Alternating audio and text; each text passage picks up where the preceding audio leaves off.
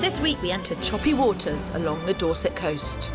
I thought she was going to cry when I was talking to her in the sitting room. There's mutiny. I would like to think that I would win. You don't win against your wife. We have difficulty finding our sea legs.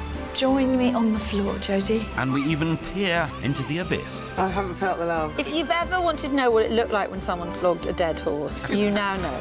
But all the while, try to keep our crew together. I will consider anything.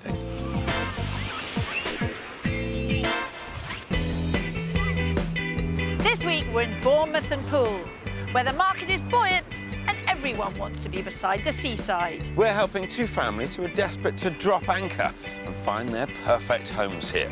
So will it be sink or swim for us? Will it be Phil in his swimming trunks? No, it won't. As you were, ladies.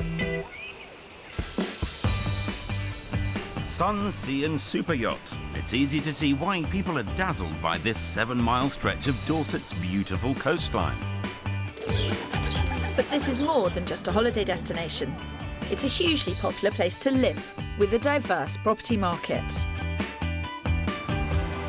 When it comes to cachet, Poole has plenty to offer with its flashy harbour and multi-million-pound houses in the swanky Sandbanks suburb. 20 minutes down the coast, Bournemouth has beautiful beaches and more affordable houses, with average property prices at 180 grand, close to the national average. There should be something for everybody. With our first set of house hunters, we have a big problem. For the last 18 months, Matt and Jodie and N have been making do with this tiny rented flat in Bournemouth. She's a good girl. But with the arrival of their daughter Katie 8 weeks ago, they've completely run out of space. I think the situation is getting very desperate now. I don't think we could have another summer in the existing property, I think. As Katie starts moving around on her own, under her own steam, it is going to be very difficult. Surprisingly, the cramped living conditions aren't the biggest problem. Matt and Jodie have a healthy £350,000 to spend on a family home, but they just can't agree on which town to live in, Bournemouth or Poole. It's become a battle of wills.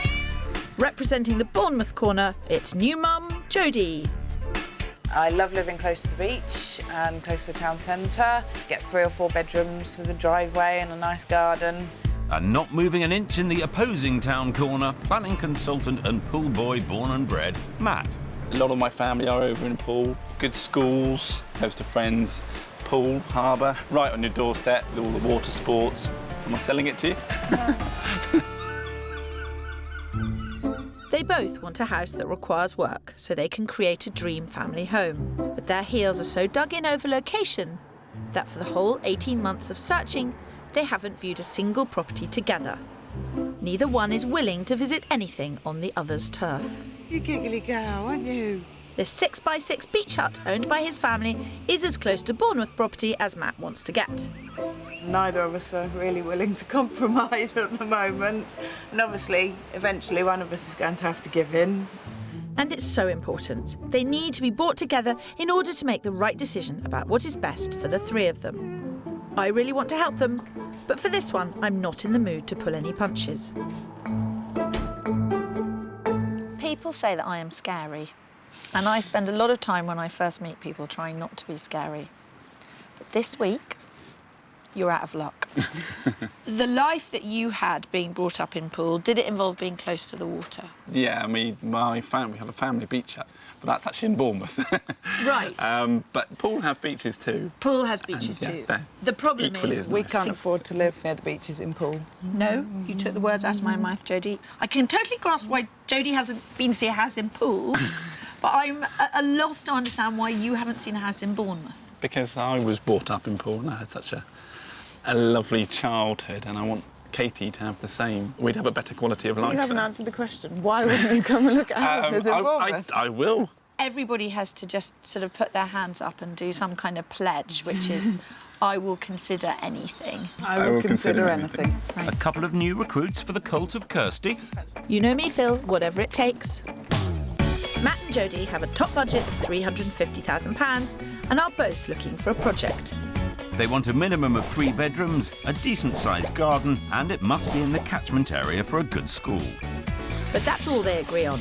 Jodie wants to be in affordable Bournemouth, Ideally no more than a 20-minute stroll to the beach, with Katie in the pushchair. As for Matt, the only place to be is 5 miles down the coast in prestigious Poole. His family live in Lilliput and he'd love to settle close to home. Here we go. Our other set of house hunters, David and Claire Wainwright, met in Australia 10 years ago and were wowed by the quality of life down under. Well, life in Sydney was absolutely fantastic. We lived right on the beach at Coogee. Never took any holidays because every weekend was just by the beach, so it was amazing.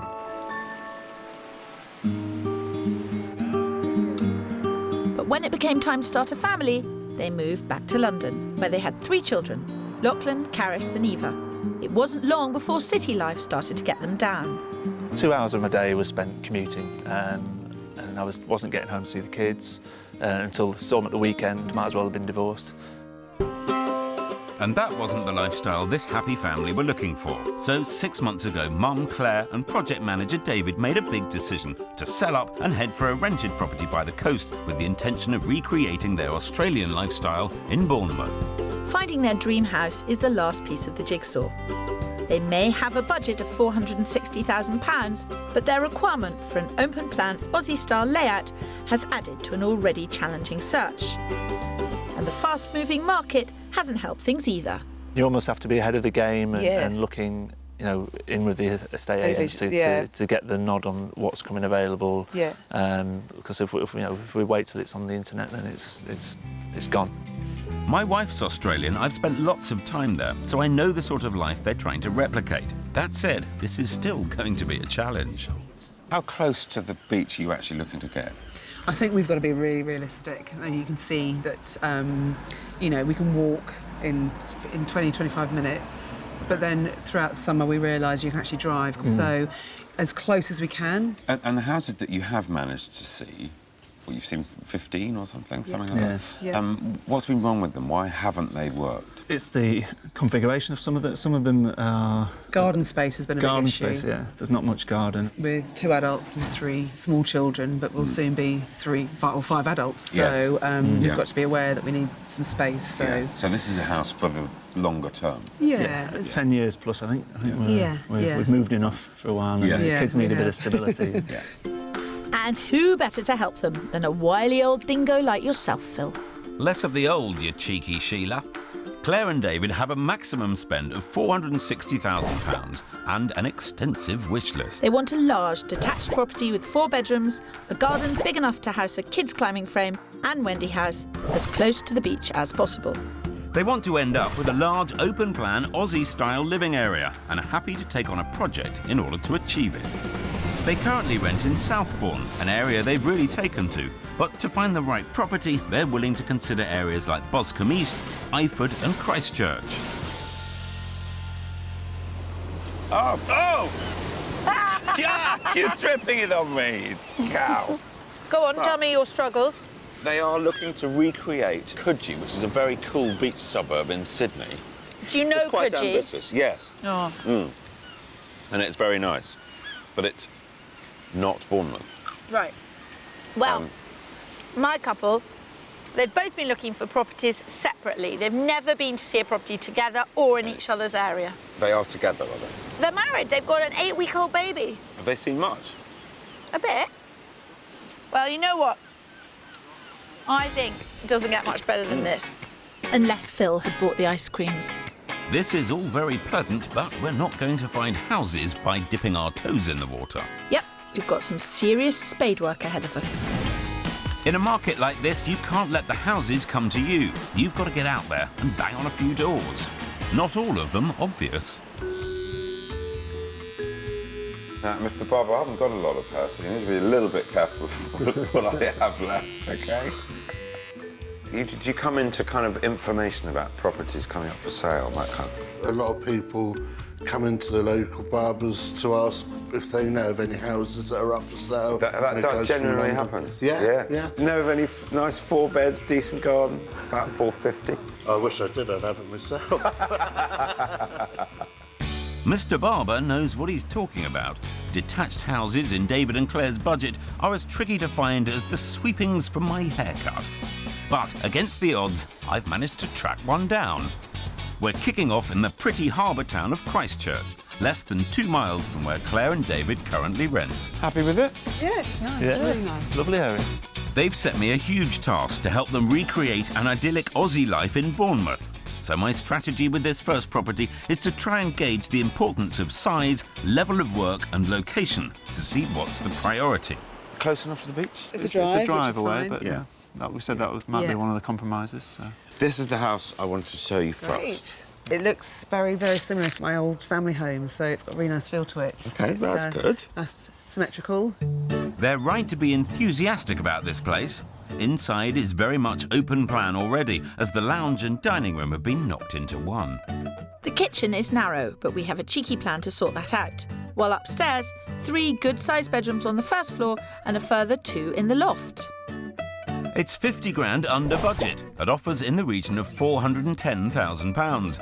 So an opportunity to turn it into a bonza property.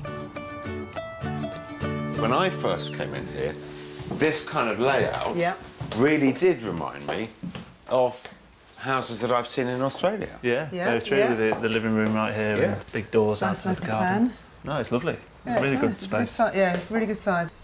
Claire and David are keen for a project, so the work that needs doing here should excite them. Now, the kitchen, it's narrow. 70s feel to it. It's probably the weakest part of the It's a lot house. of work, isn't it? The gentleman who lives here is a building surveyor, and he's got planning permission to push this wall out that way. Okay. So it would be half as much again. Yeah. This sort of extension would cost around 30 grand and would transform the kitchen area. And they could even knock this together with the living room. It just depends on how open plan they want to be. So the owners have put this top on and created 2 bedrooms. This one's got an ensuite bathroom. To me, or is it quite low? It's going to be quite low. Yeah. You don't look as though you're feeling it. So I haven't felt the love. I'm going to Not leave. getting that warm feeling just yet. Don't write it off yet. I'll catch up with you outside. Cheers. Yeah, I just think the house is just too compressed. I feel really We like nice, long, all the way I feel through. quite claustrophobic in it. Hopefully, the more generous ceiling height in the 3 bedrooms on the first floor can reassure them. It's still thin, is it me? I think their time in Australia might have given them oversized expectations of British homes. So how are we doing? All in all? It's a great house. It's just not our house. I don't think it's quite right for us. I think Yeah. it feels a bit squashed and it's all up top. Yeah, if you can find us one less bedroom and a bit further out the back and a bit of a bigger garden, then we'll have nailed it. We've now got our benchmark. But of course, if we did improve it in the way that you're talking about, it's bigger, it's longer, it offers you more, it's also going to cost more. Do you know what? I think we Good need point. to see something else in order to get our heads around what this one offers us. So it seems space is a big priority to them. I thought this place had it. Turns out it's the wrong type of space. This is not a thin house. That is a good example of an Australian layout. So what are they talking about? I'm sure it's going to be fine.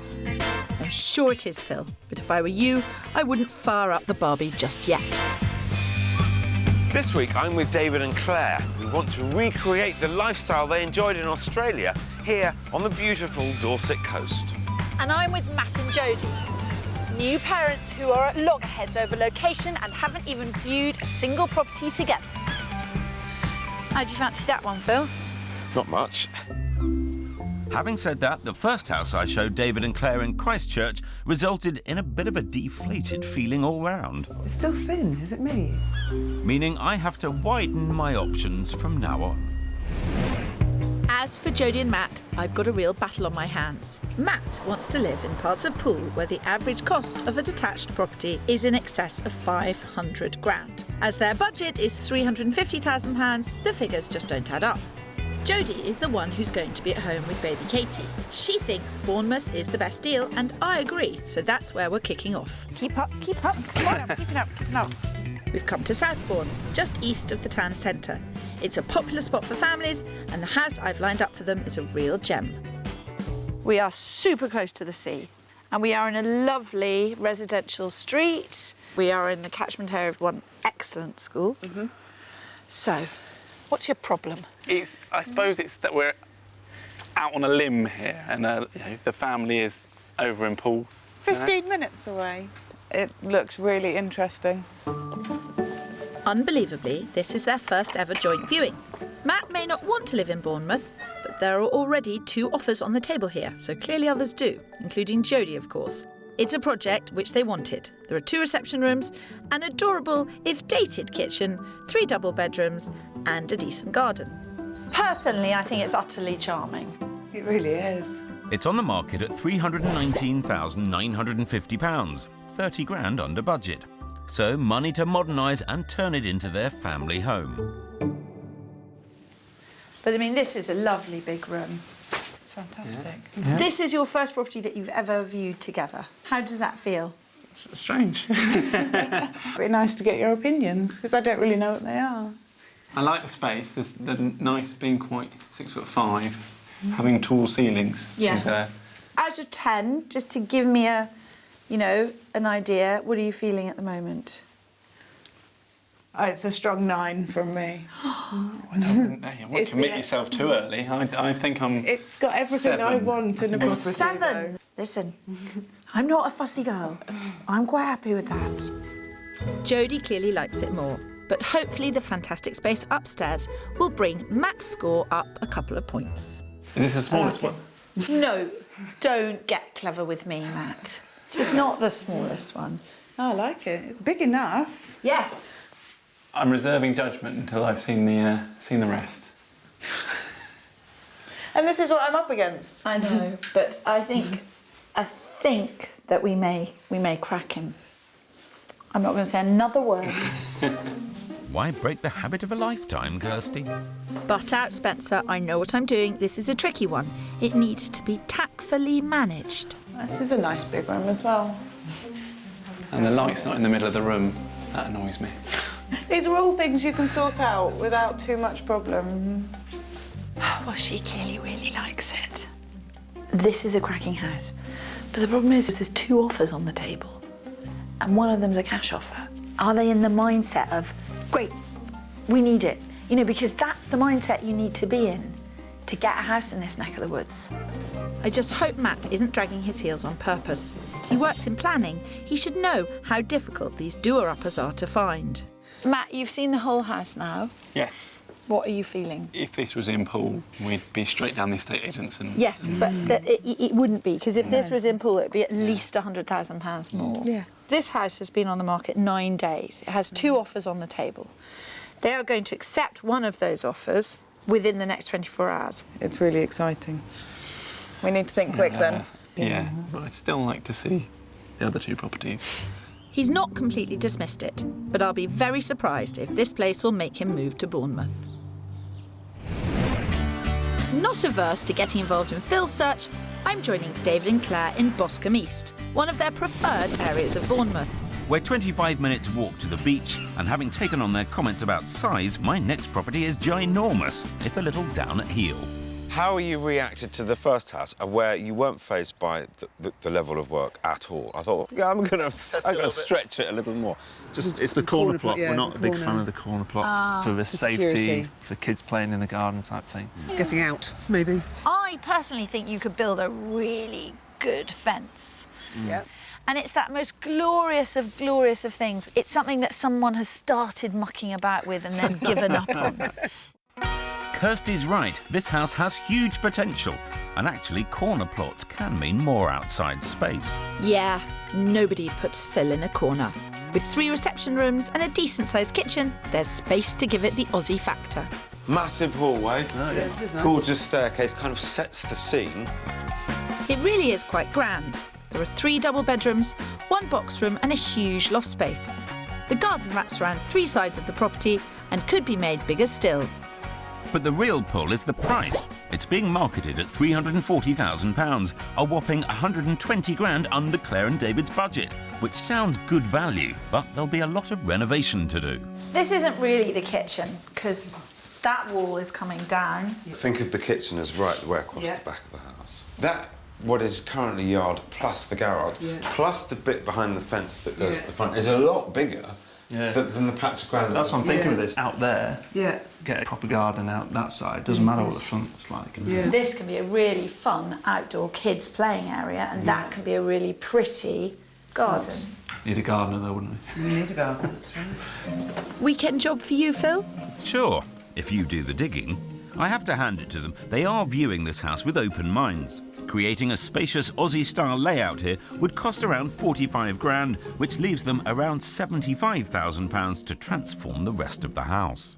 Generous space up here as well. Yeah. As it stands today, it doesn't have building regulations because the staircase wouldn't satisfy them. So there's money to be spent up here. Okay. From the outside, I was obviously unconvinced. You come inside, you think, well, it is. There's a lot to be done, but you could make it work. I'm warming up to it, definitely. They're really lovely rooms. They got are some lovely character. rooms. But I feel in your voice that you're making nice comments about this house, but really it's just too much the corner plot. Literally, if you turned this house, pulled it towards the road a bit and given us a bigger garden, and this could have been it. I'm guessing that's the kind of magic you're not able to weave, Phil. So what do? You just keep that? Would you move the door? But I think David still likes it, so I'm not giving up just yet. There's a huge amount of space. The garage is vast. You've ever wanted to know what it looked like when someone flogged a dead horse? You now know. I just can't see us growing into this house. He's got other houses to show you, so come on.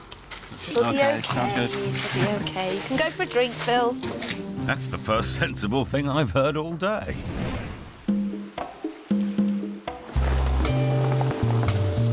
Back with Matt and Jodie, we're in swanky Poole, specifically to humour Matt. The area is way out of their budget, but he still wants to live here, so we'll be showing them the best they can get for their £350,000. Well, Matt's smiling. Yeah, it's instantly a tick in my book. We're in the lower Parkstone area of Poole. Yes, it's got the smart properties, shishi boutiques and bistros, but it would take Jodie 40 minutes to walk to the beach with their daughter. It's as close as we can get for the budget. I'm excited. Well, I knew you would be. My parents live just off this road up there. This is a great spot in terms of amenities and friends. And You can't Well, see you know that. what? It's a really good job you've got somewhere to go to, because you're not going to be able to stay in the house all day. Repeat after me. I will consider anything. This is a small house, but a big project. As it stands, there's a sitting room, galley kitchen, one double and one single bedroom. So they would have to extend to give them the space they need. Which is possible because it's 40 grand under budget at £309,950. It's half the size of the last property I showed them in Bournemouth, so I'll be surprised if this is acceptable to Jodie. Which room do you want to see first? The biggest. Right. This is the sitting room. OK. It's got a picture rail. yes, it's more finished, isn't it? It needs to be bigger. My instant thought was to go up and to have a master bedroom. Why don't the planning consultant and I head outside and actually assess this? That's fine. He can extend all he likes, but it isn't going to get this house any nearer to the beach for Jodie. Join me on the floor, Jodie. Oh, dear me. Am I being unfair on him? No, this is the problem I've had for the last year and a half. I think it'd be quite a nice, quiet garden, albeit on the small side. But I think, from my point of view, that's what you've got to compromise to be in a better location. Yes.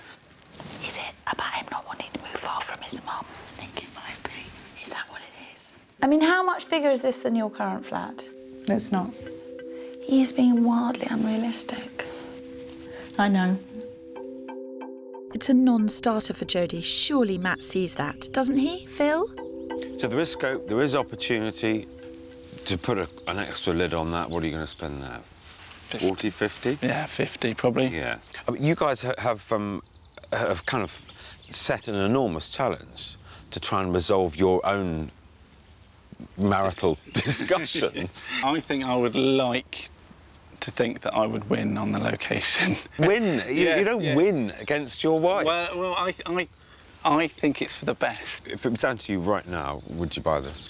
I'd certainly consider putting an offer in. Oh dear, if you wanted me to get Matt to agree with Jodie, I've failed. So, did you tell him?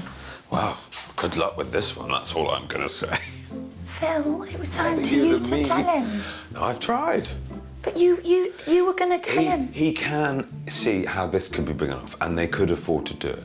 I need to draw you a plan of how I think it could work, what's going on in my head. I thought she was going to cry when I was talking to her in the sitting room. I really thought she was going to cry.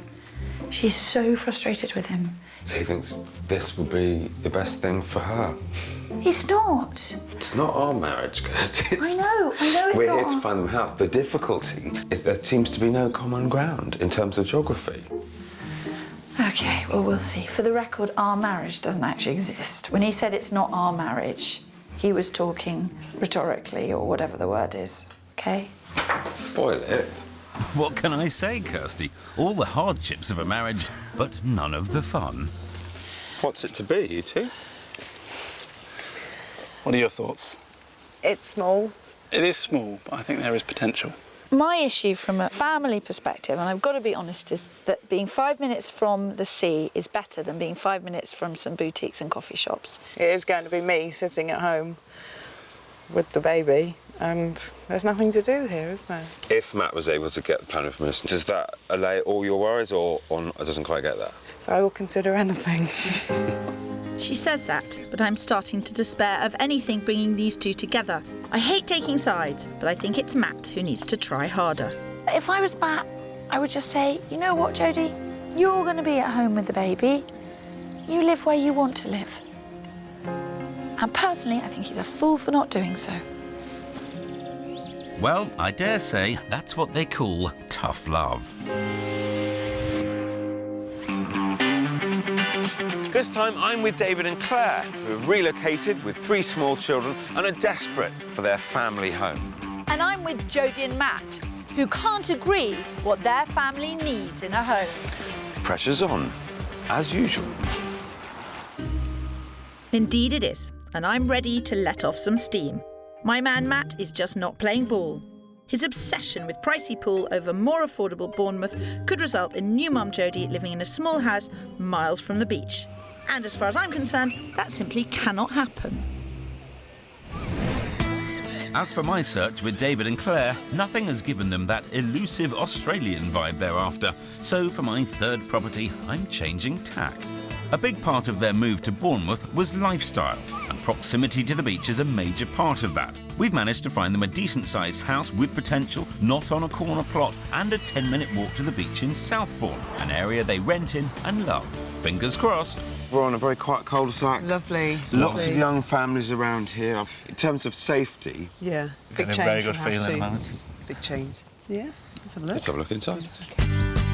Well, positive reactions so far, but as we know with this pair, it's all about configuration and whether they can create that Aussie-style open-plan layout. This house is pretty traditional on the inside, with 2 reception rooms and kitchen at the back. They would need to use their imagination, but the space is all here. Generous hallway, downstairs loo and shower. Wow. So you can come in from the beach and shower straight away. That's great.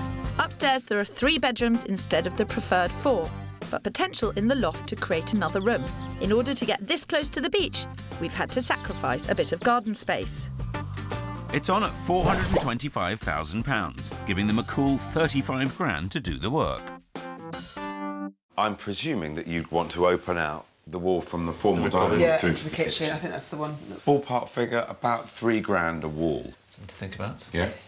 The garden was the deal breaker on the last property I showed them. So before we put a foot on the stairs, I want to get their reactions to the outside space on offer here. It's lots more than we used to. Yeah. However, it's workable. You could get the kids' house on. Yeah, you You could. get Wendy House. Actually, once they're able to ride bikes and genuinely want to kick footballs and let off Yeah. steam, you're not going to be in any garden. No. Maybe that's sufficient. Absolutely.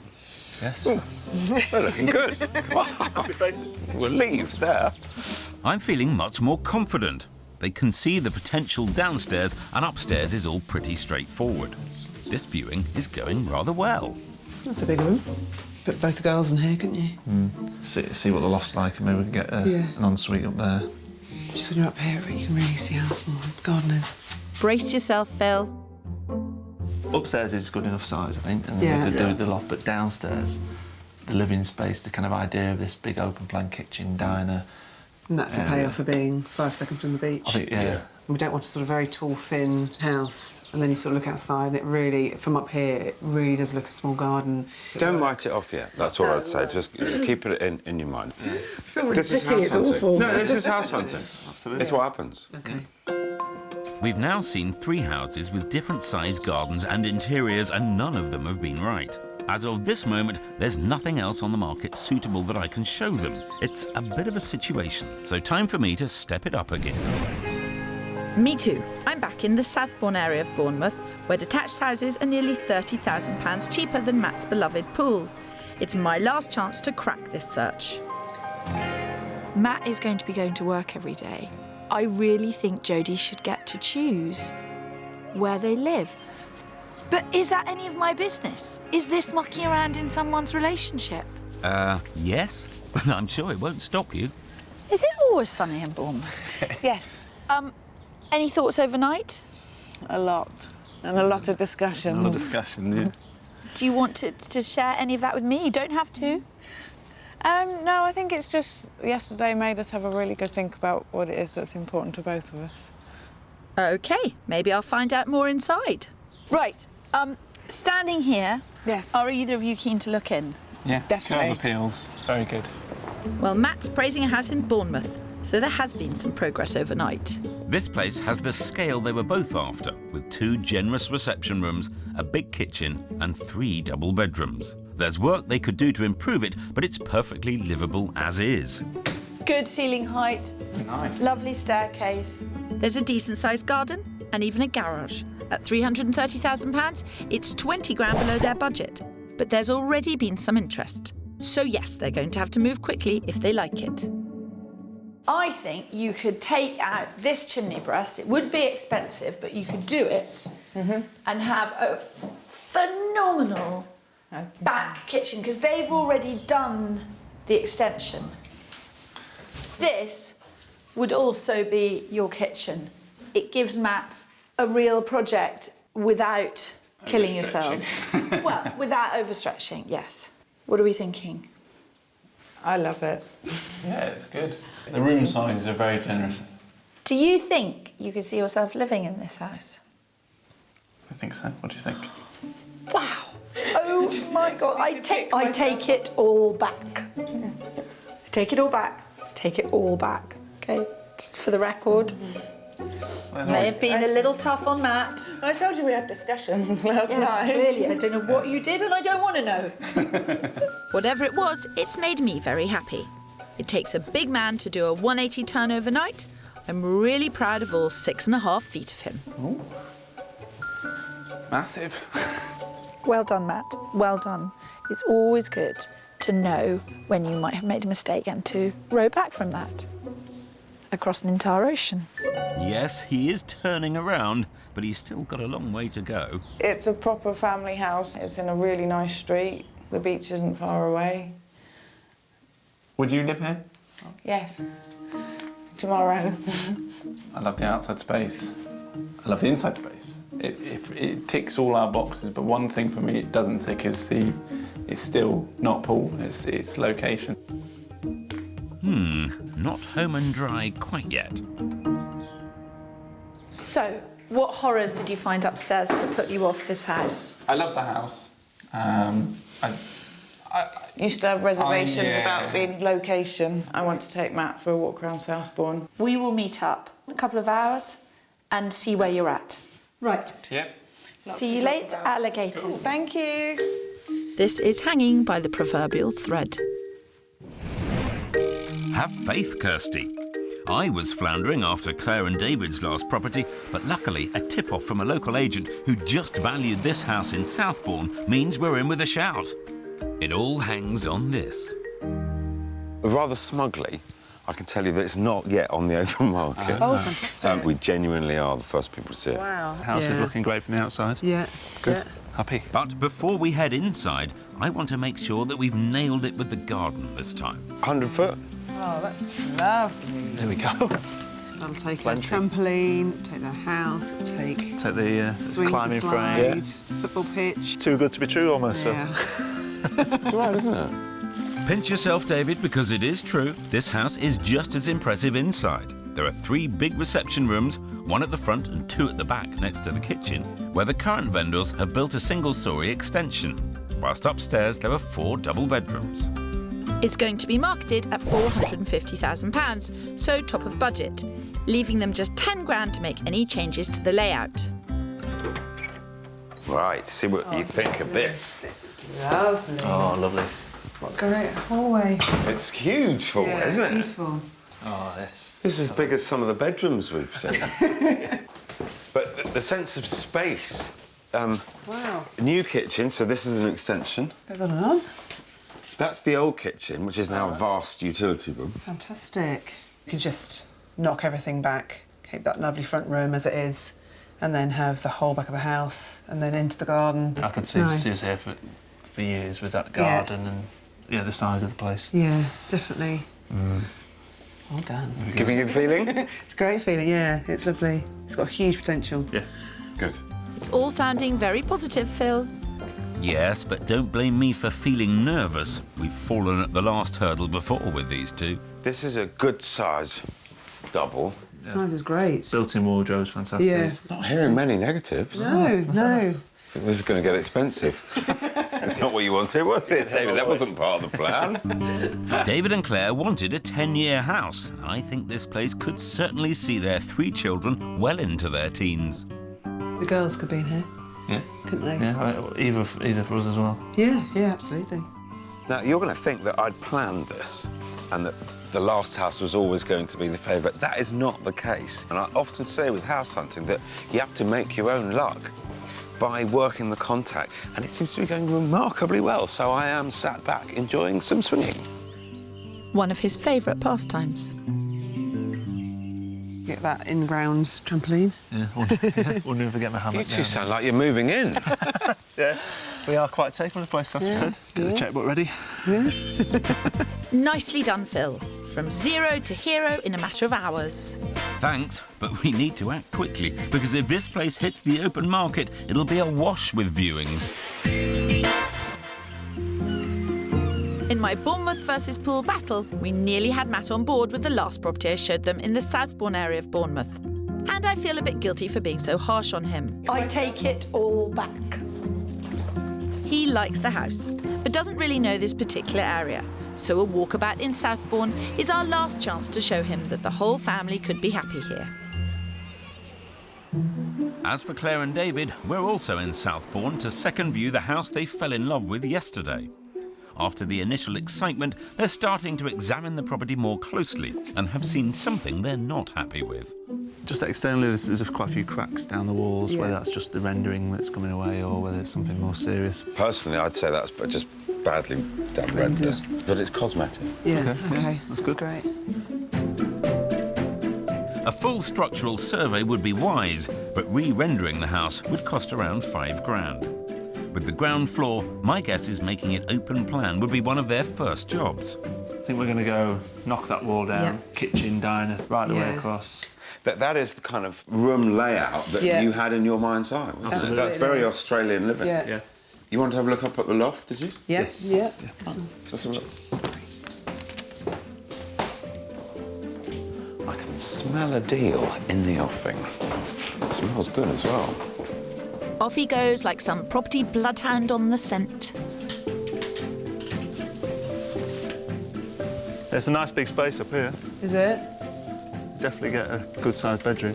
It's reassuring for Claire and David to know they can convert the loft. It's all part of future-proofing, an essential part of buying any property. It's a great garden, isn't it? Yeah. Oh, it's just superb, isn't it? Yeah. Well done, Phil. You've sniffed out a real winner here. Still not a negative word. I mean, this is terrific. Yeah. Let's go and have a All think. good. Okay.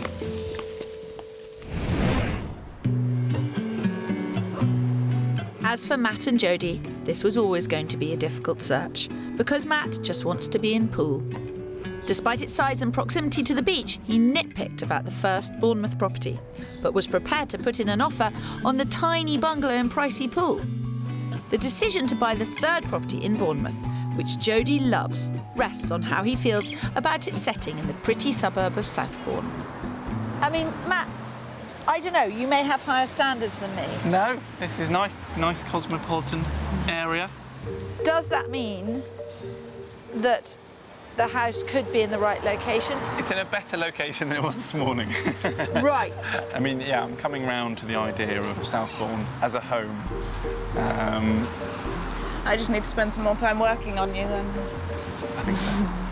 The one thing I do not want is a chat with you in 6 months' time where you say, I wish we'd bought that house.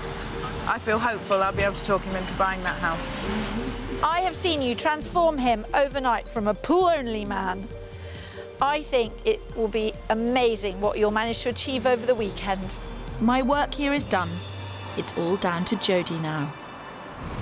As for David and Claire, their 6 months of searching could be almost over. Southbourne is right for their family and where they want to create the idyllic Aussie lifestyle they love. They want the 4-bed house priced at 450 grand. And to add to my pressure, today is Claire's birthday. I really need to land this. If we go in strong with a big, bold offer, the vendor might think, oh, first person through the door offered me close to 450. Am I asking enough? Yeah. But at the same time, if you don't offer enough, other people will see it over the next few days. Yeah. We went in at 438, we'd probably get rejected.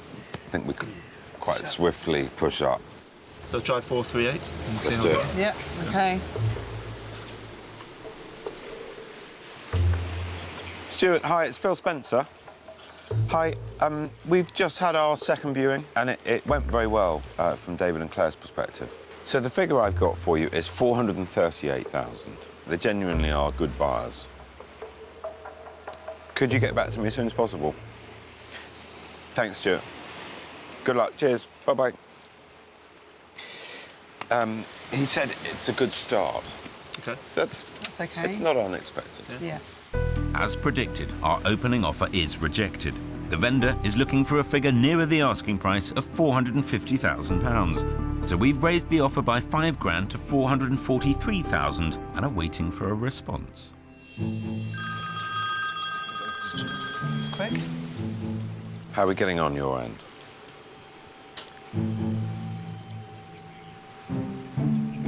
.443 is rejected. 445 buys the house today, takes it off the market. Do it. Not going to find anything like that, are we? Do it. 445. Take it off. 445, deal done. Cheers. Get in. Well done, you two. Cute. Congratulations, and on your birthday. And on my birthday. It's meant to be, isn't Way it? to go. Meant to be. Well done. Great house. Great house. Thank you, Phil. Thank you very much. Now Claire and David have their very own slice of down under in Dorset. I couldn't be happier for them. As for Matt and Jodie, good news as well. Jodie worked her magic over the weekend, and Matt finally agreed that the Southbourne house on £330,000 is the best place for them. But there's another interested party, so to avoid a bidding war, I've pressed the agent to give us a buy it now price, no messing around. 313,000 is the answer. Matt and Jodie have been thinking about whether that figure suits them. I'm now 450 miles away on another house hunt in Glasgow, but I don't want to miss this call. Hello. Hi, Matt. Yes. Oh, fantastic. Final offer, £313,000. Can't go any higher. I think that will seal the deal. That is what the vendor said she would accept, and I think that will sort it. So after all the ups and downs, Jodie won the battle, but Matt deserves a little glory. He has been incredible about this. It has been a massive change for him, and he's done it with really good grace. So, well done, Matt. Great news for Jodie and Matt. But in the end, not such good news for David and Claire. Initial builders' quotes to get the house just the way they wanted came in higher than expected. Sadly, they decided to walk away. We tried to make it work. We tried really hard, just playing with the numbers, playing with the options around what we could do with it. Yeah. But because it's such a long-term investment for us, we had to be really sensible. But thankfully, this hasn't put the pair off. That's nice. Confident Bournemouth is the place for them, they're back on the hunt for their dream home. So I think for us, the main thing is we're out of London and we're here and this is what we wanted. What Phil really taught us was to try and have fun doing it. Don't see it as a stress. Bring the kids in, let them have a look around. Yeah, it's definitely reinvigorated our search. We're just sure of what we want now. Yeah. And it's just going to be a case of waiting to see when the right one turns up. Hopefully be coming back and showing us Another glass of champagne with Phil when we get it. Yeah, exactly. Good luck, guys, and always happy to pop along for bubbly. 7 weeks on, and with their offer accepted, Matt and Jodie are getting to know their new neighbourhood while they wait for the final paperwork to go through. I think one of the great things about Southbourne is that it's a really up-and-coming area. There's a real buzz about the place, isn't there? People who live there are generally our age, young couples with young children. You know, it seems quite a good area to locate at this stage of our lives. Oh, he's like a new man. And now that Matt's agreeing on location, Jodie's moved on to the decorating. I've already been working out colour schemes, thinking about what kind of kitchen I'd like. Yeah, I can't wait. I'm so excited. I'm glad this is a joint decision. So Jodie's happy, Matt's happy. What about baby Katie? Katie's going to want to say thank you very much to Kirstie for helping to convince Daddy that we don't want to live in a tiny little house. We want a nice big house where Katie can have her own room. Thank you, Katie.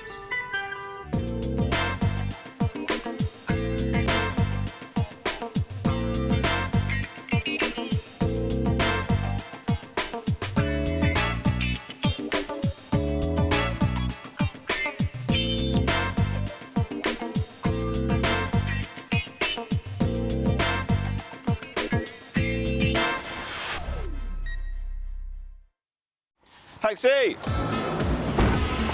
This week, can we swing it in Scotland? It's a house hunting we go. Hate the view already. As we rock and roll between country and city, if we can't get the numbers we need... 9. Nothing's 10. Can we have a couple of ticks? Will we have to step off the beaten track? I'm lost already. to dazzle both sets of house hunters. Look at that. He's frowning already. No, he's not frowning. He's looking rather brighter than he has all day.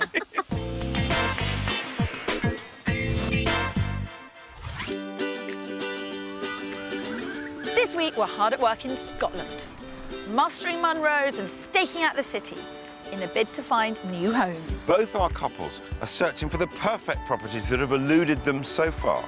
They always will, Phil. No such thing as perfect properties. We can but try. Perfect people, on the other hand. Oh, Kirstie, you're too kind. Scenery perfection is not hard to come by in bonny Scotland. Our search area this week takes in the alluring slopes and lochs of the countryside, as well as the grit and glamour of Glasgow. It's said that Scotland's largest city is second only to London as a UK shopping destination. However, cost of living here is almost 40% cheaper than London. So a ride in a black cab won't take you into the red. Taxi! What are you doing in Glasgow, looking for property then? Always looking for property. Always looking for property. Yeah. What's it like around here at the moment? Glasgow, great city to live in, very vibrant nightlife, Yeah. great universities, great place to live. It's a very diverse place, West End especially. And that's just where my couple want to be. Flat hunting, here we come. Urbanites Anna and Mikey have set their hearts on one of the most sought-after parts of the city. But I'll be roaming further afield, across several counties, including Argyll and Stirlingshire, with ex-military man John and his partner of 4 years, Stella. That's a long walk up there. They've made the bold decision to relocate nearly 500 miles from Hampshire to John's native Scotland, where he's not lived permanently for nearly 3 decades. We've been coming up to Scotland for a few years now, and it's just so beautiful. And the people, certainly, that I've met have been lovely as well, which is nice. You can't Very speak friendly. the language yet, No, but not it'll yet. come to that. Practicing. The great outdoors is one of the main attractions here for this active pair of 40-somethings. You know, if I can open my door and climb a mountain, you know, on a Sunday afternoon, or get on my bike, fantastic.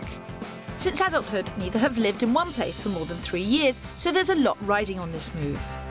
We want to be settled, we don't want to be moving again. And so, yeah, it's really important to us that we find the right place. Not only are they taking the plunge into a new environment, they want a house they could start a family in and also allow them to make some career shifts to work from home. Stella would like to start a catering business aimed at holiday makers.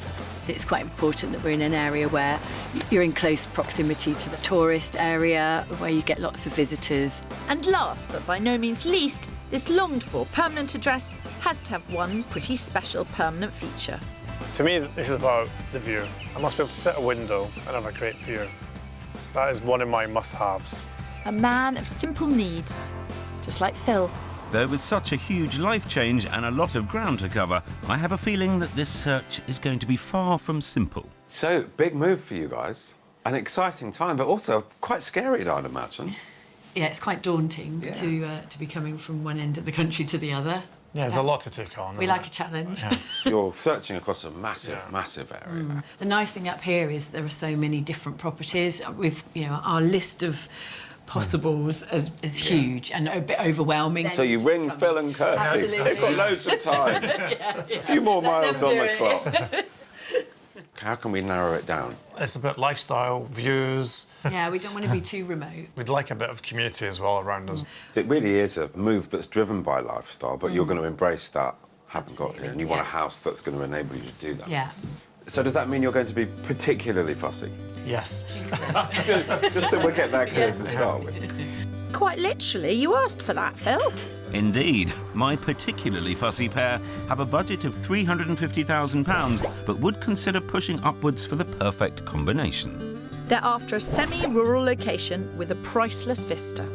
A house with a good-sized kitchen diner, 4 bedrooms, handy for visiting family and friends, and home office space. With good links to a local community. They're open to looking in areas across 2 regions, Perth and Kinross, as well as Stirlingshire. But I may have to extend the search area to the west to fulfil such a specific wish list.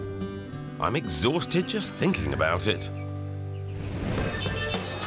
While Phil's covering 100+ miles of countryside, my patch is urban Glasgow, where 25-year-old Anna and 24-year-old Mikey are relocating from Edinburgh. It's a stipulation of Mikey's new business development job that he lives there, and for them, Glasgow means the West End. It's busy, there's lots of good bars, restaurants. It's nice to sort of have enough city feel without actually obviously being right in the city itself.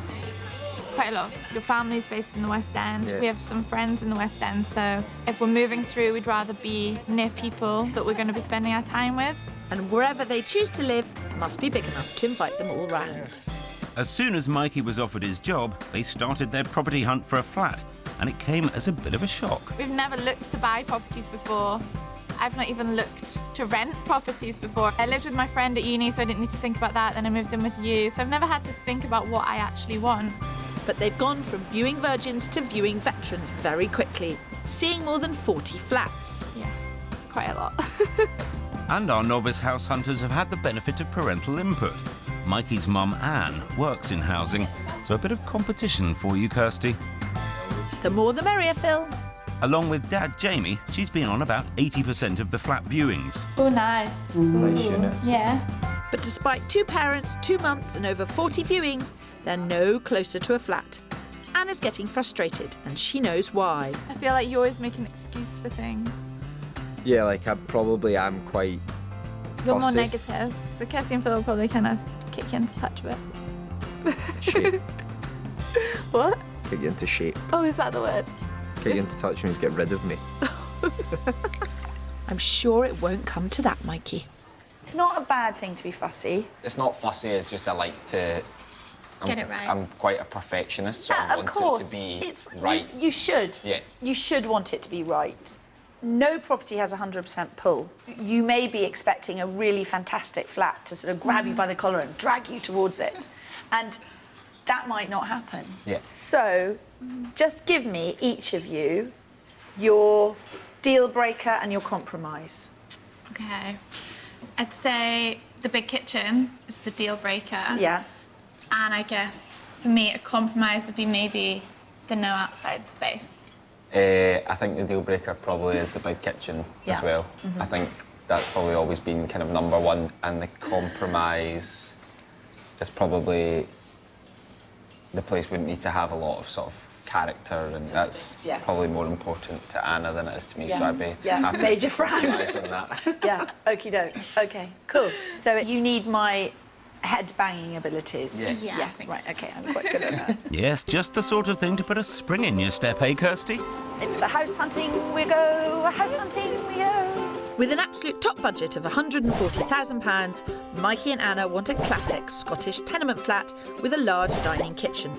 1 bedroom is fine, and some character would be appreciated, as would some outside space to socialise in. And our first-time buyers are keen to keep their search within 2 square miles of Glasgow's West End, to keep them close to family, friends and transport. So one search is as narrow as the other is broad. Whether rural or urban, we're working with tight budgets for what they want, so we need to ride the challenges. How'd you get on? I think it's a case of she's exasperated and he won't decide. Okay. So he's just very kind of risk averse. She just wants to get on with it, you know, and he's like, no. Yeah. Well, my couple are facing quite big challenges simply because everything's new in their life. They've moved up to Scotland, they want this brand new lifestyle, they're setting up new businesses. New house hunter. New house hunter, maybe that's where they've been going wrong. Yes, I know. So I better get cracking. Well, you can think of me in Glasgow's bars and coffee shops. You'll be enjoying yourself. I'll be enjoying Keep out the shops. Make sure you see more flats than flat whites. Ha, a feather in your cappuccino for that one, Phil. I'll be hunting in the West End of Glasgow, where there's no shortage of the tenement flats Anna and Mikey are after. Famed for their high ceilings and generous proportions, tenement buildings have been a staple of Glasgow's housing scene for over 150 years. But the West End's busy urban vibe make it very popular, and that means flats can often sell for over the quoted market value. In Scotland, this figure is determined by a home report, a survey document that vendors here are legally obliged to provide. Very useful knowledge, particularly for my first-time buyers. So, do I get a gold star for location? You get a gold star for 10 out of location. 10. Right, we're starting our search in Partick, one of their favourite parts of the West End. Just a few minutes' walk from cafes and shops.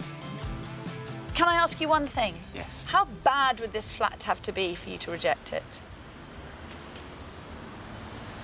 Pretty bad. You see, Mikey We'll wait and is see. I think Mikey is the rogue element in this search. Ooh.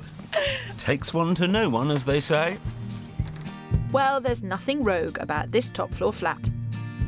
It has that top-of-the-list must-have dining kitchen, and the lounge, bedroom and bathroom also have decent dimensions. Having been a rental for the past 14 years, there's lots of potential to improve.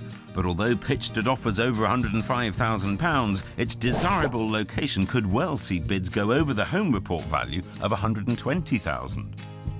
That's still under budget, and I hope this place will be enough to finally make Mikey commit. Oh, that's a big smile, Anna. I like the size. Yep. Obviously needs a lot of work. It needs work. Definitely needs a good bit of tarting up. Yeah, it's seeing past the way it looks just now and trying to see the potential. You're saying to me you're trying to see the potential. Yeah. That is a statement that worries me. You've got the light, you've got the height, and you've got the size.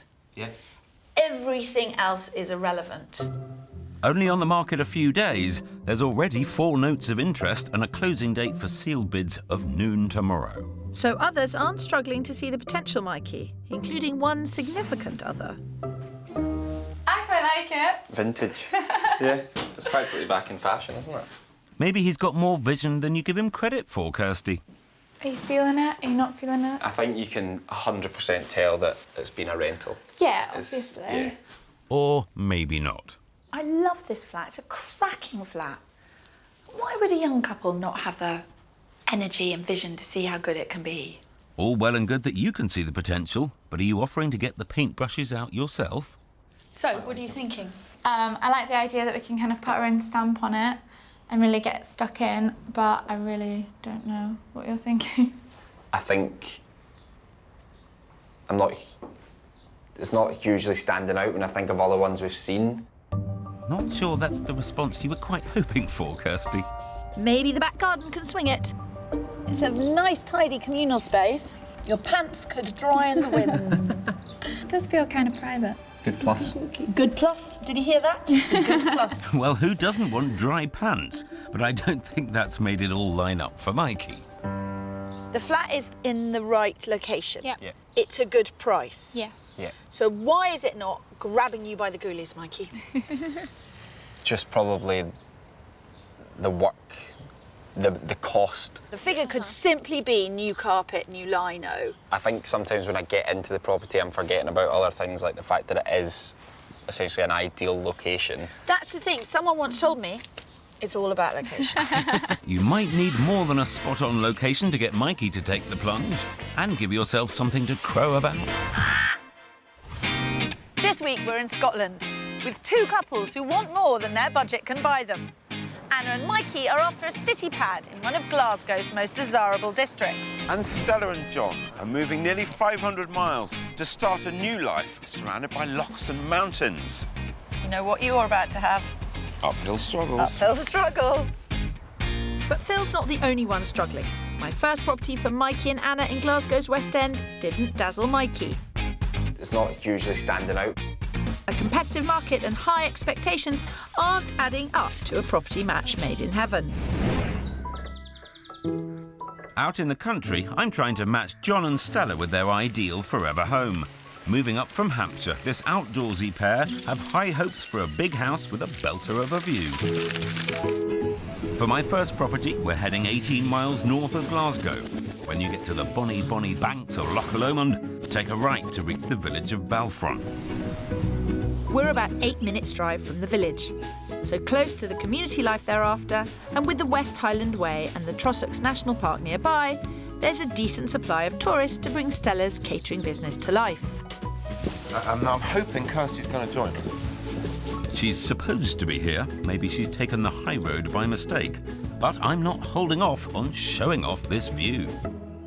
Now, somebody talked about having uninterrupted views. Yeah. not overlooked at all. How about that? That view is fantastic, yeah. Absolutely, yeah. I mean, it's beautiful. How does this setting strike you? It does feel a little bit remote, doesn't it?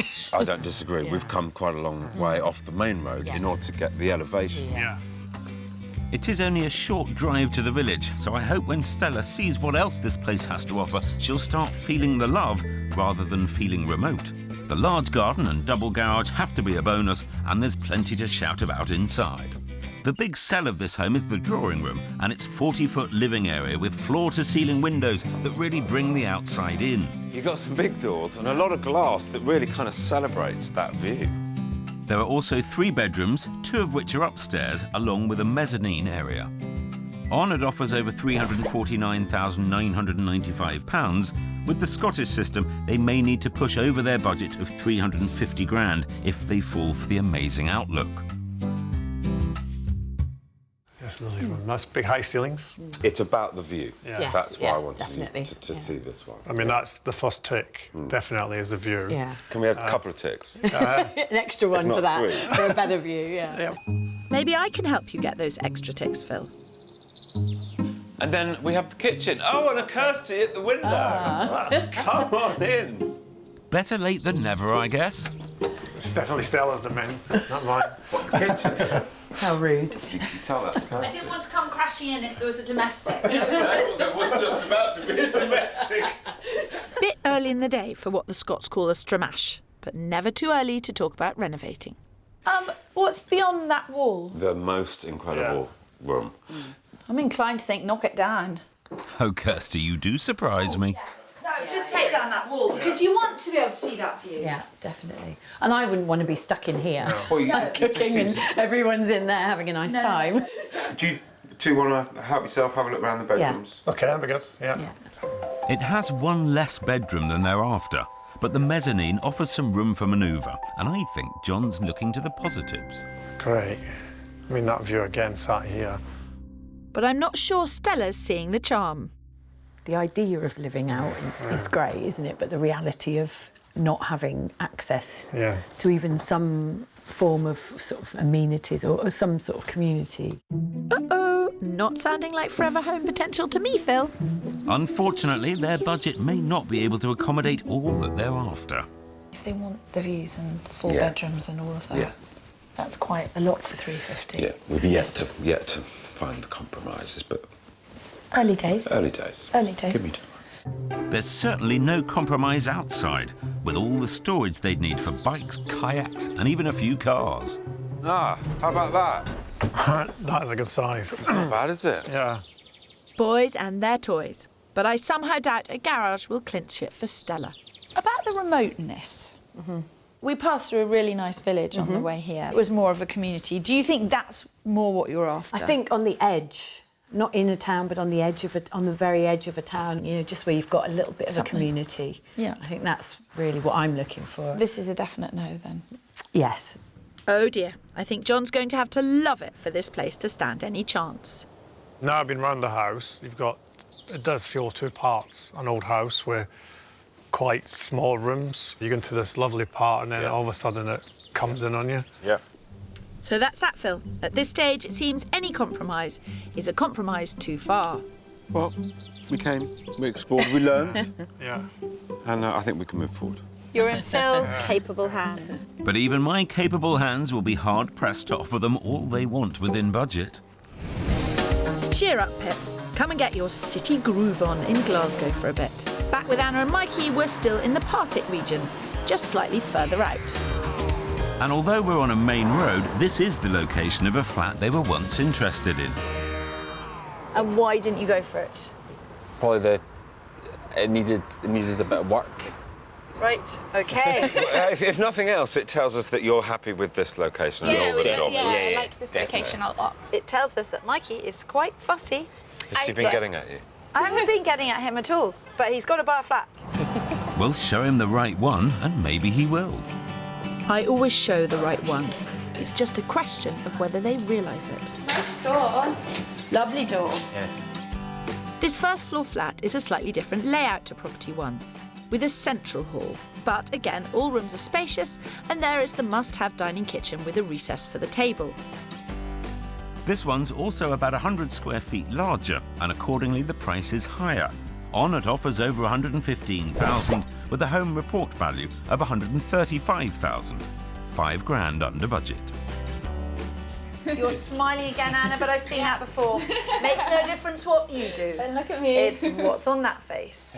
That's a smile. Yeah, good. Like it so I far. like the floor. This has already wrecked my shoes. It's because your heels go through the cracks. You can't possibly buy this flat. Just pointing out where a little work might be needed, Phil. No property is perfect, remember? Let's just talk about the view out there. Yeah. Yeah. What view? It doesn't bother me. I don't know why. I thought it would, but I really don't know why it doesn't. It doesn't bother me either. You might be surprised to hear. Being on a busy road? It's not a major issue. I feel like you're more comfortable in this. Yeah, I think so. So far, I prefer it. A more positive response from Mikey, but I need to see him as fired up about a property as Anna, or we'll never get anywhere. Over to you, Phil.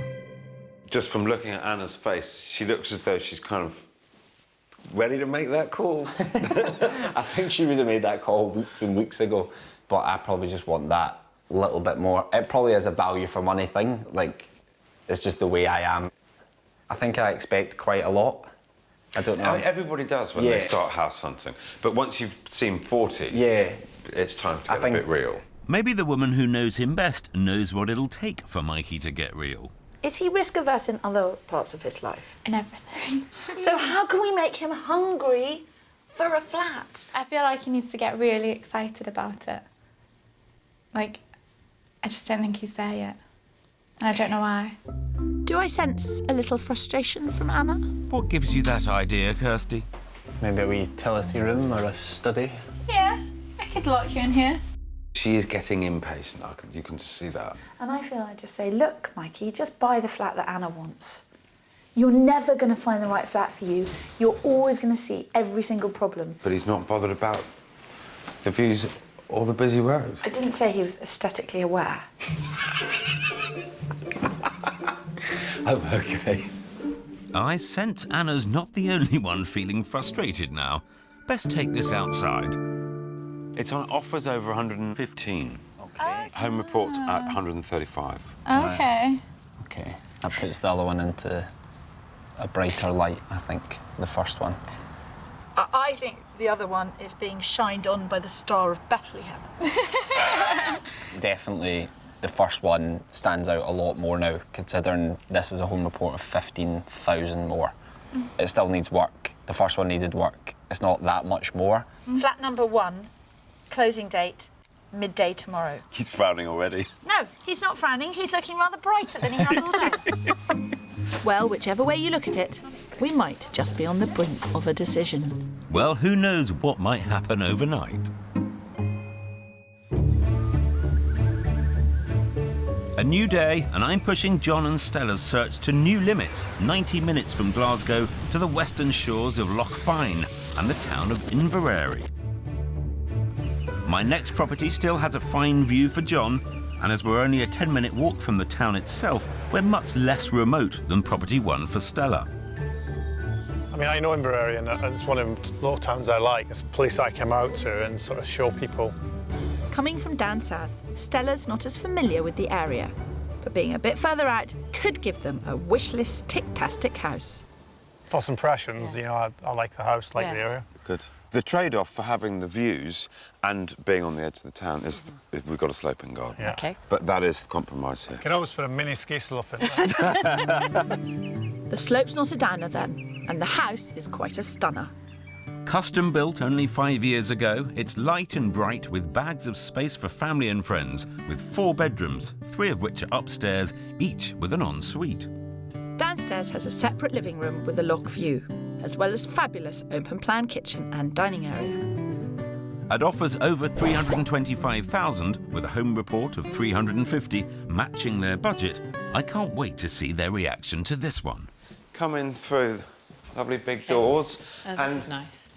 You spoke about having an open plan way of cooking, entertaining, eating. Yeah, that's lovely, isn't it? Yeah, that's probably what's in your mind, isn't it? Yeah, definitely. Ideal. I'm not surprised Stella likes this room, but the whole house will need to feel pretty special for her to consider moving out this far. It's a good size, though. And then you get that view. Yeah, it's lovely, isn't it? Yeah, I like this house. Just little things, little bits about it. Yeah. It was actually the outside of the house that I was kind of hesitant about, but they seem to deal with that perfectly well on arrival. Upstairs, well, they're saying all the right things. Well, John certainly is. Stella's not saying much at all, but I think her concerns are more outside than in. My only worry is where it is, in terms of... business for the future, but we can look at that. But... Stella hopes to start a business catering to holiday homes, so the local tourist trade is every bit as important to her as the house. I love the house. I can live in there, yeah. Yeah, I easily. think there's just a few things around it that it's... And I think it's like, it's not a, wow, I'm in love with this house and I'll live with everything else. You know, I can put up with it. It's a case of if we could make everything else work. My only real concern is the location of where we are. But you have got a touristy town right on the doorstep, so... And that's part of what we need to look at. Yeah, you know. It's not a no, but it's just, you need to think about it. Well, I guess that's a definite maybe, and I aim to please. So on my next property, I'm going for a bullseye. This week, we're in Glasgow and Argyll. I'm ducking and diving around the West End, trying to find the perfect city pad for Anna and Mikey. And I'm taking both the high road and the low road in a bid to find Stella and John a des res with all this on the doorstep. Neither search is proving a breeze. The 2 flats I've shown Anna and Mikey in Glasgow haven't got Mikey that fired up. I probably just want that little bit more. So I'm still trying to get this search sparking. In the surrounding countryside, my search hasn't quite ignited either. Stella and John are moving nearly 500 miles from Hampshire, and it's becoming clear that location is key, not just for the Scottish views, but for Stella's intended business, providing catering for holidaymakers. For our third property, we're just across the water from the last one in Inverary, on the eastern side of Loch Fyne in the village of Stracker. And I'm hoping this charming spot and renovated former crofter's cottage will offer them all they want, including being close to a tourist area and views to die for. I hate the view already. What about the house? Yeah. Lovely. Outside gets approval and inside should also impress. This house has been extended and renovated, so it now has 4 bedrooms, 3 upstairs and a master with ensuite on the ground floor. And the sitting room extension offers a double whammy in the view department. Soothing waters on one side, a beautiful garden on the other. Priced at offers over £325,000, with a home report value of 345, it would be comfortable for John and Stella at 5k under budget. And then into a kitchen, which is perfectly okay. However, easy to imagine this wall being removed. Absolutely. You'd want to, wouldn't you, to have this? Yeah, it's about this the view. room. Yeah, absolutely. And in terms of your business plan, Stella, there are 10 self-catering houses in and around the village, and there's 5 caravan parks within 15 miles of here. So it feels like there's quite a lot going on. Yeah, it's promising. It's great to see their shared enthusiasm for this place. It's so bright in here. Loads of lights. Yeah, really. Oh, I wasn't expecting this. But we are all naturally drawn out here. Suddenly. Traffic. Yeah. I don't think there's going to be a lot of traffic on this road. No, that's nice. I don't really care. Even the nearby road isn't going to put John off the views, but he's not the only one who's fallen for them. There are already 3 notes of interest on this property, with a closing date 5 days away. I don't think I had really understood how important the view was until he was stood there, and it's just written all over his face. This is it. It was good. It was a good moment. So I'm nearly hitting my head off that. Yeah. So it'd be some people walking by here. But then I suppose if you use that as your guest room, Yeah. you wouldn't necessarily have people coming up here, would you? The eaves might impact access to rooms upstairs, but Stella is certainly looking to like the place. Actually, I can imagine sitting. I'd take that seat away. Yeah. In fact, I'd even take that little wall away. They're practically settling in. You could be onto a winner here, Phil. How'd you get on upstairs? Yeah, it's nice. You wouldn't want too many tall people coming along, would you? I'd just say duck. Yeah. This is great. You're both trying to make the house work. Seems like both property 3 and 2 have their attractions, but I'm hoping my property 4 will top the lot. Back in the city bustle of Glasgow, Anna and Mikey have been mulling over yesterday's viewings. The location of property 1 gave it the edge.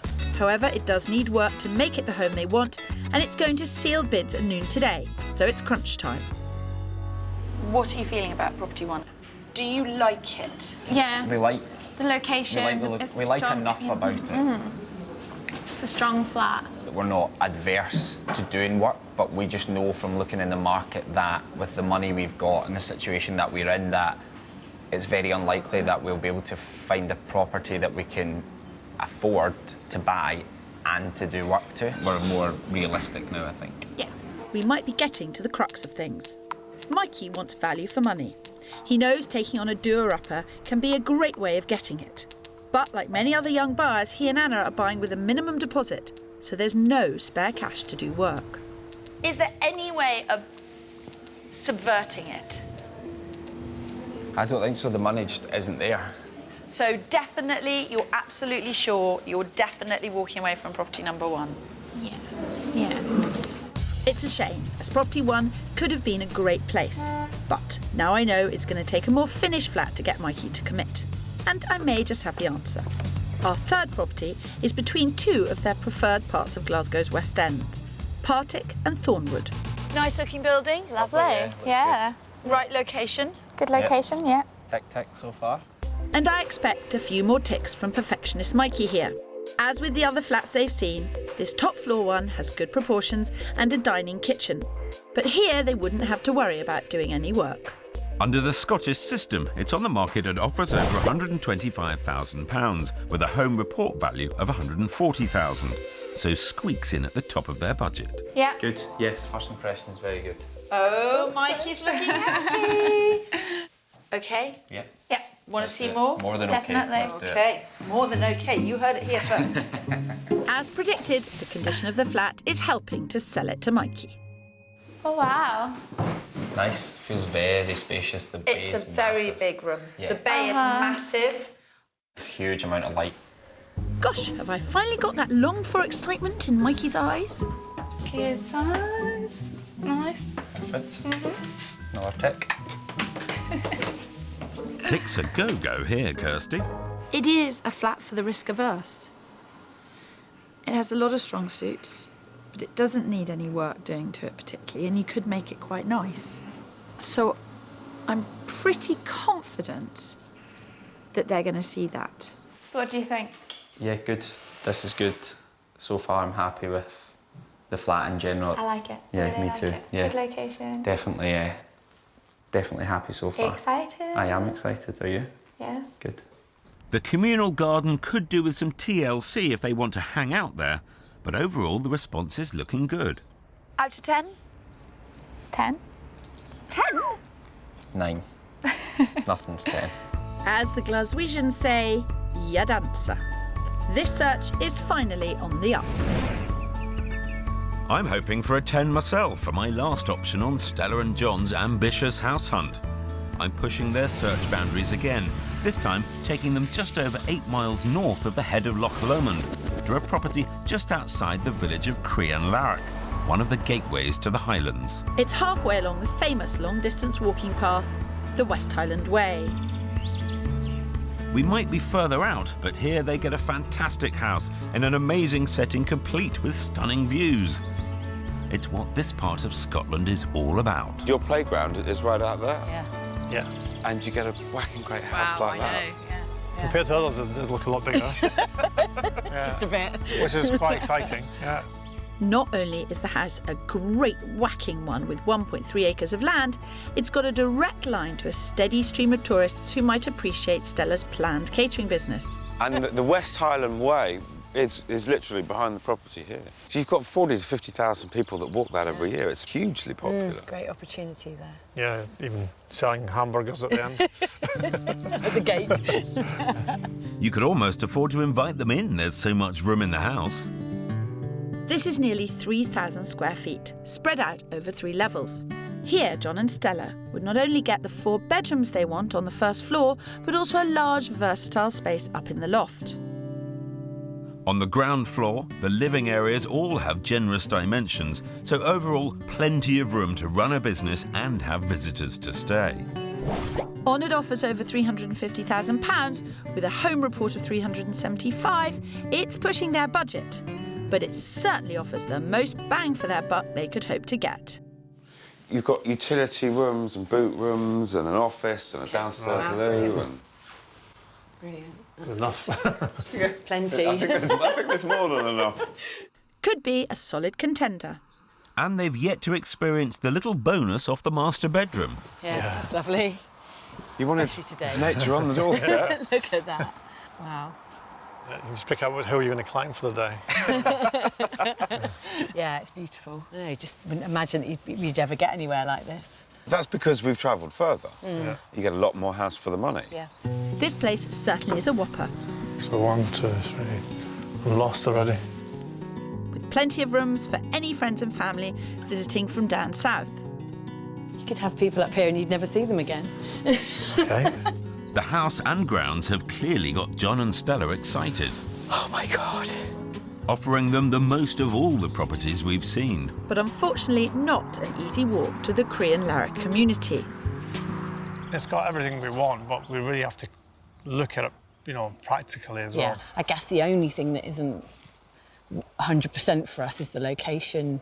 Wherever we go from here, you always have to get in a car and go realistically.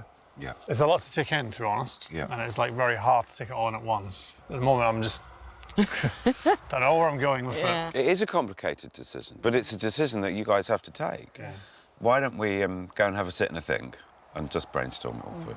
It's complicated. If anyone can help them figure it out, it's you, Pip. Let's hope so, or they'll be going nowhere fast. We're in Scotland on the hunt for a long-term home in the countryside and a first-time home in the city. I've shown John and Stella 4 impressive properties across Argyll and Stirlingshire. One is definitely out, but I don't know if any of the others are definitely in. And in Glasgow's West End, I'm working on the fact that Mikey and Anna like the moving condition of the last property I showed them in Thornwood. So I'm here to show them one that's even more done up, just around the corner. You know where we are? Yeah. And that's because they've already seen this flat, viewing it a few weeks before we came on board. Someone else offered on it and a sale was agreed, but now it's back on the market at the same price as property 3, but smaller. In my opinion, having seen this flat, it will clarify your thoughts on property number 3. And while we're viewing this flat, Mikey's parents, who've been on nearly all their 40 viewings, are going to check out property 3 before meeting us back here, so they can help us compare the two. I'll be very surprised if you go for this one over property 3. Cool. Let's see. This flat's in beautiful condition, with plenty of original features, as well as a brand new kitchen and lovely bathroom. It's on at offers over £125,000, with a home report value of £140,000. I think it seems incredibly small. Because I thought if we came back here, I would just be like, I love it. That's it. But now I've seen the other one, I just can think about that one. Looking good for property 3 then. And the bay feels about 2/3 of the size of the other one. I'm hearing a clear preference from risk-averse Mikey. Ooh, interesting. Interesting. God, those things. That must be your mum and dad. Yeah. Let's see how parents Anne and Jamie feel the two properties compare. Hello. This search has always been a bit of a family affair. What did you think of the other one? Yeah, we liked it. Yeah, I think there's great potential in it. That this obviously feels cleaner and fresher and brighter. Yes. This flat definitely has the more finished look, and there's no denying the appeal of a smart bathroom and kitchen. The units are really nice, new units. Do you prefer this flat, Anne, to the other one? Ever so slightly, yes. I like this flat, I must admit I do. I think there's a lot to weigh up. You two go off and have a look at the flat. Okay. Cool. I will keep your parents. Thank you. We know Mikey values his parents' opinions, so we could have a spanner in the decision-making works here. Do you think this or the other one come as close as you're going to get, or were you hoping for better for them? I think this probably does come Yeah, pretty I think close. this is probably as close. Yeah, I think this as they're going probably to does get. it. It's pretty much ticking most of the boxes. It's compact, but it's everything we need, I suppose. I think bigger is better, and flat number 3 is a good one, but she seems to be very keen on this. It's nice to see a family house hunting together. I love. Yeah, I'm starting to kind of fall a wee bit for this place again. Don't say that. Oh dear. Not good with a dilemma, Anna, you know that. Frankly, I'll be happy with any decision. They're now fast approaching 50 viewings, and this search needs to end. We just hope they're not back to being confused. And out in Stirlingshire, I'm with Stella and John to weigh up the options. They've now decided that the 2 properties in Balfron and Crean Larrick were just too remote, and the amazing view at Stracker couldn't win them over either. I'm very mindful that this is one of the biggest decisions that you're ever going to make in your life. Yeah, huge. Surprisingly, the property on the outskirts of Inverary has emerged the winner. Well played, Phil. The house itself, we love. It's a beautiful house. So now it's a question of what they want to do about it. I think we As need an to look at that Inverary, area a bit more. I think we have to feel that we're comfortable in that small town as well, because we're going to be part of that community. Yeah. And will that work, you know? Because in the past we moved to an area where it was for the house and not for the area. Okay. And so it's a lesson learned for us. Yeah. And what kind of things are you going to be looking into? Just the proximity to other places, away from Inverary itself, what that has to offer as an area, and just the opportunities for us. Absolute sympathy with wanting to take some time. Yeah. As and when you've gone back to Inverary and had some more thoughts about the area and had a bit of time, will you let me know? Yeah, definitely. Absolutely, Yeah. It's an easy place to fall for, so I hope that once they're more familiar with Inverary, Stella and John will feel completely confident about their choice. And with such a cracking property, I'd be delighted to make an offer for them. And back in Glasgow, are Anna and Mikey any close to a decision between the seductive finish of property 4 and the size of property 3? I think the dilemma we've got now between these two is what's great about one isn't so great about the other. So one's got more space, but it doesn't have the good communal area. So it's just really trying to work out which compromise we're happier with making. How do you two want to progress? Do you want to progress with one flat, neither flat, both flats? I think we should sleep on it and probably put notes of interest on both of them. Wow, 2 flats. I know. You could end up with both. Could end up with both. He can live in one, I'll live in the other. Fine. Fantastic. We can swap on the weekends. Yeah. Which one do you want? I don't know. After sleeping on it, property 4 won the day. Unfortunately, Mikey and Anna's top offer of £137,000 was rejected. But that same day, a 1-bed ground floor flat in the same building came up for sale. Mikey's parents were immediately sent round to see it. And surprisingly, without even viewing it themselves, Anna and Mikey made an offer of £135,000, which was accepted. I had the keys, walked in, and there was a bit of a surreal feeling of we've never seen this before, but we own it. So I don't know if we'll ever do that again, but it's been worth it because we love it. I knew it was the right location, we knew the size, we'd seen the pictures and we kind of trusted their judgment. Yeah. We managed to get the sort of big kitchen diner that we were looking for. Then we got a nice garden space. That was something that we really liked about the block itself. I think having Kirstie with us was good. She kind of showed us that you'll always find something that's wrong with something, and I guess possibly that was the good thing about me not coming to see it, because that decision was kind of taken out of my hands a wee bit. All's well that ends well. And with a gorgeous flat to call their own, it's clear Mikey has finally mastered the art of commitment. The last thing we did before moving out of Edinburgh was I proposed to Anna, so now we're engaged and looking to get married, and so we'll get this all sorted, and then we need to really start planning the wedding, don't we? Congratulations, you two. Should I get a new hat? It's all changed for Stella and John too.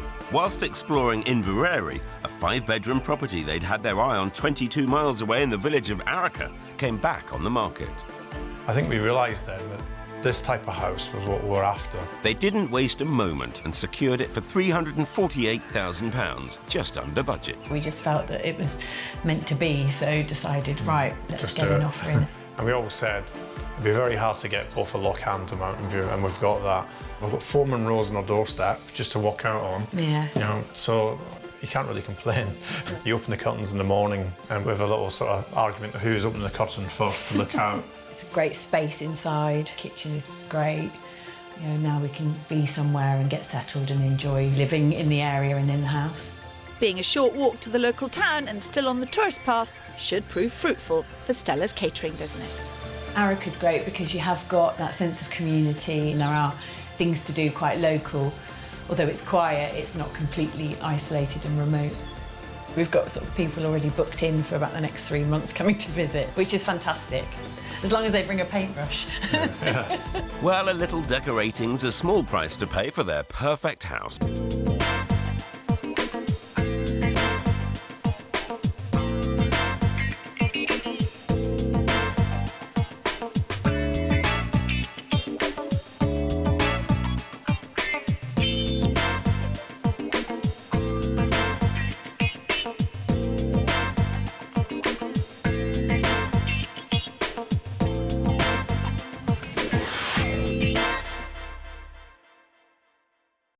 This week, we're in a spin in the capital. I'm going round in tiny, tiny circles. I mean, I'm gobsmacked. Using our powers of persuasion. No, please don't put a gun to my head. And any tricks up our sleeves. Canal view. That's the surprise. To help our hungry house hunters. Wine, cheese, 2 flats. But in this sink or swim market, this is our life savings. There's only one way to win. You've got to hold your nose and you've got to jump.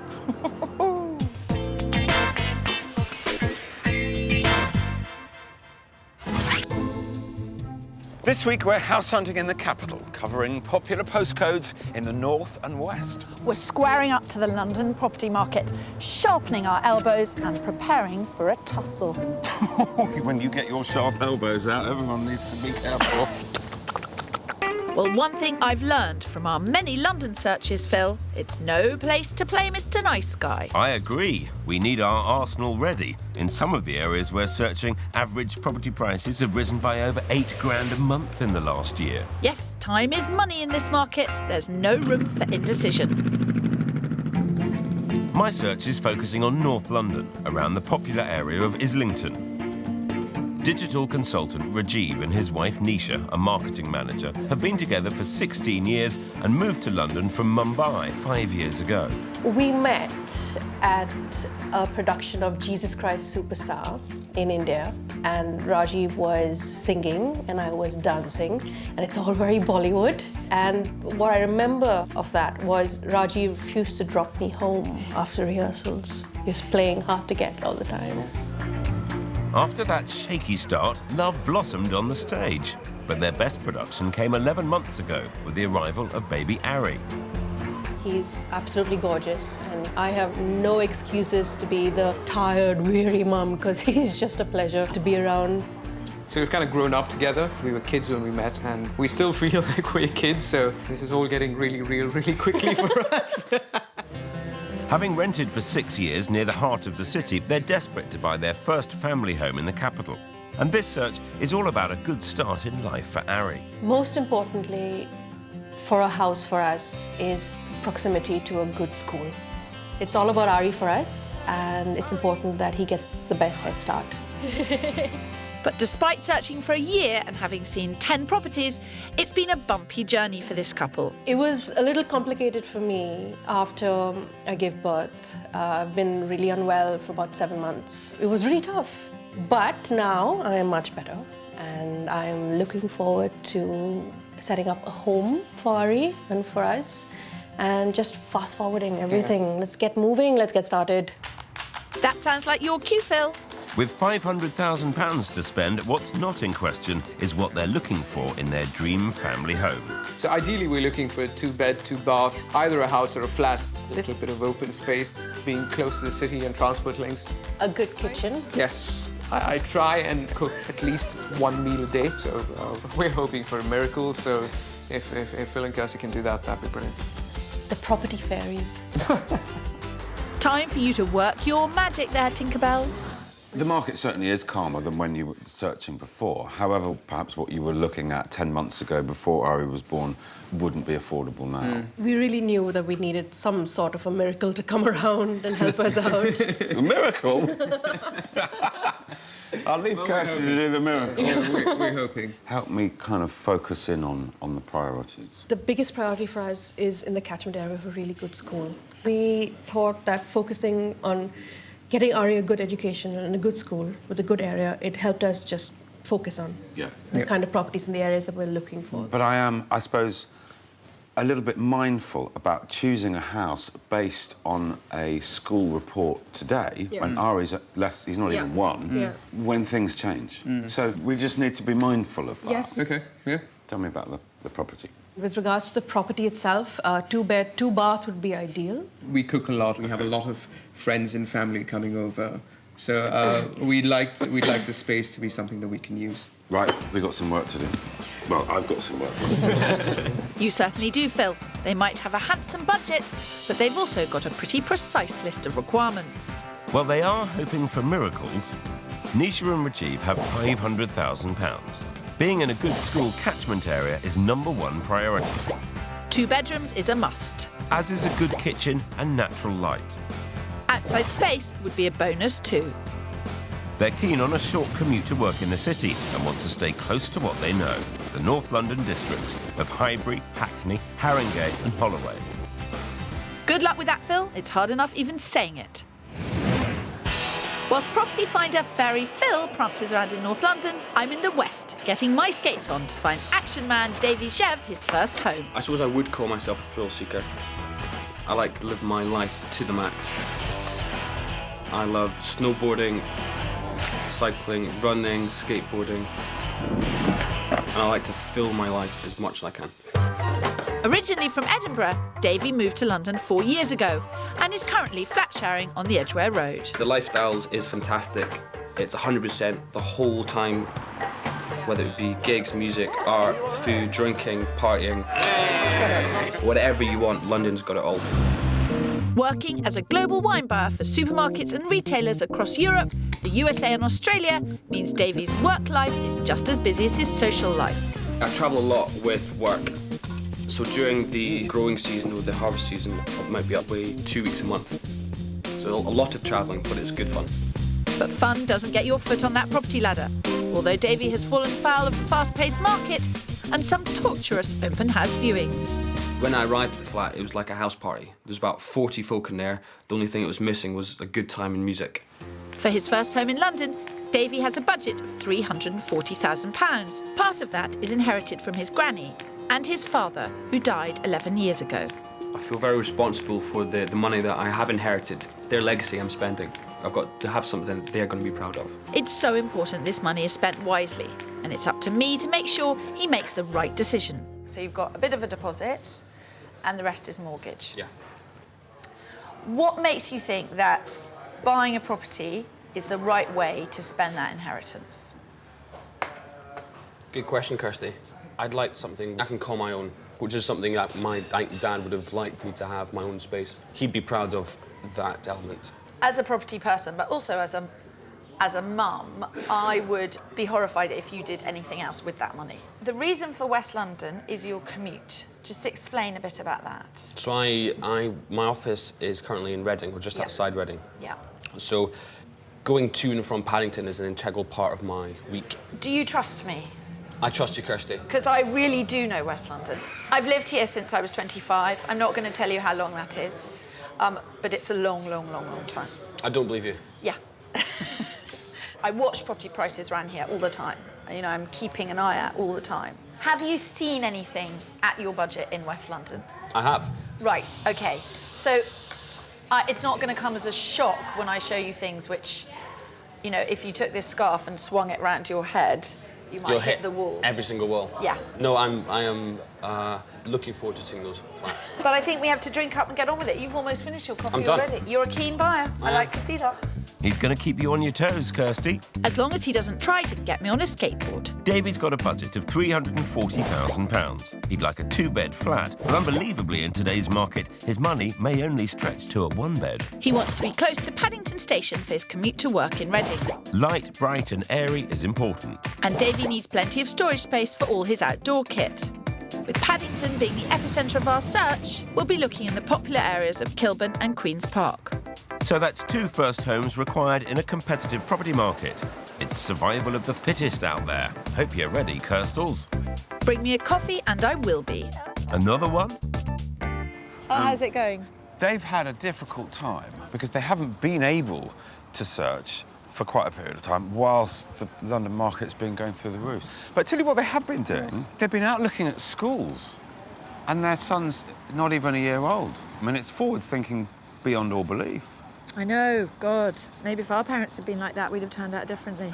Would have got a better job. Well, I've got Davy, and has inheritance from his dad, and now he just wants to put his money in the right place, get something near Paddington, because he's away quite a bit with his work. The only thing that's going to be a problem is to find something. I mean, I just hate saying, well, you've got to spend £350,000, and I can't guarantee you it's going to be walking distance from the station. Yeah. We can try and get them ahead of the market. We can't change the price. Do you know some people think we do change the prices? It's because you carry that wand around and... That wand? That's a slur. Well, according to Nisha and Rajiv, we are the property fairies. The first flat I'm taking them to is in Muswell Hill, an area of North London that's popular with young families. Being close to a good school for baby Ari is a key requirement in their search, and this place is in the catchment area of one of their preferred primaries. But it's 6 miles further out than they currently live, so I'm keen to see how they feel about less city, more space. It's a ground floor flat we're going to look at. Yeah, it's nice door. lovely. It is a nice door. Nice big red door. Well, let's squeeze past the bins and get ourselves in there. Good start, even bin day isn't putting them off. This ground floor period conversion has 2 bedrooms and the bonus of 2 reception rooms. Also, it's retained many of its period features, including its original sash windows. The fitted kitchen is a good size and leads out into the garden, so they get that little bit of outside space they wanted too. It's recently been reduced from £550,000 to £500,000, so right at the top of their budget. What do you think of this room? I like that it's airy and it's bright. It's so important for me. It's a good room. We could work with it. Come see the other reception room. Nisha and Rajiv want space to socialise, and at almost 840 square feet, there's plenty of room here for family and friends. That's nice. It's good. You're being quiet. I'm looking at how comfortable I am in this space, and I'm so pleased that I'm really comfortable in this space. Let's have a look through at the kitchen. With cooking being so important to them, let's hope the ageing kitchen doesn't dampen their enthusiasm. I think I know what you're thinking of. I think you're thinking about the practicality of having a workspace next to the cooking area and how practical it is to move things. Yeah, I mean, I have to think about that. Yeah. Yeah. Kirstie does that to me all the time. I think I know what you're thinking, and then she'll tell me what I'm supposed to be thinking. No, because this is... But you have to stand your ground. Yeah. Why don't you have a look at the bedrooms? OK. Help yourself. Cool. Yes.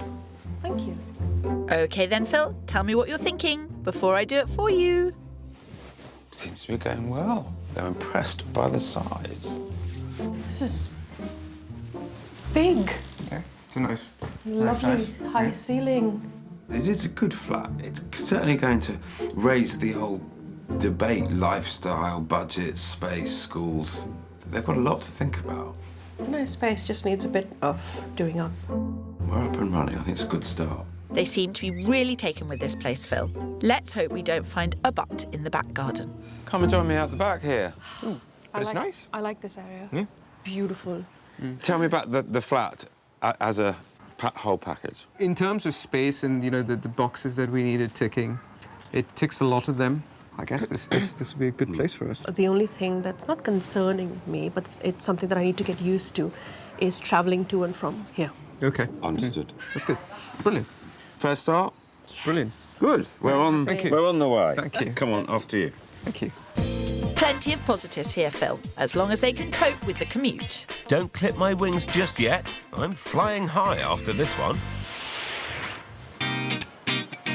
This week, I'm helping adventurer Davy plot a path through the postcodes of West London. Whereas my couple, Nisha and Rajiv, want a good flat in a desirable North London postcode, as well as guaranteed entry into an outstanding school. Oh, not a lot to ask. Say no more. Nisha and Rajiv want to put down roots in an area where son Ari will get a good education. But high-performing primaries add a premium to property prices, which is why I'm happy Muswell Hill got a pass mark. I'm so pleased that I'm really comfortable in this space. With just the commute causing some concern. Over with me, action man and wine trader Davy's looking to invest his inheritance into a flat in West London. The first property I'm showing him is brand new on the market, and just a 15-minute cycle from his commuting hub of Paddington Station. It's in a good area, just off the busy Kilburn High Road, with shops and restaurants right on the doorstep. And what a handsome doorstep it is. Location-wise, how are you feeling? I feel good, you know, short cycle to Paddington, and it looks like a lovely building. Nice facade. Yeah. Okie-doke. Yeah. Fantastic. Let's hope beauty isn't only skin deep, and the inside delivers too. Small but well-formed, this is what 350,000 gets you round here. An open-plan kitchen, living and dining area, leading through and down to the bedroom and upstairs to the bathroom. Although it's fresh on the market, the vendor is looking for a quick sale, so it's negotiable on the asking price of £349,950. Okay, nice. Nice kitchen. Great kitchen. Nice and bright. Just lovely space. I like it. Good first impression. And then you've got a perfectly formed bedroom. Shall we? Yeah. He's keen. Told you he'd keep you on your toes. I would properly box in that so that you maximised the cupboard space, yes. But how do you feel about this arrangement? I quite like the open plan affair. It's a little bit interesting. It's a little bit quirky. It is. And you can make it much sexier than it is. Yeah, for sure. Davy's seeing potential here, but with an asking price 10 grand over his budget, he needs to love it and potentially fight for it. It's on the market at just under shy of 350. Now, it's been on the market a week. The agent said, oh, I'm open to offers. So from that point of view, if you could get it for the right price, that, you know, it's a good investment. Go and have a quick look at the bathroom. Okay. Light, bright living seems to be doing it for Davy, and he's not put off by the prospect of haggling on price. What Davy is someone who's obviously happy to take advice, and he's got a really sensible attitude. He is really old beyond his years. If we go on like this, I think we'll get him the result he wants. Fingers crossed. That's a bold claim. Don't count your eggs, chicken. What do you think now you've seen it all? I think all in all, it's a nice flat. You know, it's got nice living space. Location just outside, I think, where ideally I'd like to be. Well, if I'm to get him in closer, something's got to give. Is this a good start or a mediocre start? Good start. Good start? Strong start. OK. I'll take that. Good flat, I just need to prioritise his pedal to Paddington. Back with Nisha and Rajiv. They really liked Muswell Hill, but were worried about how far it was from work. So I'm taking them 45 minutes closer to the city to see a bright and spacious maisonette in Holloway. Come on, you lot, keep up. We've got houses to see, not gossip to have. No, we're not gossiping. Kirstie's along for the ride, and I'm hoping she'll help them see past their preoccupation with education. How many schools did you see before your son was born? See, physically, 3. 3. And how many have you seen since? We've looked into a good 15, 20 schools. Yeah. So he's about to be a year old. So this is 4 years from now. I mean, I'm gobsmacked. Because actually, there's all sorts of, you know, things change between then and now. The other thing that's important, aside from schools, is access to work and having a kind of urban lifestyle. That's what you were after, wasn't it? Yeah. Which here in Holloway seems to deliver. As with many ex-local authority buildings, it's not the prettiest to look at, but the inside more than makes up for it. The first floor has a living room with a balcony, a dining kitchen and a downstairs loo. Then upstairs, there's 2 good-sized bedrooms and the main bathroom. Ex-local authority also offers more affordable space in competitive areas. This place is 20 grand under budget at £480,000. So we've got a smaller flat than where we've come from, but bear in mind its location. Yeah. It's still got a dining kitchen. It's got 2 very large cupboards in the dining kitchen, so it could be made to feel a lot bigger than it is. Which is good. Let's go see let's the rest have a of the look, flat. So the kitchen works for the chef in the family. And I hope the rest of the flat's got all the right space in all the right places. So you've got a little office here, and then this space, which they haven't really made the most of. I think you should push the sofa right back into the wall. Brilliant, there's a lot of light here. There's a bit of open space there, which is nice. You're adding over 50% to the room. That's brilliant, yeah. What's going through your mind? Well, it's completely different to what we saw earlier. I personally prefer the earlier one that we saw. This is on for 480,000. Okay.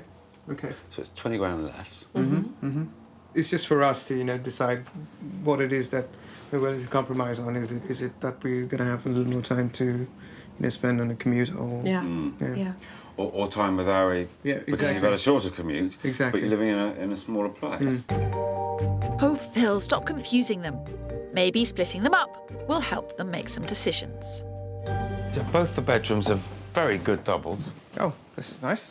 That's got basically a walk-in wardrobe. That's Nisha's then? Yeah, I don't know where your stuff's going. If it was down to you, just here and now, is this flat big enough? Not really happy with the way it's kind of laid out. Is that because it's on 2 levels? Probably, I don't know. It's just not working for me right now. OK. So Rajiv's not feeling the charm here. Kirstie, I'm trusting you to work out what Nisha's thinking in your own sensitive, gentle way.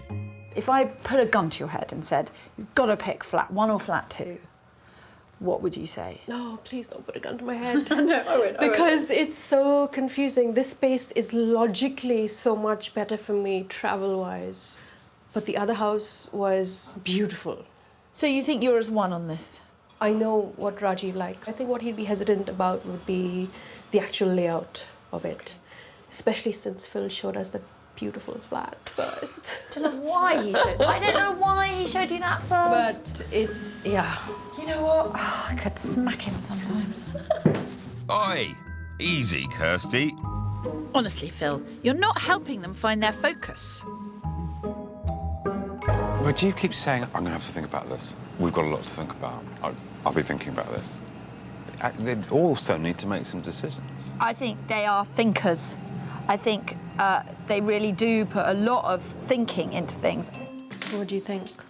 I mean, this is closer, obviously closer to where we work, and that's something we'd have to seriously think about. But ultimately, you've got to hold your nose and you've got to jump. And you may have to push them. A little nudge, maybe. Indecision isn't going to help them find their first home. How'd you get on up there? I think my head is warmed up to it. It's just that my heart needs to warm up to it a little bit more. kind of helps us focus in and helps us kind of, narrow things down. So I guess it's good. We've got a bit more focusing and narrowing down to do yet, but we're on the right tracks. Brilliant. Yes, and a bit more pushing too, I think, Phil. I'm feeling that's not a problem for you and decisive Davy. I hope not. The first flat I showed him stretched his commuting limits. But now we're only 10 scenic cycling minutes west of Paddington. But getting him closer to the station is costing us on curb appeal. How do you feel about being in a block like this? It's not half as pretty as where we were before. It's not half as pretty. And, it's not the sexiest exterior, but I'm hoping it's going to be a sexy interior. It's a blank canvas. I'm not sure that quite ticks the sexy box, Kirstie. I have no interest in what ticks that box for you, Phil. For me, sensible beats sexy. And this ex-council property is not only in a cracking location, but there are two bedrooms, a bright open-plan kitchen living area and plenty of storage. It's even got a good-sized balcony. I don't mean to sound smug. No, you never do. This flat's on the market at Davy's maximum budget of £340,000. Kitchen. Nice. Now, this is a two-bed. Two-bedroom? It's two-bedroom.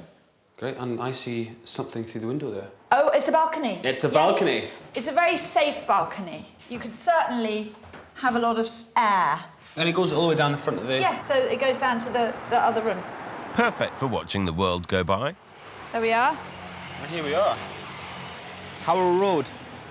It's got great transport links. You've got the tube station there. You've got the bus here, and obviously you've got Paddington down there. Great location. Thank you. 2 bedrooms, 1 balcony, and 10 minutes from the station.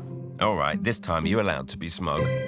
It's clean, it's definitely not damp. It's clean, it's been very well renovated. Yeah.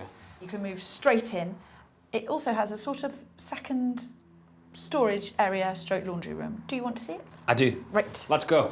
See, Phil? Sensible. Right.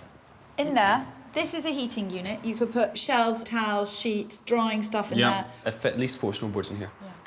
Yes, Kirstie, a very sensible snowboard room. But granted, this flat does seem the perfect fit for Davy. A lot of positives here. I like the space, I like how bright it is, I like the additional storage, drying area, and even to have that strip.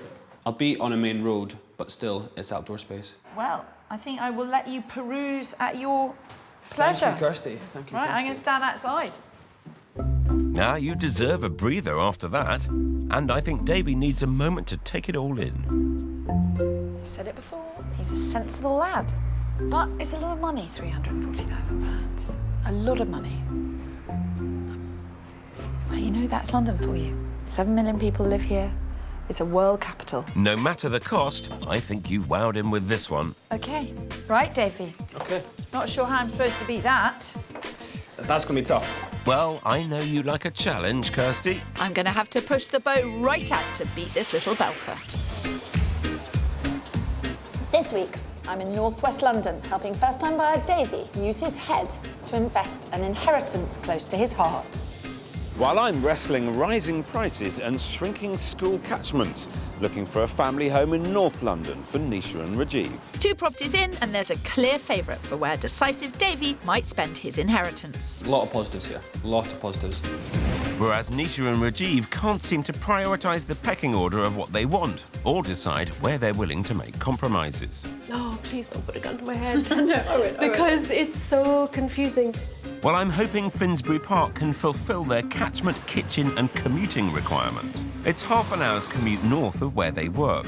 The area's got good schools and open space, so this flat should strike a good balance. I thought that it's midway in its look and its feel between property 1 and property 2. And yet the tube is right there. a minute's walk away. Yeah, brilliant. Let's go in. He's keen. That's what I like. Rajiv seems to have channeled his decisive side. This is progress. This 2-bedroom flat is in a period building. It's bigger than the last flat I showed them and closer to the city than property 1 in Muswell Hill. The big compromise here is that the kitchen is small, but the living space should make up for it. And there's even a little bit of garden. The asking price is bang on their top budget of £500,000. Come on in. Let's head in here. Let's deal with the compromise Okay. straight away. It's the size of the kitchen. Yes. He's smiling. He's managing to smile. Yeah. It is small. They've used the space intelligently. It's so. perfectly formed. It's just never going to be your kitchen diner. Like this kitchen could have been double, triple the size, but if it's not planned well, then you'd see it in his face. Okay. Yeah, we can work with this. I can work with it. Good. Well, the kitchen's just fine. There's a decision, Phil, and hopefully just the first of the day. So the living room, come dining room, come playroom as well. Yeah. It's quite a grand room, but it does mean all of your entertaining is in here because of the small kitchen. Yeah. Would it work? I'll have to think about it because, taking all the rest of the stuff into account, yes, it is a compromise, but then that's what it's about. This is music to my ears. Rajiv is viewing this place with a realistic outlook. They just can't get everything they want on their budget. I hope Nisha sees that too. The main bedroom, again, it's generous size, lovely ceiling height, big window. Nice big window.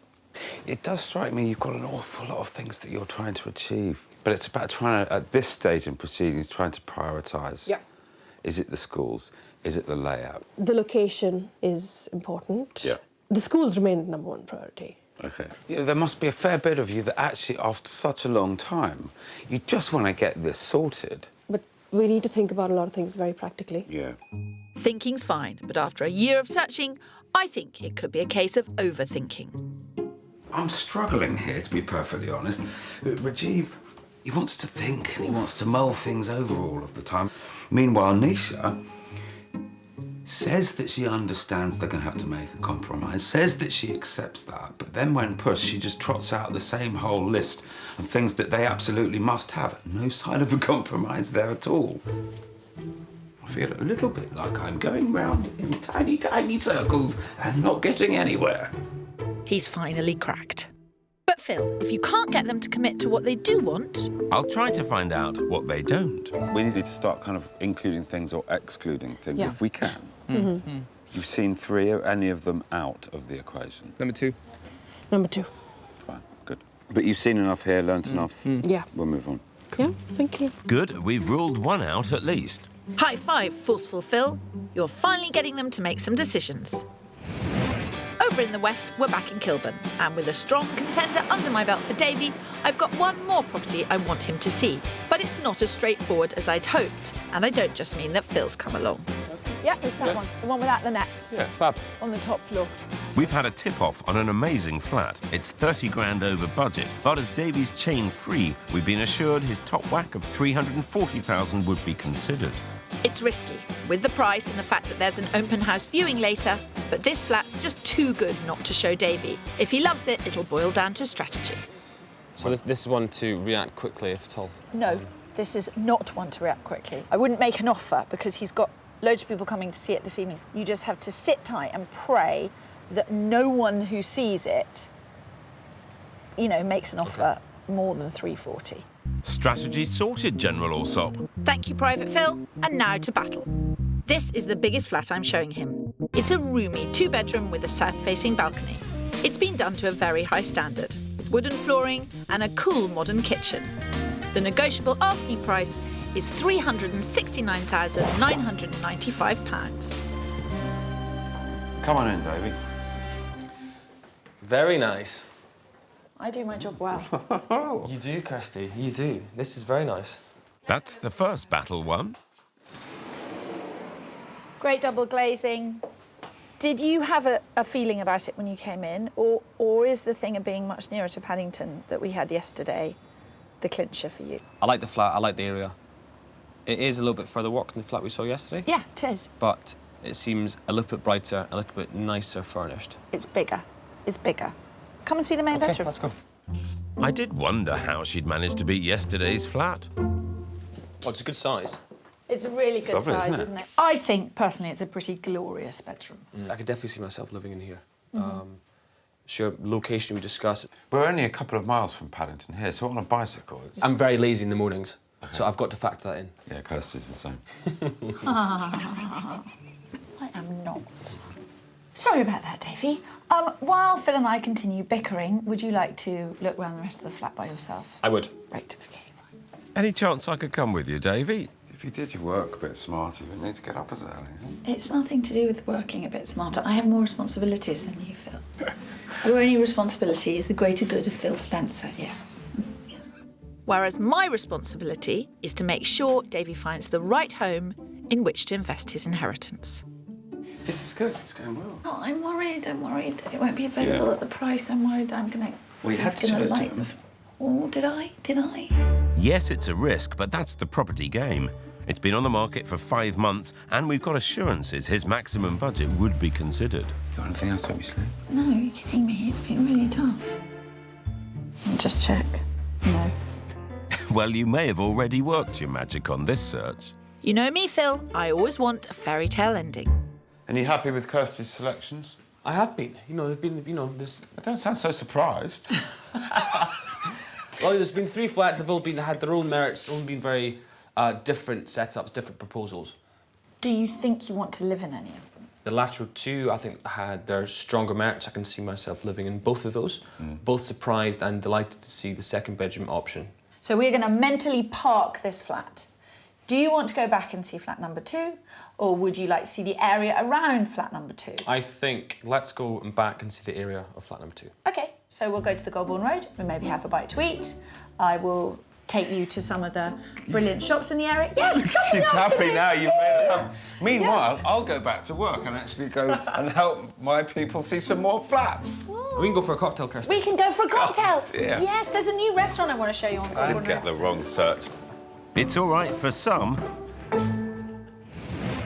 As they head off to feel out the Queen's Park vibe, I've just got time to grab a cuppa on the run before playing my final property with Nisha and Rajiv, here in happening Hackney. Flat white? Yep. Superb. It's got a great spot outside the tube. Yeah. Quite a lively spot. Yeah, it is. We've lived here for like 4 years, and it was actually quite quiet when we moved here as an area.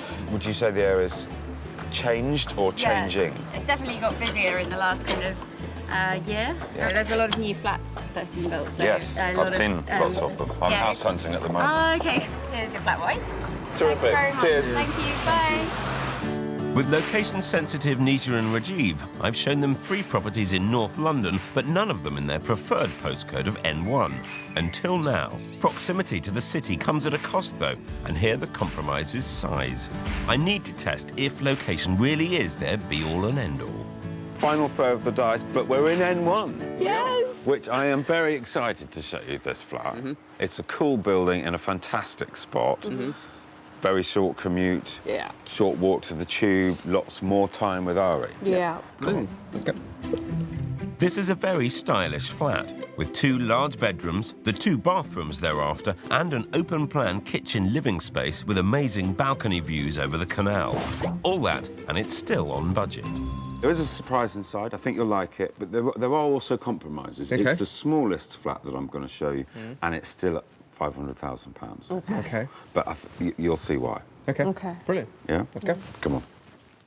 If this doesn't win them over, I don't know what will. How about this? Canal view. That's the surprise. Yes, look straight over the canal. Yeah, It is nice. it is nice. Initial thoughts? It's a well thought of space. You're right. I mean, the place is small, but I mean, This is what you get if you're set on central city living, but I think they need time to let it all sink in. I think there's an ensuite. oh yeah, there is. I'm still not seeing a lot of excitement. I wanted some passion today.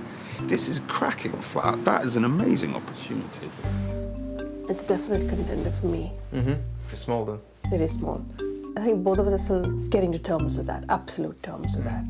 That this is it. This is the space that we're going to get for the money we have in smack bang in the middle of London. At this time. At this time. Has the penny finally dropped? One last push, Phil. Decision time. But does it excite you? Can you picture yourselves living here? It is close to work. It is close to Ari's nursery, and it's a brilliant location. Yeah. It is. It's right where we want to be.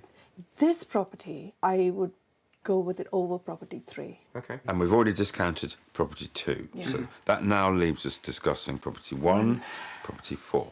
So that's the thing. So, yeah. Property 1 is something that would be really long term for us because there are good secondary schools there as well. But in the short term, this kind of seems to work better. Yeah. Because this ticks a lot of boxes in terms of convenience.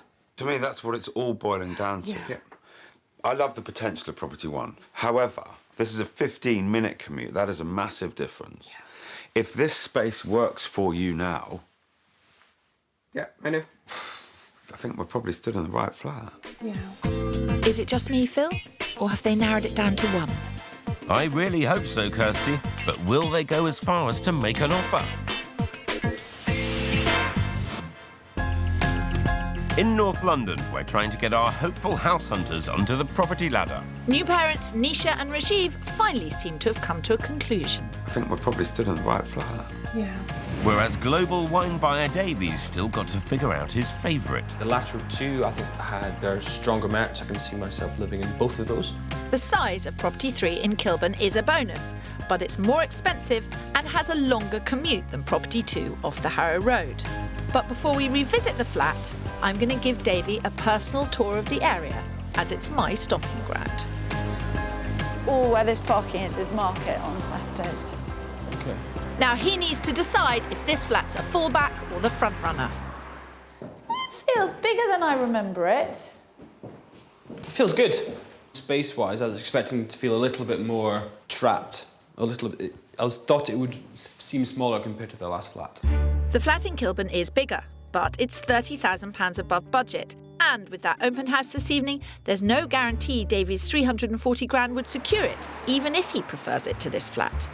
I think this is a great option. You could make it really, really nice. You could, definitely. Really, really nice. How does the bedroom feel? Slightly tight. You know what? We're comparing apples and pears here. We really are. They're very different flats. Is this flat, for the money, for the area, a strong and solid purchase? I think after what we've talked through, it is. So both flats are still in the frame. We've got some more thinking to do. So, why don't we go and have a glass of wine then? Great idea. I'm going to find you a wine which you're going to love. Yep, definitely. No time for wine tasting for me. I need to find out if Nisha and Rajiv are serious about offering on the super central Hackney flat. I guess the question you've got to ask yourselves at this point in time is whether you think you could find something better or cheaper. To be completely honest with you, we hadn't made up our mind till about 10 or 15 minutes ago. It is the best in the market right now. It's really daunting for us, you know, it's like, because this is our life savings. Yeah. So what are we going to do about it? We'd like to put an offer for flat number 4. There's a but attached to it. We honestly, in our heart of hearts, don't believe that it's worth the full 500,000. That's where we'd like you to help us. Yeah. Okay. Let me try. It's a question of how low we go beneath that and how quickly we react. We'll take your advice on that. I would say if we go in the low 480s Okay. and allow, just gauge the reaction. Okay. Fine. Let's do that. Yeah? Yeah. Their newfound decisiveness is impressive, as is their aggressively low first offer. This property is right on their top budget, so any money saved is a bonus. Nick, hi there. Can you hear me? It's Phil Spencer. Rajiv and Nisha, they do very much like the flat. The offer that I've got for you is for 483,000. Okay, understood. Thanks, Nick. I'll wait to hear. Cheers. Bye. He says it's a great starting point. You know, it's negotiation. The vendors would like the asking price, but that said, they'd also like to get it under offer and start moving on with their lives. Well, I guess, yeah, wait and see. Yeah. Yeah. It's a bold play, but at least you're up and running, Phil. Davey and I still need to make a decision and work out a plan. Is it entirely about if you can't get number 3, you want number 2? Or is there any part of you which actually prefers number 2? Part of me prefers the location proximity of flat 2. I can see myself living there. I like the space, the light of flat number 3. It was a nicer space, a more complete space. Yeah, what we want to do is just wait. We can't make an offer on flat number 3 because there's loads of viewings tonight. We don't want to be a sitting duck. In the event that flat number 3 gets taken away by someone else today who's got more than 340, and we'll make an offer on flat number 2, and we'll try and get it for less than 340. Yes. And you're going to be happy there, and you're going to be close to the Golborne Road. Yes. Drinking wine in here. With no open day looming on property 2, we can afford to take our time. It's a good situation. It is a good situation. I haven't been in such a nice situation for ages. Wine, cheese, 2 flats. Happy days. Kirstie, you're enough to send me crackers. That was my piece. Oh, was it? Sorry. That's just like you, wanting to have your cake and eat it. But that does sound like an excellent plan. Thanks, Phil. If your strategy of offering 17 grand under the asking price pays off, you'll have earned yourself a glass of wine. Hi, Nick. How'd you get on?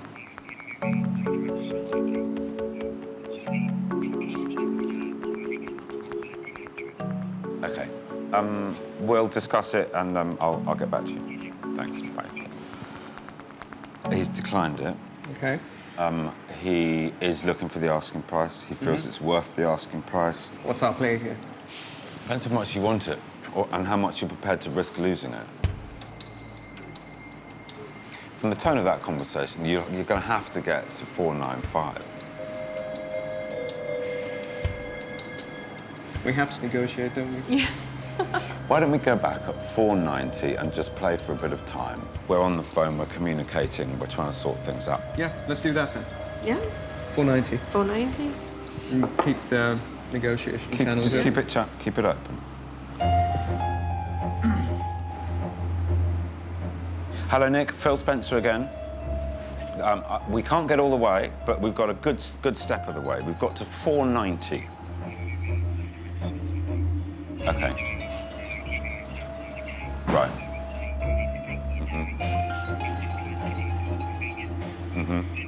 The offer's there.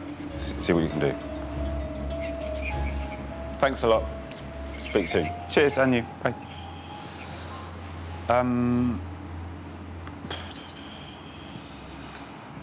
He said he's done the right thing.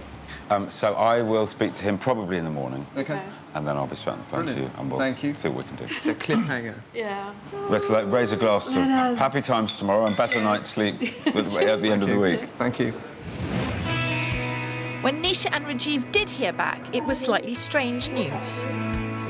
We put an offer in, it was rejected, and then the owner, put the price up by quite a significant amount, I think about £75,000. It was awful because this is all we had and it was on the table and we really couldn't go any higher. But we gave it our best shot. That's unlucky, even for the tough London market. But at least they know where they want to live now. Phil was invaluable in opening our eyes, getting us to really rethink what our priorities were. So instead of looking at the hundreds of properties we did before, now it's a more enlightened process. Yeah. Hopefully the market will work in our favour very soon and we'll have a home soon. Definitely, yeah. So as Nisha and Rajiv continue their search, I don't think it will be too long until they find that family home they desperately want. As for Davey, after the open viewing at the bigger Kilburn flat, someone did offer more than his top budget of £340,000. They had an offer accepted at 355, which, of course, for me was quite a bit of step above where I was looking to pay for. So sadly, I was priced out. So that narrowed it down to one, the flat off the Harrow Road. The flat itself is easily the best flat I'd seen in London in all my searching, and it just felt right. I had a good feeling about it. And so that's when we made the offer at £319, which was thankfully accepted. So the sale is progressing. I'm so glad I helped him invest his inheritance, and I hope his dad and granny would approve. They would be very proud. They'd be very pleased to think that, you know, I'm in my own place, I'm doing my own thing, and I'm living in a space that I enjoy living. I'm buzzing on the area, buzzing on the flat, and I can't wait to move in. I'll happily raise a glass to that.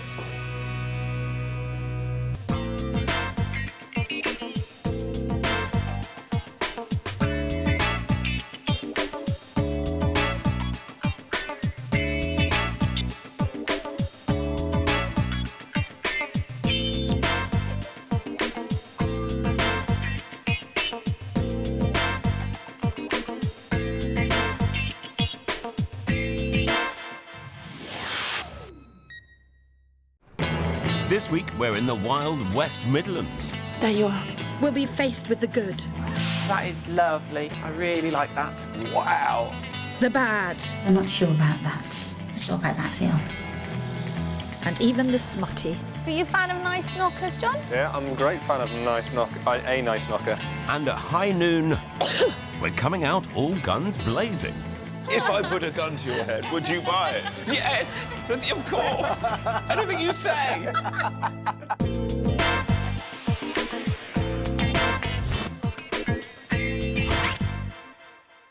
This week we're in the heart of England, where we're trying to put the love back into two failing house hunts. Some people say head over heart, others say heart over head. I say property needs passion. Don't you reckon, Pip? Scared already. This week, our property love quest sees us scouring the West Midlands and Shropshire. Our first port of call is Wolverhampton. Vibrant city living, cosmopolitan culture, and an average house price just over £102,000. 75 grand below the national average. Wolverhampton is a refreshingly affordable place to buy. Less than an hour's drive to the west, there's Shrewsbury with its cafe culture, real ale pubs and independent boutiques, all set against a backdrop of 600 plus listed buildings. It should come as no surprise that at over £160,000, average prices across the county of Shropshire are over 50 grand more than in Wolverhampton.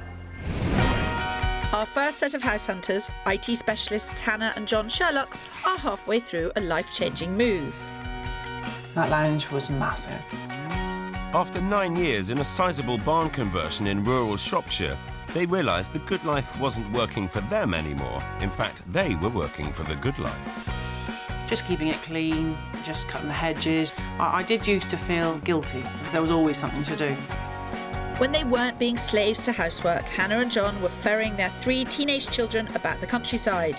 It was time for a radical rethink, so they sold up, moved into rented, and started planning for the future.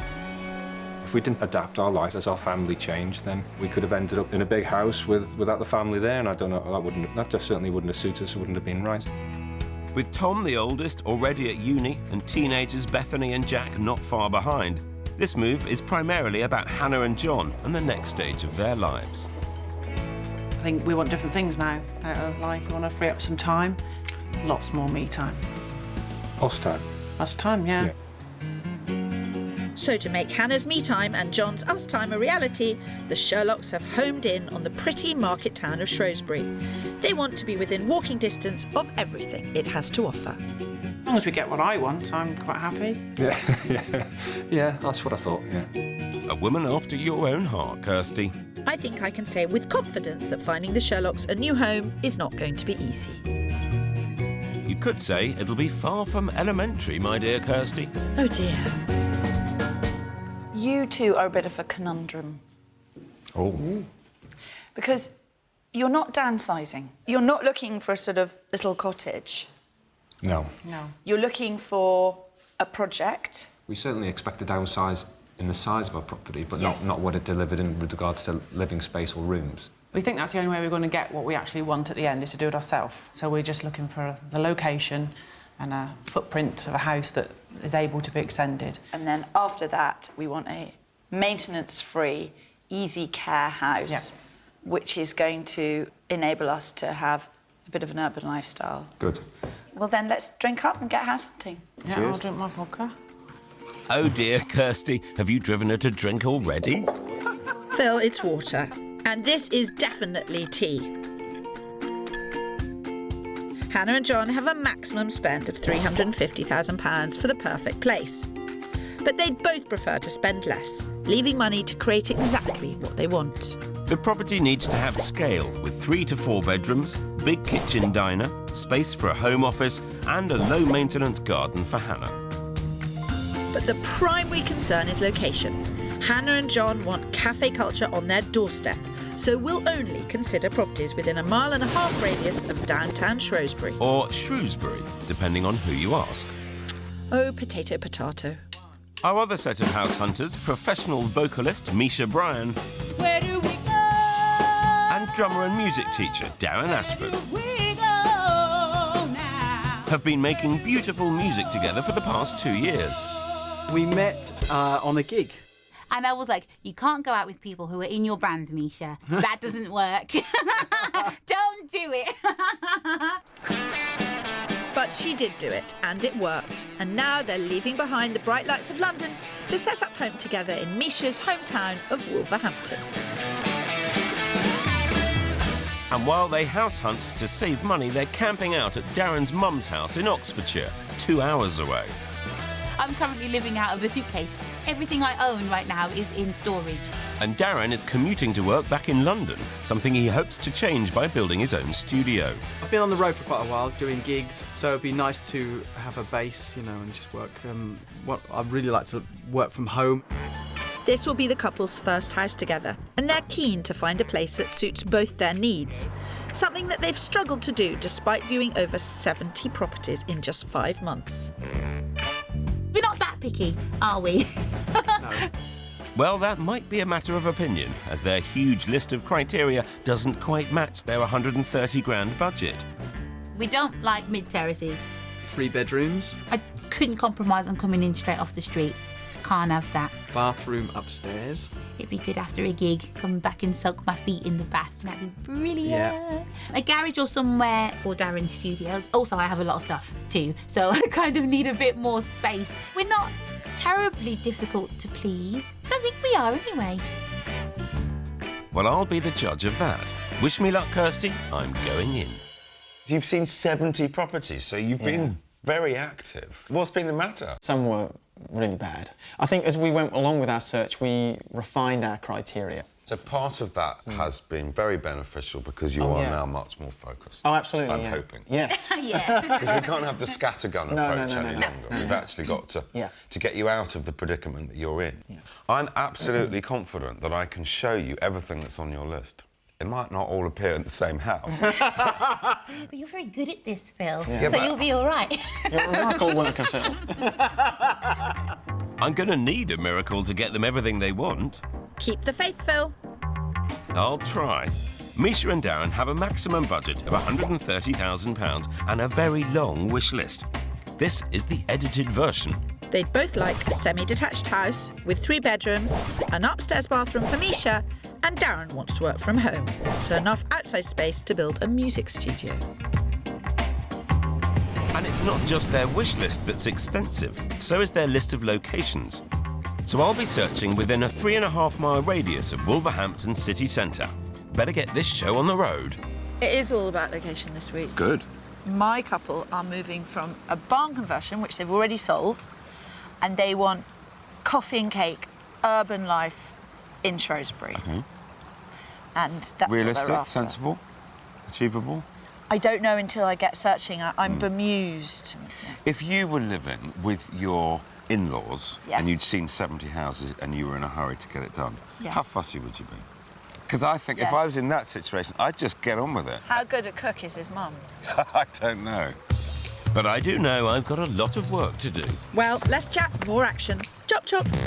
We're kicking off Misha and Darren's search south of Wolverhampton in Lanesfield.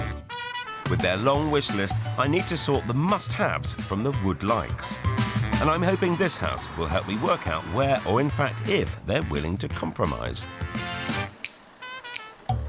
Now, we're going to start here in Lanesfield.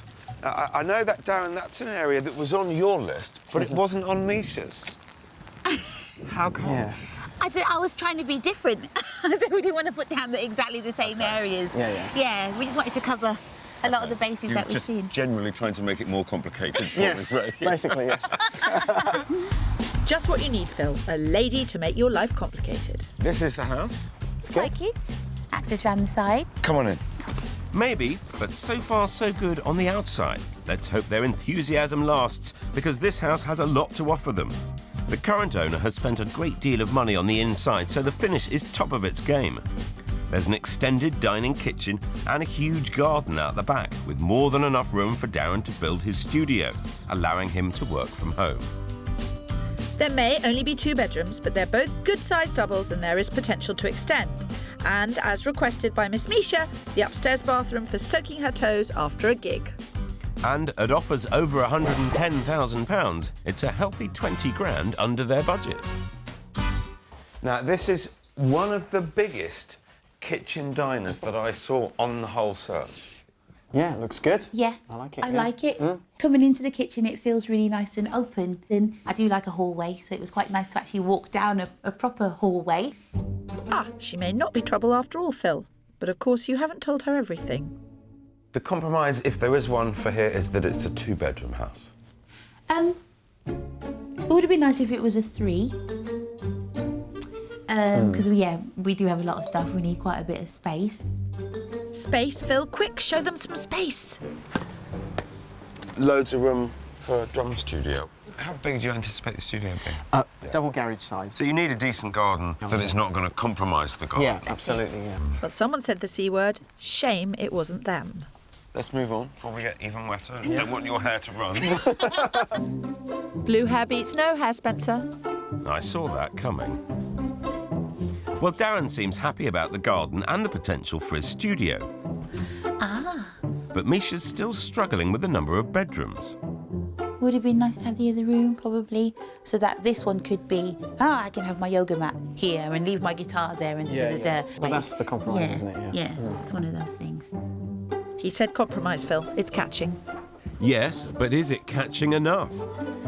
I took a bit of a fly by choosing this one as the first one because it is only at 110,000 and it's only got 2 bedrooms. How are they dealing with the fact that it's only got 2 bedrooms? I don't know.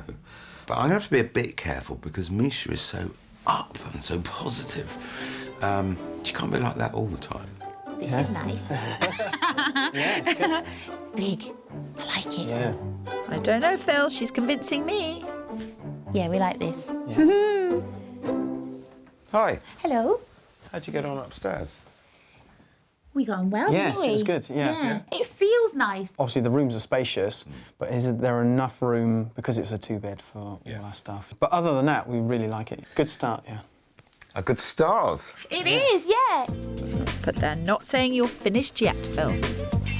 Well, let's just call this the warm-up act. I only hope the headliner's still to come.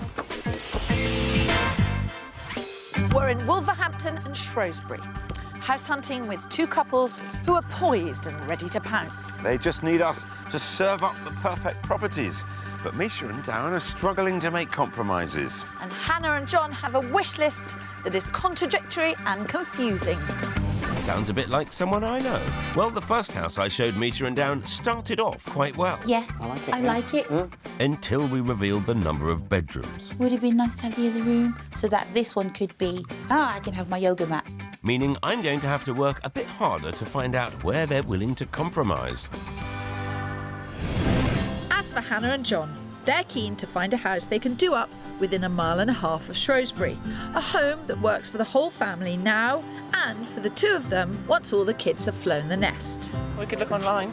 We could look online. We're starting the search with this gem. Thank you, Kirstie. The house, Phil. Located towards the edge of their #1 area, Copthorne, this house is just a tiny bit outside their 1.5 mile brief. How does this do you? It must be near the edge. The limiting. Very near the edge. Yeah, it's right. It's teetering. It's teetering on the edge. 1.6 miles to the town centre. We know location is important, but did they just quibble over 0.1 of a mile? That might not be the only quibble. They said they wanted a project, and as lovely as this place is outside, it needs a fair bit of work inside. Phil's right. This place could be fantastic. It's dated, but in great nick with 2 reception rooms, a kitchen and 3 double bedrooms. There's flexibility inside, and thanks to the size of the plot, room to grow outside as well. This is all doable, as it's under budget at £249,950. This is the existing kitchen, but there's huge potential to extend into the garden. We'd have to do that, as you suggest, the extension, because the kitchen doesn't deliver what we want, obviously. Hannah and John could easily combine some of the downstairs rooms to create a fabulous open-plan space here. You've got options. That's the nice thing. You've got options. But whether they take those options on board depends on them loving this place enough to buy it. I think the whole position is on the boundary of comfort. I think if... So the location of the house and its position on the road. These rooms are slightly bigger proportioned than we've seen. So this is a generously proportioned house, but possibly not in the right location. Yeah. If I had £1 for every time I've heard that, right house, wrong location. Hannah's not exactly kind of jumping up and down about it, is she? If I was reading Hannah, I would say that the living room is of a sufficient size, but it's got a wrong aspect to it. You've got the square footage there. The space is there, yeah. To chop it up the way you choose. Yes. But we better see what her indoors think. Her indoors is an important one. I know where you're coming from. Absolutely, yeah. If you think I had a say, you're wrong. Ah, John, the plight of the modern man. It was ever thus, Phil. 2 windows and stairs. Yeah, but it wouldn't necessarily be there, though, if you change that aspect of the house, because that's where you would extend this bathroom. Hannah likes the idea of the extra space, but I'm not sure she'll go the extra fraction of a mile to get it. There you are. He says whatever Hannah says, Hannah gets. So he's almost discounting himself out of the decision-making process. Really? But I'm not sure that they've got the vision to see what this could look like. I wish I could buy vision and give it to people as a present. That's very noble of you, Kirstie, but for now, they'll just have to settle for a little bit of Allsopp insight. So, what do you think? I think it's a lot of what we're after. It is, yeah.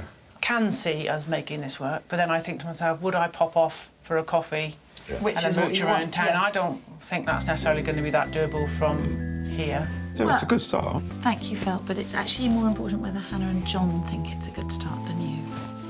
Yeah, it's all about us, remember? Yes, it's not about you, Sorry, I've Phil. forgotten that. Yeah. But it's certainly not about the house either. 0.1 of a mile outside that area, and it's too far out. I'm back in Wolverhampton with Misha and Darren and their long list of wants. Keep on at the back. We're in Claregate, a popular leafy spot northwest of the city. It borders one of their favourite areas, so location-wise, I'm hitting the mark. And like the last property, it's in turnkey condition, and it has that all-important 3rd bedroom. This is actually Claregate, but I mean, it's almost town. It is a very well thought of area. Busy road is not ideal. Off-street parking might be a problem. Let's get on in and see what you think. OK, cool. Not a lot of points so far, Phil. But I'm hoping the inside will win me a few. There are 3 bedrooms, one with an ensuite toilet, and 2 generous reception rooms. The bathroom is downstairs, not ideal for Misha, but it is beautifully done with this separate wet room. At $129,950, it's at the top of their budget. But I have word that the vendor will accept less, so quite a few positives. Accentuate the positives, Phil. Now, I don't want to dwell on the negatives. But what's that then? Well, I know you weren't quite enamoured with the idea of coming straight into your living room. However, there was a second reception there. So you can almost look upon this as an entrance hallway. Gut reactions. Be honest, please be honest. Yeah. Go on. This is a nice room, but if someone were to come in and you're watching telly, then you got all the winter breezes in your face. Massive compromise, isn't it? Yeah, it is, yeah. It's a question of where your priorities are. Whatever's through here is going to have to blow you away. Absolutely, yeah. Yeah. Blow you away like the winter breezes in your face? Well, I did tell them I'd show them everything on their list, just not necessarily all in the same house. Big dining room. Yeah. And those are the stairs up to the 3 bedrooms. Oh, right. We've seen places like this before, haven't we? Yeah. This sort of layout. Yeah, I just think right now the whole thing just feels a little bit like a walkway. Ouch. I hope you've got your hat and your rabbit, Phil. The kind of major piece here is a spectacular bathroom. It is downstairs though, isn't it? It is downstairs. But to get a 3-bedroom house under budget in this location, it's going to have other issues. Ooh. But having my bath downstairs, I'm not sure about that. Not sure about that, Phil. Nice though. It's a very nice bathroom. It sounds like it might be somebody else's nice bathroom. It's okay, I've got broad shoulders. Face it, Pip, you're in the wrong house. Make a speedy exit. You're right, Kirstie. Time to pull the plug. With Hannah and John in Shrewsbury, I'm moving our search a bit closer to town. We're in Bellevue, one of their favourite areas. What do you think about the location? I think it's very pleasant. Yes. I am very, very enthusiastic about this house. I think it has enormous potential. Okay. But we're in the right location. Yes. Good. Now it's down to whether they have the vision for the house. This 1930s semi could do with some cosmetic updating, but it's less work than the last place, and the space is all here, with 2 reception rooms, decent-sized kitchen and 3 bedrooms. So, coming in, lovely staircase. But the real selling point is the position. Overlooking the golf course, the views are stunning. The garden is a very decent 200 foot, but would still need much less upkeep than their old garden. It's on at just under £300,000, so would leave them enough to make substantial changes. They should find a lot to love here. So... Okay. It's a good sized room, isn't it? Nice view. It is dark, but I don't understand why, with so many windows in here. You don't want to make derogatory comments ever about anybody's house. No. But painting a wall that colour is insanity. Strip all the wallpaper, paint it white. Easy to see that you're not off colour today, Kirstie, but I hope this colour hasn't put John and Hannah off this place. If they want more light and space, they can always extend to the front, making the kitchen larger. They have got plans to go out to the level of the porch, the front of the porch. I mean, I don't happen to think that's necessarily the right way of doing it. I agree. Particularly as because you've got this, the kitchen doesn't need to have quite a few bits and bobs in it. Oh dear, if looks could kill, this lean-to would be on its knees. They've said they want a project, but I'm not sure they've got the appetite for it. Maybe they'll find more to love in the garden. Having left a very big garden with the chickens in the vegetable patch, whatever, I sort of was looking for a town garden. I mean, we are, you know, a mile from the centre of town. Feels like more, doesn't it? I don't think I was expecting to see this. I think it's blown me a bit sort of off kilter. I know how you feel. Usually, when something is really beautiful but close to town, it's a positive. So if this is too rural, then the type of houses that we can find is narrowing and narrowing and narrowing all the time, and it might get so narrow that it is blown away. Gesundheit. There's no heating, so you couldn't really use it in the winter to sleep. That's all changeable, but it's just because it's not been properly converted. There's that look again. Shame you don't like golf, John. Hannah's throwing up negatives at such a pace, John's having trouble keeping up. So, what do you think? It's just not what I expected to find today. We thought about at the price whether we could really achieve what we would want. The changes to the kitchen we talked about. We would want to make the 4th room, the upstairs room, something more. Yeah. Okie dokie. Too much of a project for their liking, and too much face-pulling for mine. The case of the missing house continues with the Sherlocks. This week I'm searching for Darren and Misha, who are looking to move to Wolverhampton. Problem is, the budget can't budge, and so far, neither can the wish list. And I'm with Hannah and John. who want to swap life in a barn conversion for urban cake, coffee and kinema. I think that alliteration may have got the better of you there, Kirstie. 2 properties down and I'm still struggling to get singer Misha and drummer boyfriend Darren enough of what they want under one roof. Having my bath downstairs, I'm not sure about that. Not sure about that, Phil. And they don't seem any closer to compromise. Back in Shrewsbury with Hannah and John. After viewing 2 properties, we've had location concerns and garden concerns and trouble picturing what a property could become. What has been a picture is Hannah's face, so my mission is to write all of that with my next place. So here we've gone more urban, less garden, and we've ramped up the curb appeal. They should be turning cartwheels. So compared to the last location, do you think it's better or just different? I think it's better because I think it Yeah. just feels more urban. And the look of the house? Yeah, it's nice. Very practical, it looks to me. OK, you two. I'm clearly not going to get any skipping out of you. Let's get in. Well, for some, practicality and passion are the same thing. Right now, I'll take what I can get. In practical terms, this place is the first detached property we've seen, and it's got the most internal space. Right, in you come. Nice. Isn't it nice? Nice. Here you get 2 big reception rooms, a decent kitchen and separate utility, whilst upstairs 2 double bedrooms and a box room. Being this close to town pumps up the price. At £325,000, this is the most expensive house we've seen, but it still leaves them a respectable 25 grand to make any changes. So, Nice, yeah, nice. Hannah, go and have a look out the window. You're the garden one. Yeah. No, that is lovely. I really like that. I do. I haven't heard adjectives like that from you at any point in this search. Where's Oh, Hannah John, and what thanks. have you done with her? Well, what's not to like so far? So, garden, tick. Location, tick. Look of house, tick. Detached, tick. Oh, it's tick, tick, tick central around here. And that's a big smile from Hannah. But unfortunately, they're not the only ones that have got the bug for this place. There's an offer on the table of £310,000. It means they're going to have to make some sharp decisions. Oh, yes, a lot down here then. You can do all sorts of things to make the kitchen bigger. Let's say you got this house for 315, maybe 320. You've got a bit to play with. Yeah. If Hannah and John created a big kitchen diner, that would be their budget done. So the rest of the house would have to work as it is. And with 2 of their children still at home, I want to make sure Hannah is happy with the sleeping arrangements. Yeah, this is nice. Yeah.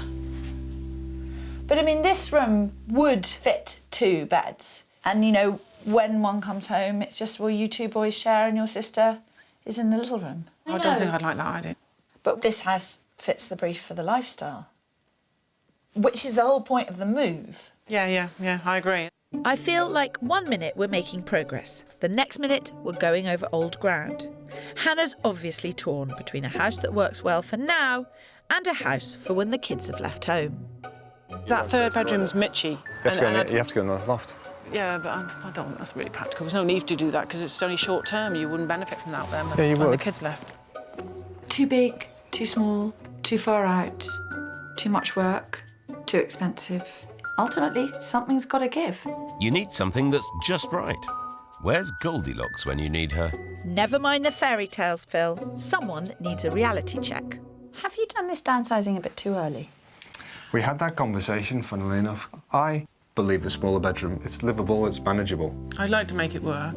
That's great news. We just need to remember who'll actually be living here. Fingers crossed, we may be making progress.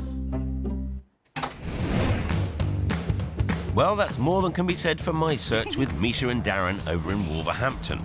But I'm hopeful things will take a turn with this next property. We're in Penn, top of the pops for our pair of musicians. As always, there are compromises, but I've got solutions up my sleeve and my support act in tow. I gather you've upset your clients. I haven't upset them. I just haven't found the right house yet. They've seen a lot, I've seen a lot. It's not easy. Right, OK. I thought it was going to be quite simple, but at every turn it's sort of gradually got more complicated. think that's going to be the case for both of us, you know. Well, let's see if a two-pronged approach makes a difference. Afternoon, you two. Hiya. Look who I've brought for assistance. Very nice to meet you. My glamorous assistant this afternoon. She's going to be wheeling out all the big prizes. Whose brother lives close to here? My brother. Right, okay. Yeah, it's literally a minute's walk. So the compromise with this house is not area. No, that's it. Yeah. Right. And Misha won't have to compromise on the bathroom either. This one is upstairs. But to get that in this area, we're back down to 2 bedrooms. But they're both good sizes. And there's a garage to the side of the house that could solve their storage worries. And at the bottom of the garden is an outhouse that could be replaced with Darren's music studio. At 139,000, it's almost 10 grand over budget, but we've been told the vendor will consider lower offers. They should like this one. You said that about the last one. I thought you were here to help. I mean, what do you feel coming in about the size? It's good. I like it, it's good. It's big enough. It's the biggest living room we've seen by some distance. Yeah. Come on, let's see what you think of the kitchen. Look, the kitchen, it's not the brightest room in the house, but bear in mind it's a dark day, it's the end of the day. Yeah. And if I thought that this was a really terrible house, I would have a dig at Phil. But it is a very good blank canvas. There's nothing offensive in it. I mean, arguably that carpet. It's not the worst carpet we've seen, is it? No. Darren? Obviously, as you say, it's quite dark, but with some lighting and brightening everything up, it's going to transform it, really, yeah, so it's good. Yeah. Darren, do you want to have a look out in the garden? Yes, let's do it, yeah. Come on. Yeah, well, we'll go upstairs then, because it's more sensible than to go out in the cold and the dark. I'm not sure how Misha will take the 2 bedrooms, but Darren is at least trying to like it. The garage is great.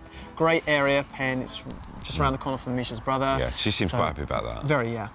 Because I guess a lot of moving back to Wolverhampton for her was family. Family-wise, yeah, absolutely, yeah. Encouraging noises out here, Kirstie, but I suspect Darren's the easier one to please. Leave Misha to me. So, bedroom 2 of 2. How much of a problem is that? We were looking for a 3-bed. We do have a lot of stuff and essential things. So that was what the 3rd bedroom was for, was stuff? Yeah, if the storage in the garage was sufficient, we could put some things down there. Then that would help. Yeah. That would definitely help. Nice work, Kirstie. So it sounds like after the 70 houses they've seen and the 40 we've discounted on our search, we might actually have a real contender on our hands. And a bath. It's always good to have a bath, isn't it? I'm not being funny, Phil, but things do seem to be going a bit better since I came along. Is there anything that troubles you about the house? Any worries? It's at the end of our budget, pretty much, and it needs a bit of work. I don't think it needs any work that you can't do yourselves, apart from building the studio at the end of the garden. Yeah. It's not complicated. I can do No. that. OK, time to cut to the chase. I suppose if I put a gun to your head and said, you've got to say now, yes or no, what do you think it would be? Yes. Yeah. I'm going to remember that trick. Next time I'm struggling, if I put a gun to your head, would you buy it? Yes, of course. Anything you say. Well, sometimes, Phil, you've just got to get straight to the point. I have to say, it seems to have worked. We have a clear favourite. My work here is done.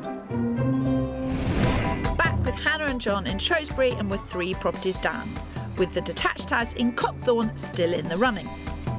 I feel the need to shake things up a bit. And this stunning Georgian end terrace within spitting distance of central Shrewsbury should put the cat amongst the pigeons. I see a spire. I see buildings. I feel urban. Definitely near town. So, do you want to see inside? Yes, please. A nice knocker. Are you a fan of nice knockers, John? Yeah, I'm a great fan of a nice knocker. Nice save, John. You could teach Phil a thing or two. First impressions? Yeah, nice. Hannah's not gushing, but I've learned to expect that by now. She needs time. There's a lovely kitchen diner, 2 reception rooms, potential office in the basement, 2 double bedrooms on the first floor, and the loft space has already been converted. there's also a low-maintenance garden for Hannah. It's being marketed at £295,000, so 55 grand under their maximum budget. It's ready for them to move into and start making the most of their lifestyle. No vision required. It's nice, isn't it? It is nice. And then look. Oh, that's nice as well, yeah. That is nice. As I thought, Hannah's warming to the place. To the side of the private garden is a shared path for the houses in the terrace, common in this type of property, and in reality only used by neighbours on bin day.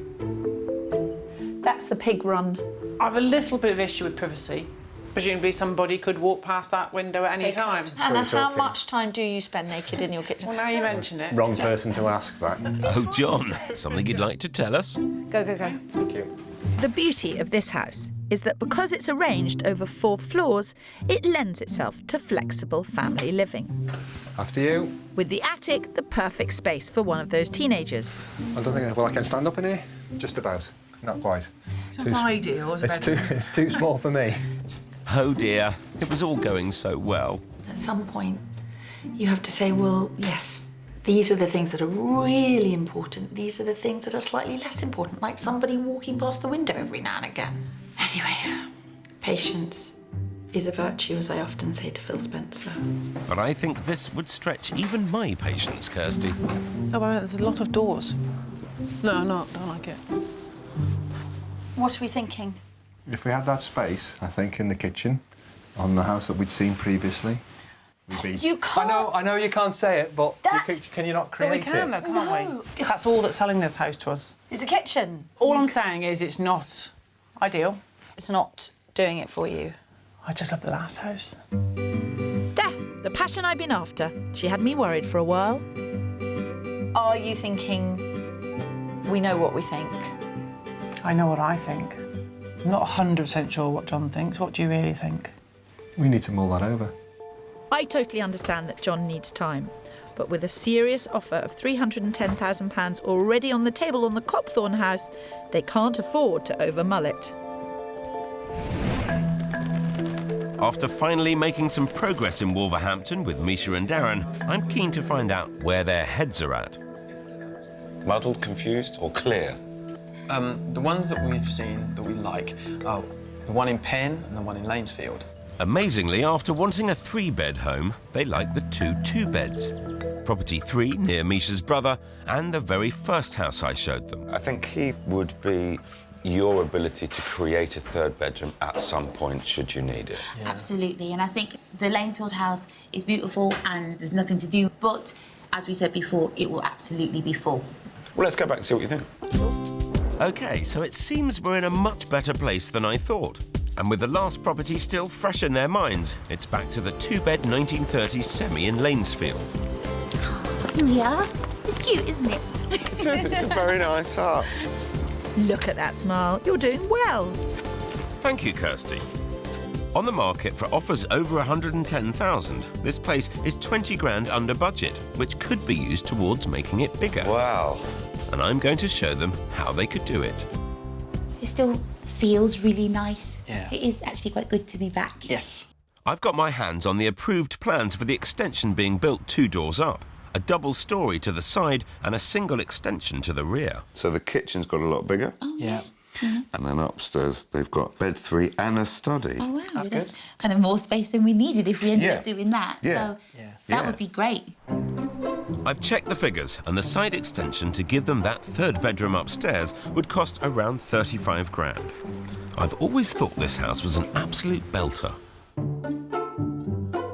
don't want to write miserable songs. No. I want to write joyful songs. And I think I probably could write joyful songs in this house, and that's good. Finally, it feels like we're all singing from the same song sheet. La la la la! Wow, hidden talents, Phil.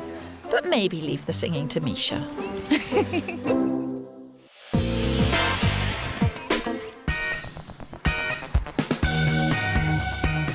In Shrewsbury with Hannah and John, it seems that still waters run deep.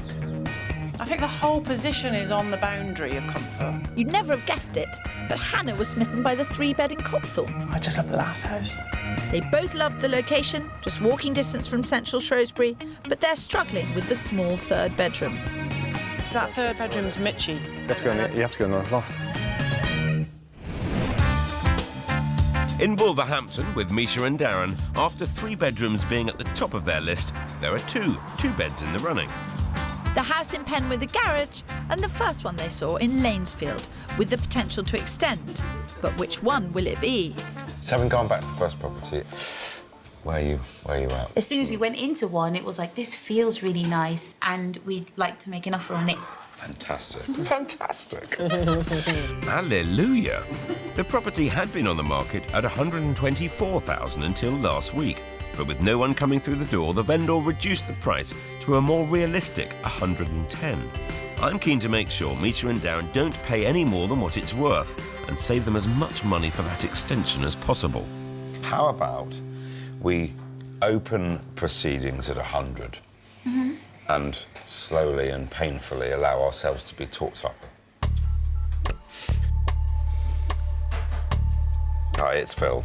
I've got an offer of 100,000 and a couple who are raring keen to get into it as soon as possible. Could you just let me know? Bye. So he's going to ring the vendor now and get back to me. Okay. There are more viewings of the house scheduled for tonight, but I'm hoping to get things tied up before then. Fingers crossed, everybody. But it all depends on how low the vendor's willing to go. What news? Is it worth us having a conversation? Because I don't see the house worth that kind of money.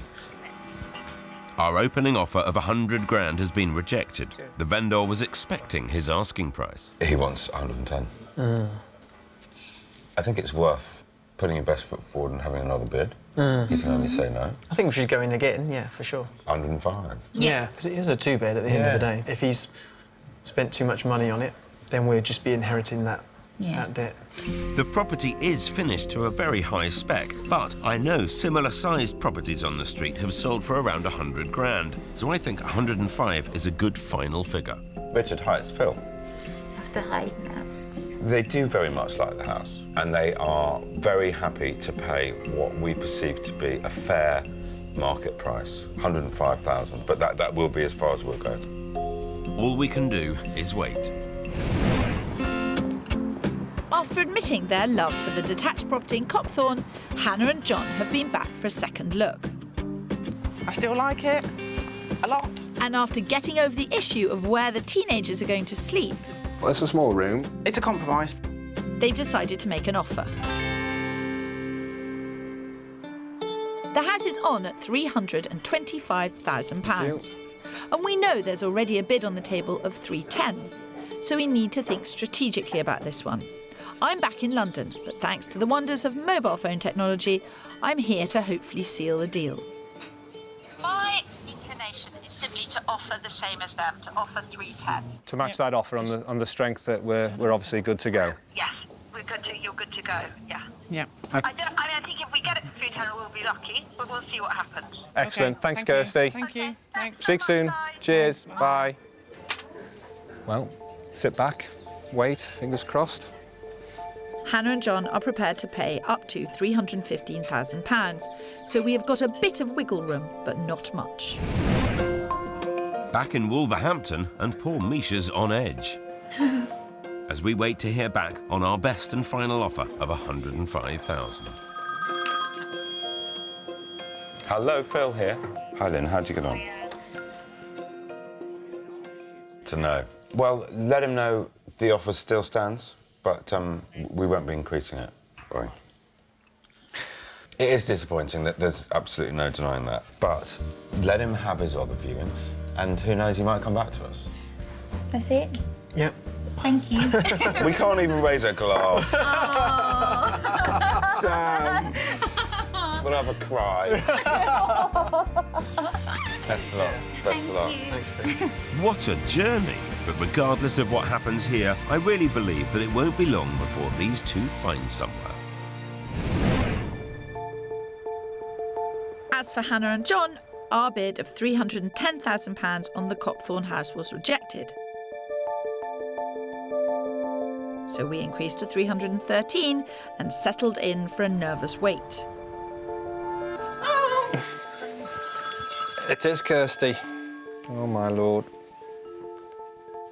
Hello, Kirstie. Hey, John, how are you? Anxious, yeah. John? Yes, Kirstie. Hello? Hello. What was that you said about the wonders of technology? Can you hear me now, Kirstie?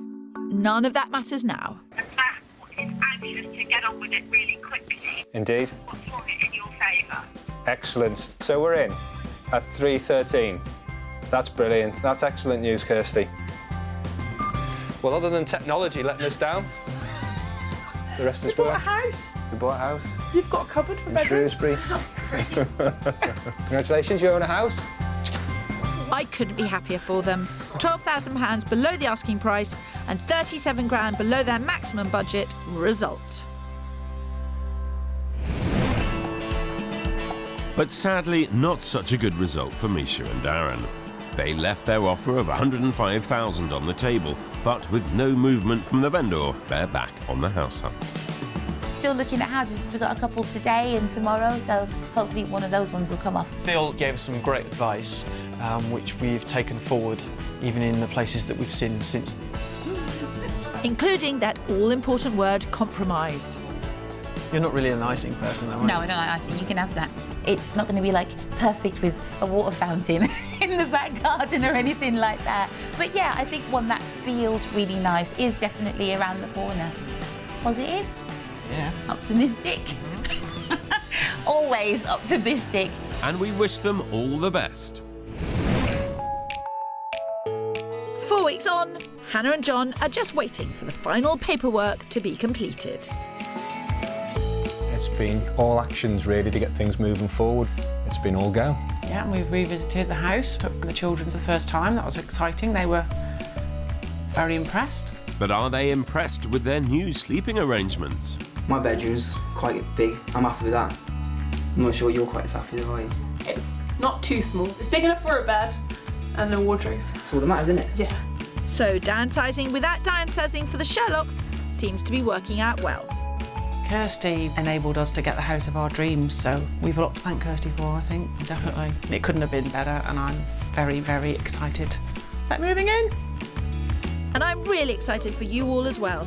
Good luck, Sherlocks. Case closed. Oh. Yeah. By one.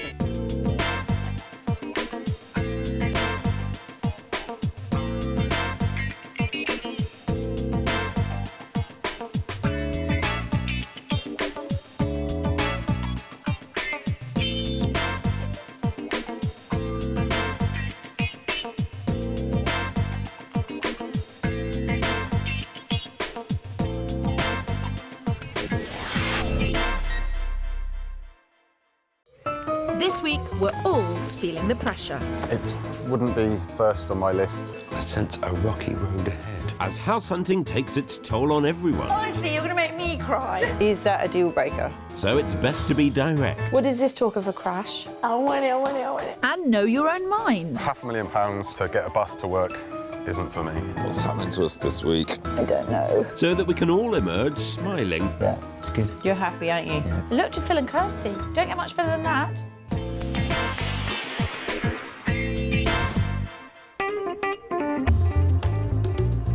This week, we're in South East London with two couples whose hunt for a dream home has come a cropper. Indecision, poor communication and pipe dreams have all got in the way of confident compromise.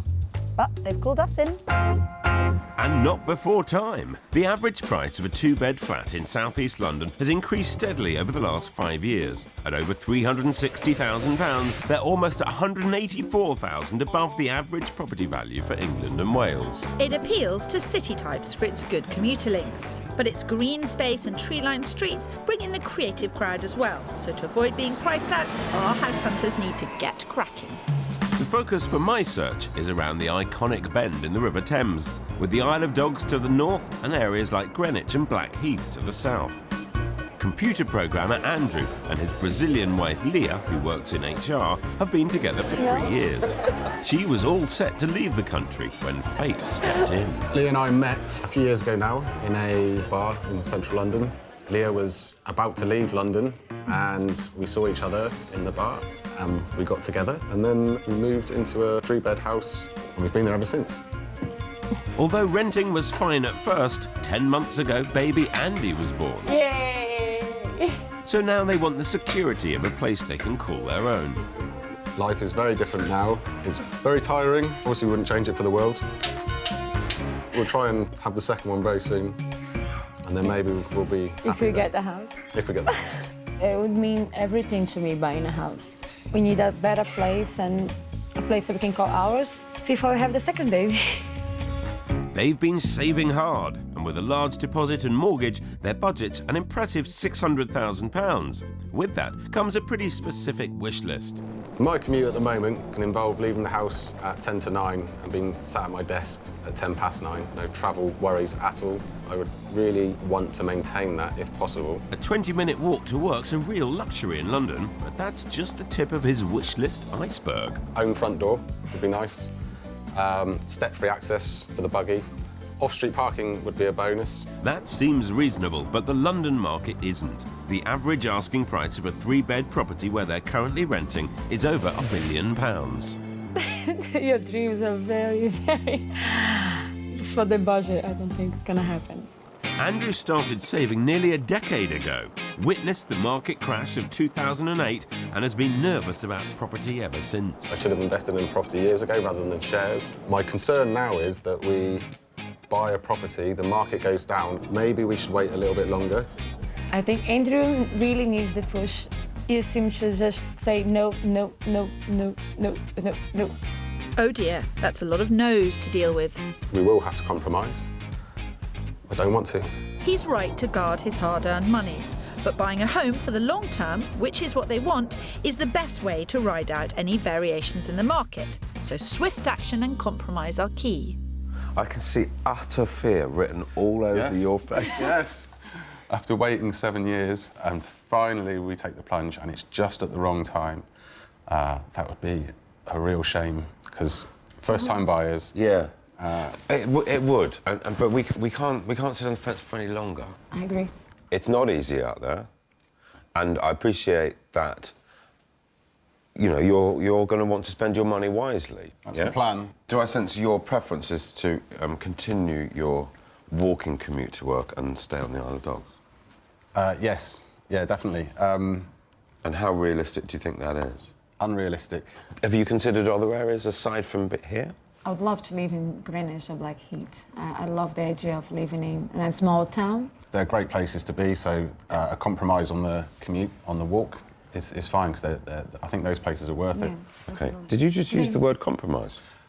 I'm sure he did say it, didn't he? I did say compromise on that tiny little bit. We better get cracking, hadn't we? Baby steps, Phil, but I think you're starting to get through to him. They've got 600 grand. The building can be old on the outside, but has to be modern on the inside. They'd like at least 3 bedrooms. A short commute to Canary Wharf is essential. And outside space is a must. There's no suitable stock available where they currently rent on the Isle of Dogs, so I'm starting my search south of the river, covering Greenwich and Blackheath. So Phil's in Greenwich. Meantime, I'm a couple of miles southwest, in the suburbs of Brockley and Forest Hill. I'm with another pair of first-time buyers, model Lucy and her fiancé, business manager Dan. We met at a festival in the Nevada desert 2 years ago. She was flirting with me on the first day. I told him he had very nice calves, which he did have very nice calves. They're quite meaty and muscly. With Lucy sold on Dan's calves, the relationship quickly grew legs. We were engaged recently on a camper van trip. You make a Lovely good housewife, you would. Would I now? Yeah. Don't get any You look ideas. great in a pinny. And we just recently went and got a ring, didn't we? Yeah, yesterday. Yeah. English-born Lucy grew up in Australia, and they're both widely travelled. But there's no question where they want to put down their roots. We both really love London life. We love all it has to offer us. The museums, the music, the nightlife, and we're both very involved in that. Well, our friends are located here, and so we're not going to move any particular time soon. Yeah. When the tenancy on their rental property came to an end, they moved into B&B accommodation in this converted church. But they need to move out soon, so time is of the essence. We're truly and utterly desperate. We've got about 2 weeks left on this place, and we need to find somewhere quick or we're living in our camper van. Sadly, it's not just the possibility of being homeless which is putting the pressure on this search. This last year has been crazy. I lost my stepmother to cancer a year ago, and now literally 3 months ago my mum was diagnosed with terminal cancer as well. So that's changed quite a few things. It would be great to have her come and stay with us while she's either convalescing or to take care of her.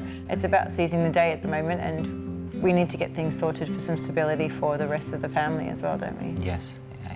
So space to accommodate Dan's mum is important, as well as room to entertain their wider social circle. It's really quite important to have 2 good double-sized bedrooms. And a nice open plan kitchen with a dining space area. We're looking for a garden, that's important. Yeah. Because we've got a little dog, little rescue terrier called Ginger. Yeah, and we both like gardening and want to grow our own vegetables and that kind of stuff. So get a bit of sort of Tom and Barbara good about it would be great. Ah, the good life. I'll do my best. With Dan's mum to consider, a wedding to plan and a home to find all happening at once, these two have a lot going on. But they've made a drastic decision, which means I'll have to be tough on them, right from the start. You have been looking at 450 and now you're looking at 350. 350, yes. So we've decided to take £100,000 out of the budget and invest it in a property in France. We're starting a new business project down there, and we were also hoping to use the property, which would be an old farmhouse, as also the wedding venue. It does seem a wee bit bonkers. The idea of trying to organise a wedding in a venue which doesn't yet exist, with money that you're taking out of your base property. Now, if you say to me, OK, we're going to take that money and we're going to park it for a year and a half, 2 years, then that's different. We just kind of want to make everything happen at once. I think parking that money for a use a year down the track seems a lot more sensible than panic buying a place in France to get everything sorted. What you want in London has already been very difficult for you to find at 450,000. Sure, yeah. It's much more difficult to find at 350, and you want to have 2 good double bedrooms. Yeah. I think the reason why the double bedroom's important is because we want to be able to have your mum with us. Where we were sitting at 350, we could go up to 375, 400, couldn't we? Including stamp duty. Well played, Kirstie. An extra 50 grand to help them get what they need. Okie dokie. Well, as someone said to me the other day, rug up, it's cold out there. Yeah. The weather might be, but unfortunately the market isn't. Lucy and Dan are first-timers. After success in their careers and an inheritance of Dan's, they have a cash budget of up to £400,000, including stamp duty, which means we're looking at properties available for £380,000 or less. They'd like a 2-bed flat with good space for entertaining and plenty of light. They also need some garden space for Ginger the dog and to grow some veggies. They like the areas of Brockley and Forest Hill. But I'll also be showing them something in the up-and-coming area of Catford. So that's 2 sets of 30-something first-time buyers with handsome budgets in an ugly market. We're going to have to work hard to hit the right notes on this search. Are you playing lovely music? Trying to jolly things up a bit. Oh, really? Serenading your arrival. Oh, that's very kind of you. I brought you the brolly. Thanks, hon. We had quite a difficult chat, my couple and I, because his mum, Dan's mum, is very sick. So that's become a part of their search, is the possibility of having to accommodate her. OK. But at the same time, they were thinking of buying their own wedding venue in France, and I've put to That cost them a pretty packet. Yeah, so I think, My guys have done very well. They've saved up fantastic deposit. Budget's up to 600. Really? Yeah. Whether he'll actually spend it or not is a different matter. He's kind of sat on the fence for such a long time, but his wife has said no more children until we buy a house. How many have they got? They've got 1, but he'd like lots more. Right, okie doke. So he's under some pressure. As are we, by the sounds of it. I'm kicking off our South East London search with newlyweds Andrew and Leah. Andrew's priority is his commute, and we're a little more than 25 minutes from his work in the suburb of Blackheath Village. Leah's already said she'd like to live here, so I'm confident location's a winner. I just hope they find lots to love about this 1930s block. Flats here don't come up for sale very often, so I think it's a real gem. First thoughts? It wouldn't be first on my list from the outside. Oh, Phil, not the first impression you were hoping for. You live inside. You wouldn't spend more than 4 seconds a day outside looking in. This really works for the commute and the community. Yes, I hear. I can see this is going to be a hard sell, but I'm hoping the interior can win them over. You don't get loads of space for your money in this part of town, but that's the cost of the easy commute. That said, this ground floor flat does have 3 bedrooms. It's also got the modern interior that Andrew and Leah are after. The kitchen, bathroom and lounge are all done to a very high standard. And the flat has direct access to the shared outside space. The guide price is £550,000 to £575,000, so it's comfortably within their ideal limit of 600 grand. Andrew's not looking very enamoured. What's going through your mind?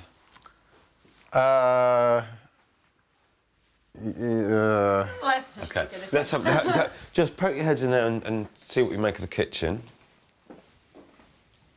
It's modern, like we asked for. It looks nicer on the inside than it does on the outside so far. Trying to remain positive, yeah. Trying to remain positive isn't quite the reaction I was after. This kind of fresh, bright look continues in here.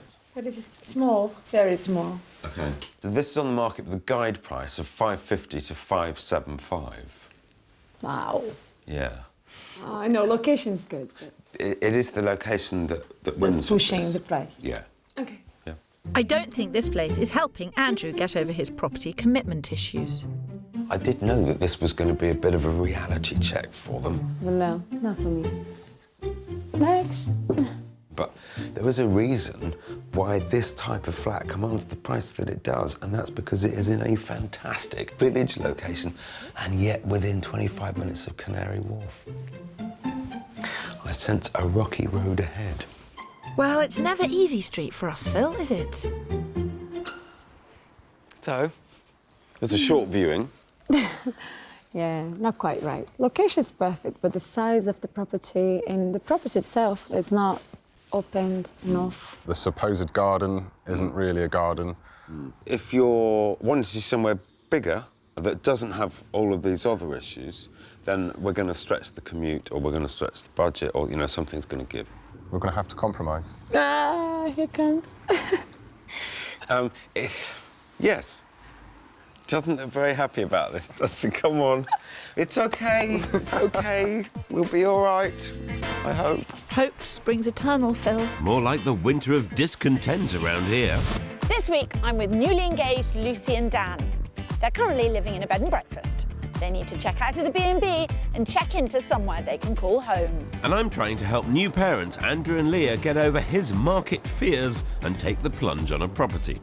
The first place I showed them was a winner in terms of location, but a loser in size and layout. We're going to have to compromise. For Dan and Lucy, I'm looking for a 2-bedroom flat for under £380,000, and we're kicking off in their #1 area of Brockley, right in the heart of southeast London.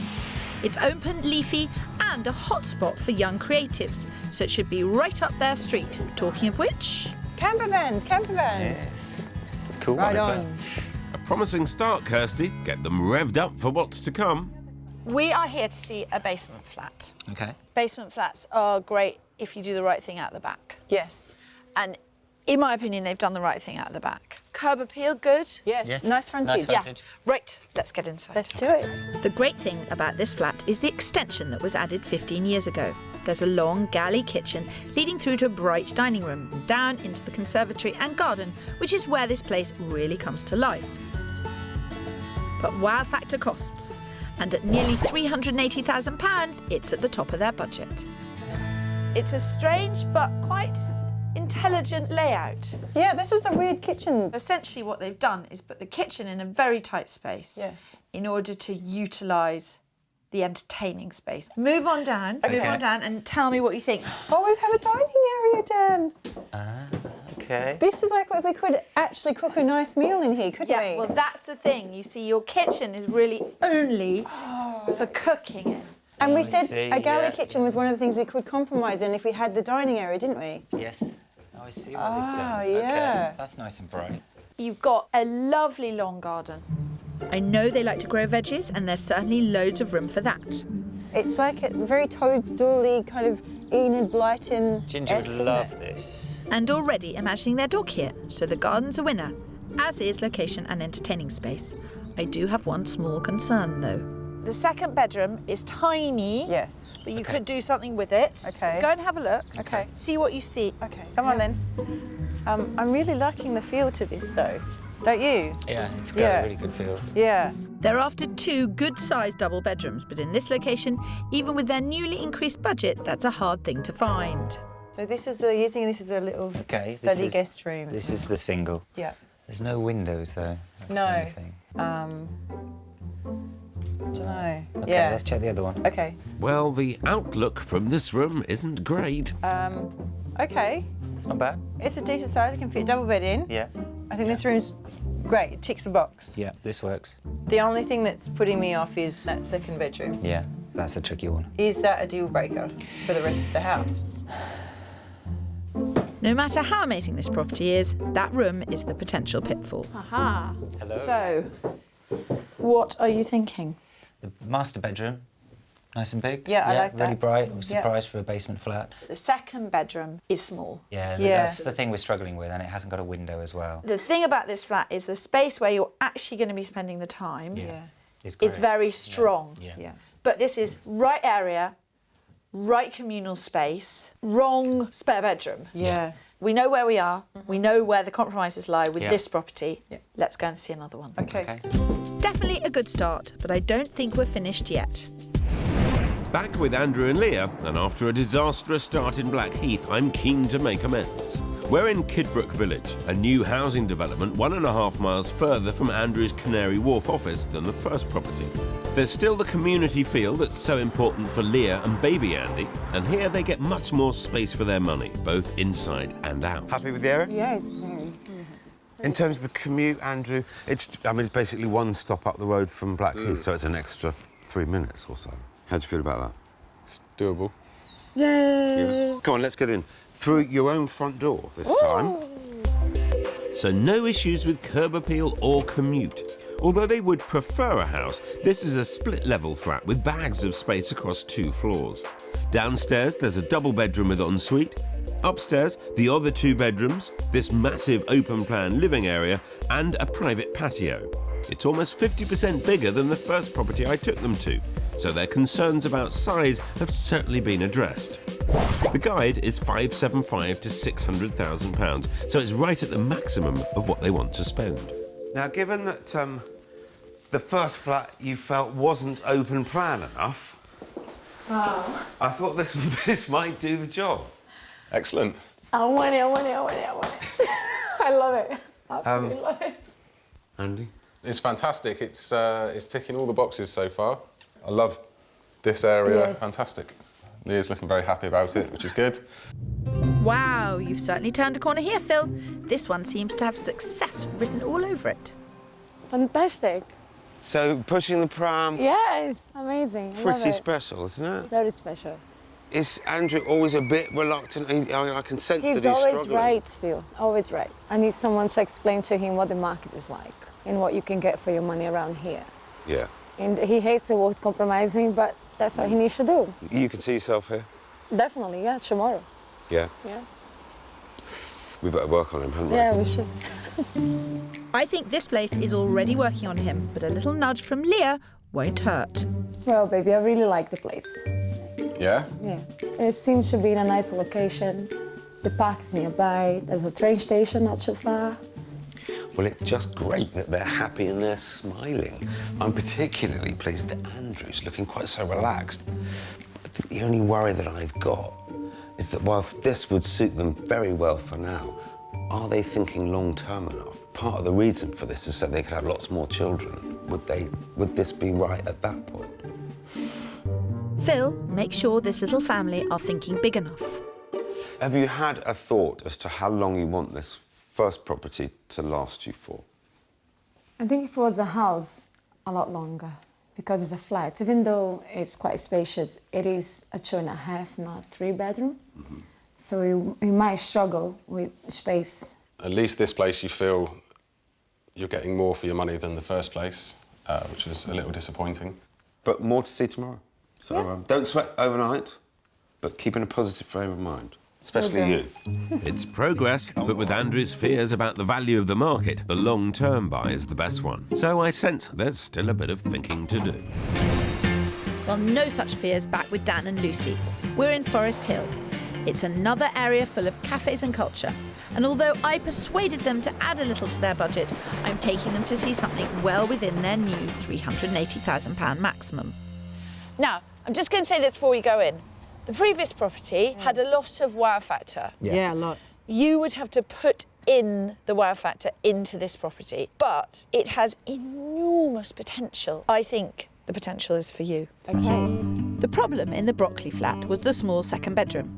And that's not an issue here. Both double bedrooms are big, although this one is currently being used as a sitting room. The lounge diner is a decent size too. This is a leasehold property, and the remaining lease period is less than the usual mortgage minimum of 75 years, meaning cash buyers like Dan and Lucy are in a stronger position than those who need to borrow money. So, wow, this is on at £325,000 because there's 63 years left on the lease. Okay. Now, it would cost you about £25,000 to extend the lease. But because you're buying cash, you don't need to do that now. Yeah, that's true. You haven't got the problem with the mortgage company who would have an objection to a 63. So everybody else is looking at this and thinking they have to pay $350 for it. But period features, fireplace, ceiling Amazing. height. High ceilings, my favourite. Bay window, wooden floors, fireplace, the whole lot. You're happy, aren't you? Yeah, so far so good. Fantastic. Yeah, it ticks all the boxes. It's great. Yeah. Okie doke. After you. Cool. Thank you. So already big positives. I'm just hoping they can share your vision of how amazing this place could be with a bit of work. So not now, but when you had a bit of time and a bit of money, you could make this room much, much wider. Yeah, that sounds really good. By extending into the side return, you get a huge open-plan kitchen sitting room with glass double doors at the back, opening out into the garden. Obviously, any reconfiguration is subject to planning conditions.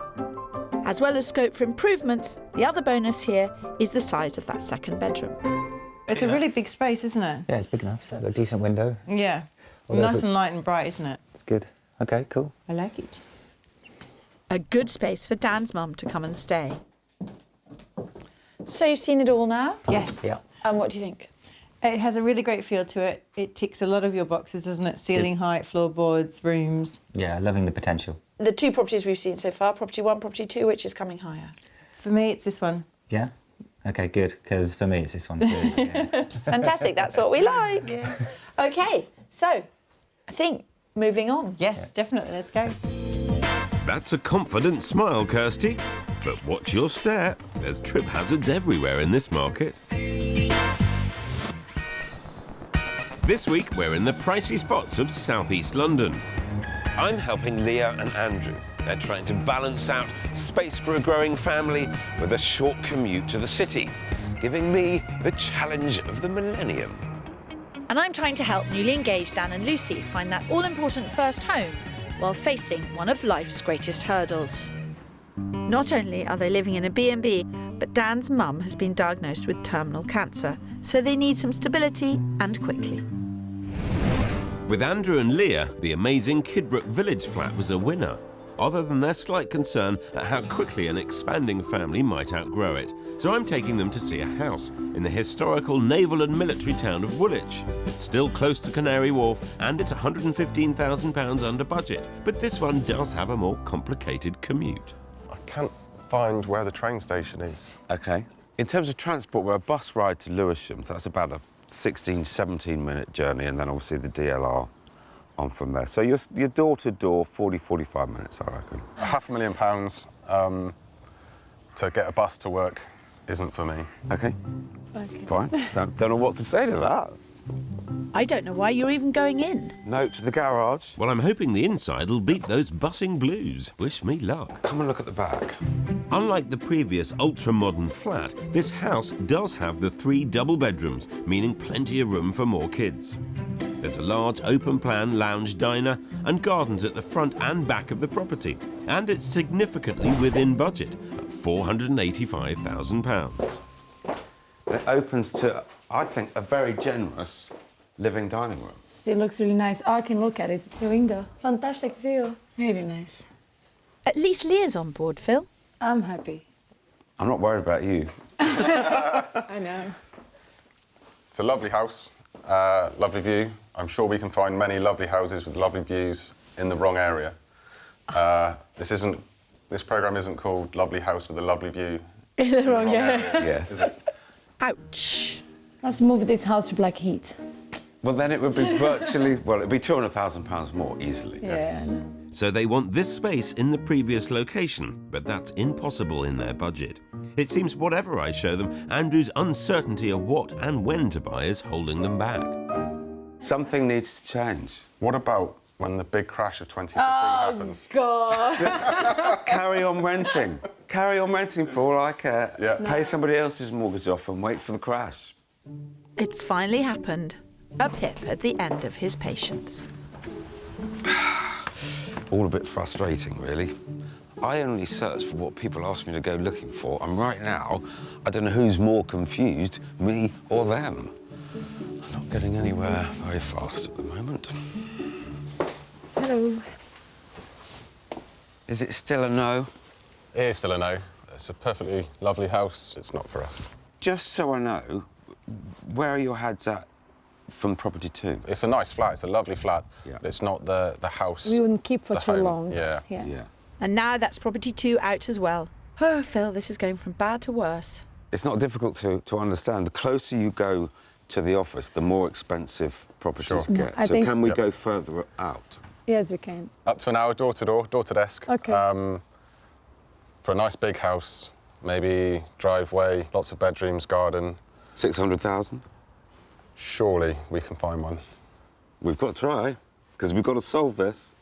Please, I want a home. Come on then, onwards. I think we better fill the car up with petrol. We've got some driving to do.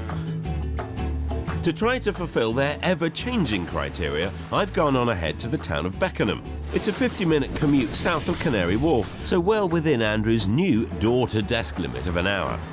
I've come out early on a fishing mission to find out what this new search area could offer a young family.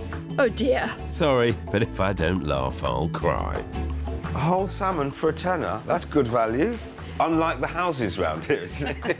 What's it like round here? It's lovely. A lot more younger people are coming into Beckenham now. It's good for kids. There's lots to do around here for children. I think they're going to put something like 3.8 million into regenerating Beckenham itself. I think once that's done, it'll be even better to live in Beckenham.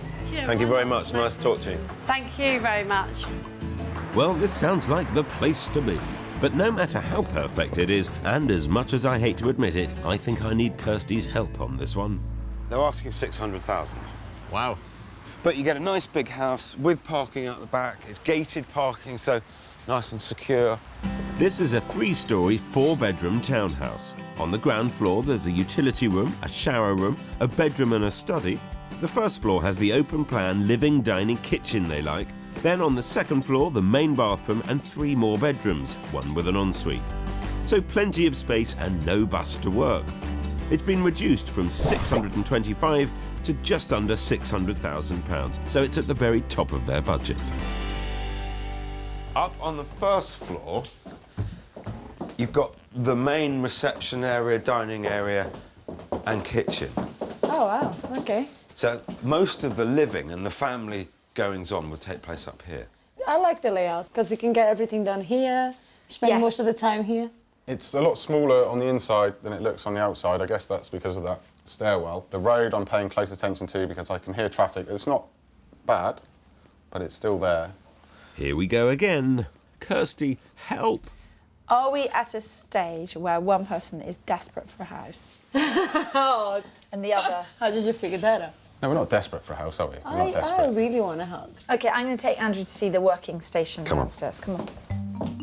There's no denying £600,000 is a lot of money, and of course Andrew wants to spend it wisely. Fridge there. No one ever knows for sure what property prices will do, but for now, Andrew needs to prioritise his desire for a family home over his concerns about the market. Now, what is this talk of a crash? All the signs, even to a novice like me, suggest perhaps 2015 is the plateau, followed by a correction. What would you be doing during the correction? We would be in a better position because we would still have our savings. Also, we would perhaps have a wider choice of properties closer to London. That no property that we look at is ever going to be right. Essentially what you're doing is you're looking at houses to keep your wife happy, and you can turn to her and say, I looked at Phil and Kirstie. Don't get much better than that. But deep down inside, you want to wait and see what's going to happen next year. That seems fair. If we hadn't found something today, then that's the plan. You're never going to find something until you believe that it's at the right price, and at the moment you don't believe that it's at the right price. That's right. At least now we know what's going on. I'd better break it to Phil. Go on then. He doesn't want to buy any house. Well, why did he ring me up then? Because she wants a house, and he doesn't want to turn around to her and say, I think the market's coming down and I don't want to spend any money until next year. Very small. This isn't a bedroom, this is a cupboard. That said, he'll probably find something he loves next week, because that's always the way of the world. Not in my world. I refuse to be beaten, Kirstie. And if this isn't the house for them, I want one last chance to find them somewhere that is. Awkward silence. What's it to be? This isn't the place for us. Certainly not the property you want to go all in for. Okay. If we're not able to get as central as we'd like to be, we would go the other way and go far out. Is there anywhere that you've got in mind that you would like to explore? Sevenoaks? Isn't it a place that we considered before? I do know Kent, and Sevenoaks is on this good train line, and you could get a reasonable house for your kind of money. So there's your challenge, Pip. Tick-tock, tick-tock. She's just laughing at me because she knows I'm going to have a sleepless night. Come on, get out of here. I've got a lot of work to do. Oh, dear. No point faffing around. Oh, God. Oh well, it's only 20 miles south of where we started. I have every faith in you, Phil. It's a new day and the final property for Dan and Lucy. They love the potential of the Forest Hill flat, and now I want to show them something bigger which doesn't need renovating, so we're pushing 2 miles east into Catford. It's one of the last places in the capital that's still reasonably priced. Quick connections into London, great period conversions, and as Catford's on the up and up, I really think this could be their perfect area. Unfortunately, not everyone shares my opinion. Hello. I may be wasting your time, I'm afraid. What do you mean? You've got a face like thunder. I know. What's up? Lucy has had a bit of a fit about being in Catford. She thought we understood the areas that she wanted to be in, and Catford most certainly wasn't one of them. What's happening to us this week? I don't know. So Dan and Lucy aren't sold on the area, but after a bit of persuasion, they have agreed to come and view the flat. Right, OK, we're not going to stand outside this property and ask whether you like the area. We're going to go straight in. OK, great. Thank you. Off to you. Thank you very much. That's all we need, as if our luck's not bad enough already. I think this might be a quick viewing. Maybe, but it's important to let them see what their money can buy if they stretch their ideal location. This is a Victorian ground floor flat with 2 large double bedrooms, so plenty of room to accommodate Dan's mum. It's got the high ceilings, which I know they love, and opens out onto a fabulous 100-foot garden. It's by far the biggest property we've found for them, and at £379,950, bang on their £380 budget. So does this fulfil all their wants, on the inside at least? It's spacious, it's light, high ceilings, big bay windows, period features, everything. I mean, it's a lovely street as well. I think if we were heading towards a family quite soon, the area might have been something that we could have compromised on. Poor Lucy. It seems the stress of their situation is really taking its toll. I think we just feel really trapped by desperation at the moment. We need to make a choice, but I'm so frightened of making the bad choice. It's difficult. It's always difficult, and particularly when you kind of want to get on with it, but you don't want to make the wrong decision. No, we need to make the right decision. I think what you said was very perceptive. If you're in a different stage in your life, you might be looking more for size. What would you do? If it was me, I'd buy that Forest Hill flat. I'd buy it now. I mean, we were talking about, on the way here, making an offer on that flat. We were piecing it all together and seeing the potential, and yeah, I mean, it was great. Lovely. Yeah, it's lovely, isn't it? Really lovely. For 325, perhaps less, 320. You know. We're all under quite a lot of pressure this week. You with your decisions, house hunting. I've got a nightmare going on at my end. Would you mind if I excuse myself? Not at all. Get going. And got on with things. Nice to meet you. Very nice Cheers. to meet you both. Bye-bye. Good luck this afternoon. I thought I was in problems, but I think Kirstie's got just as many here. Have a last look around. I'll be outside. Come out when you're ready, and then we'll make a decision about where we go next. OK, wonderful.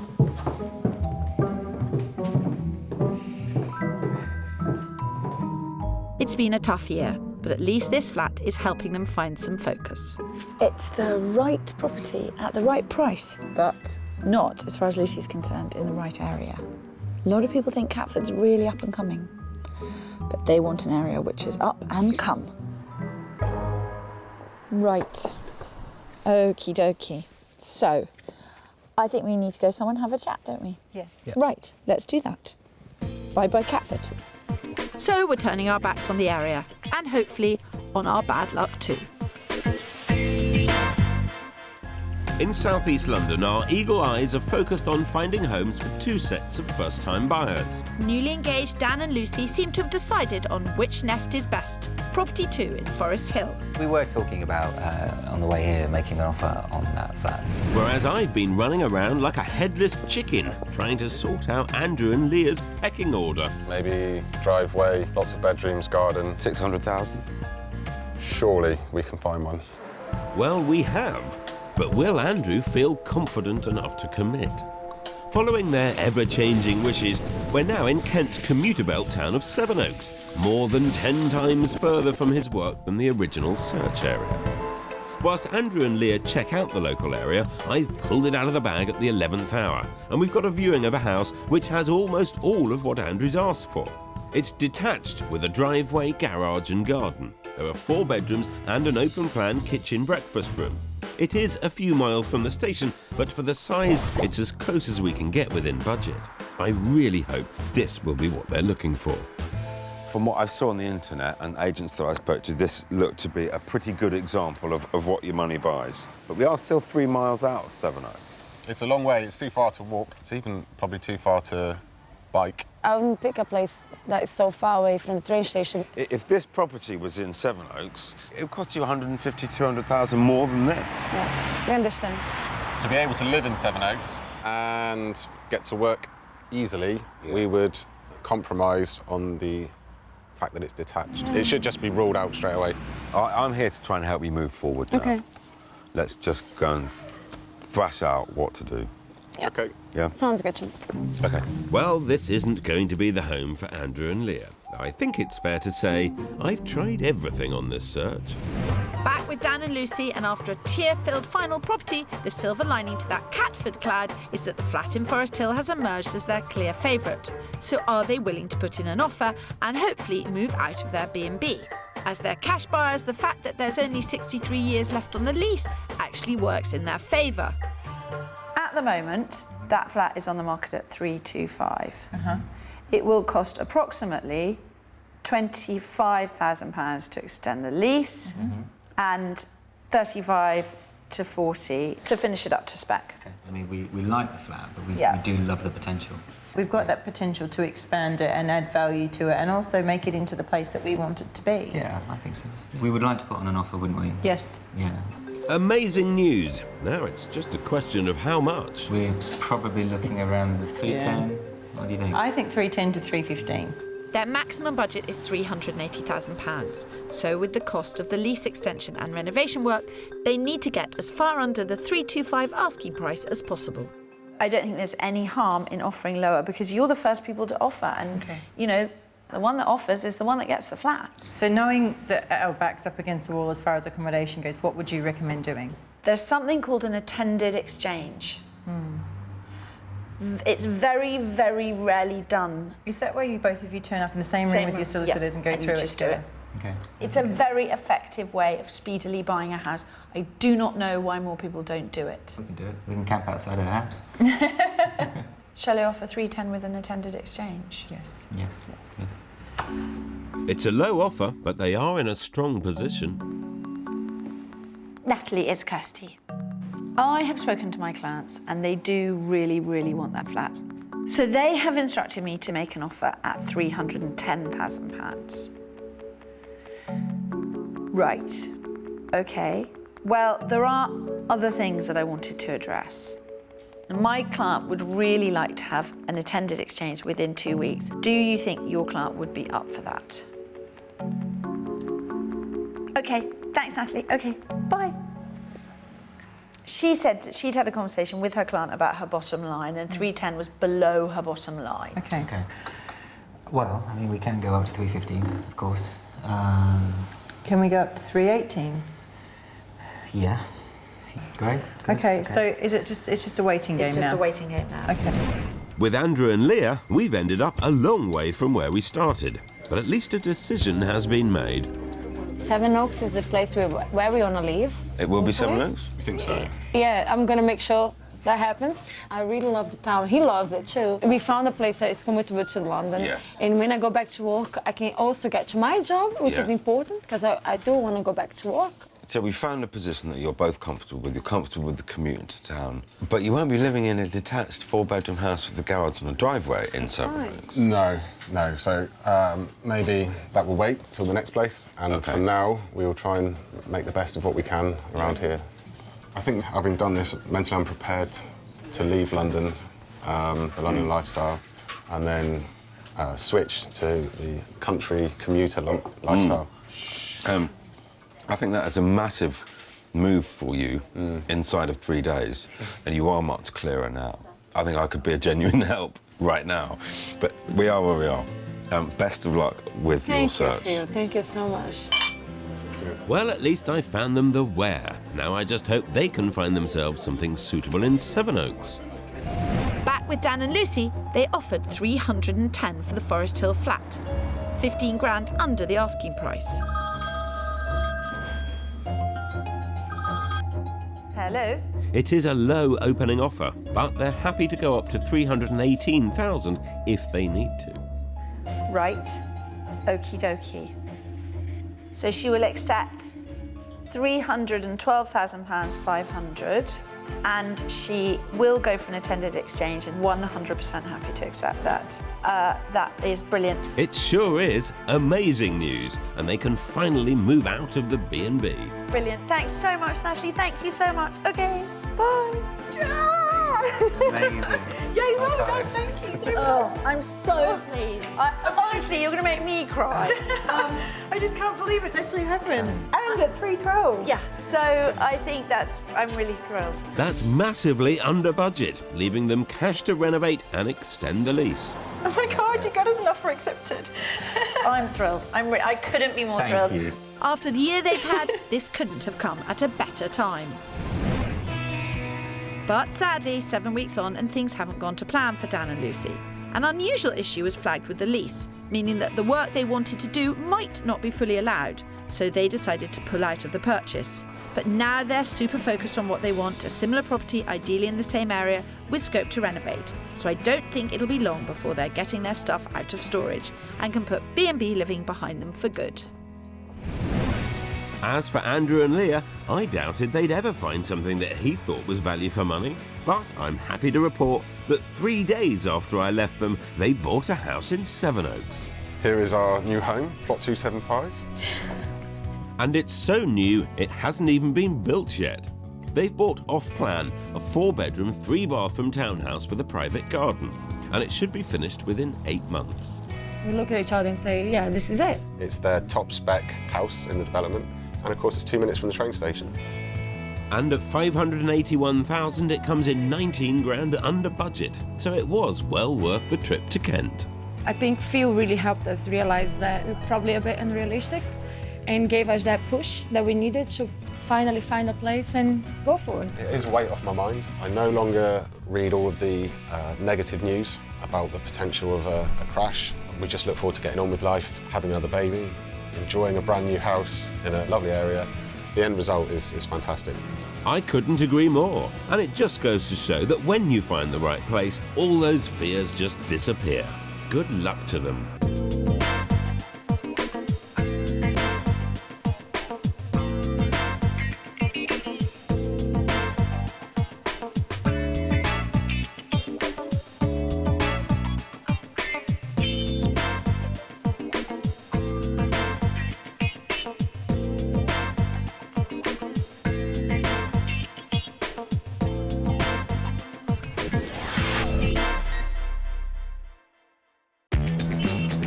This week we're on an emotional roller coaster, revisiting two sets of first-time buyers.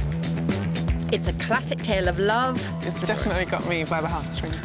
And war with our old friend, the property market. It's not a disaster yet. Oh no. There's first-time nerves. That makes me feel scared.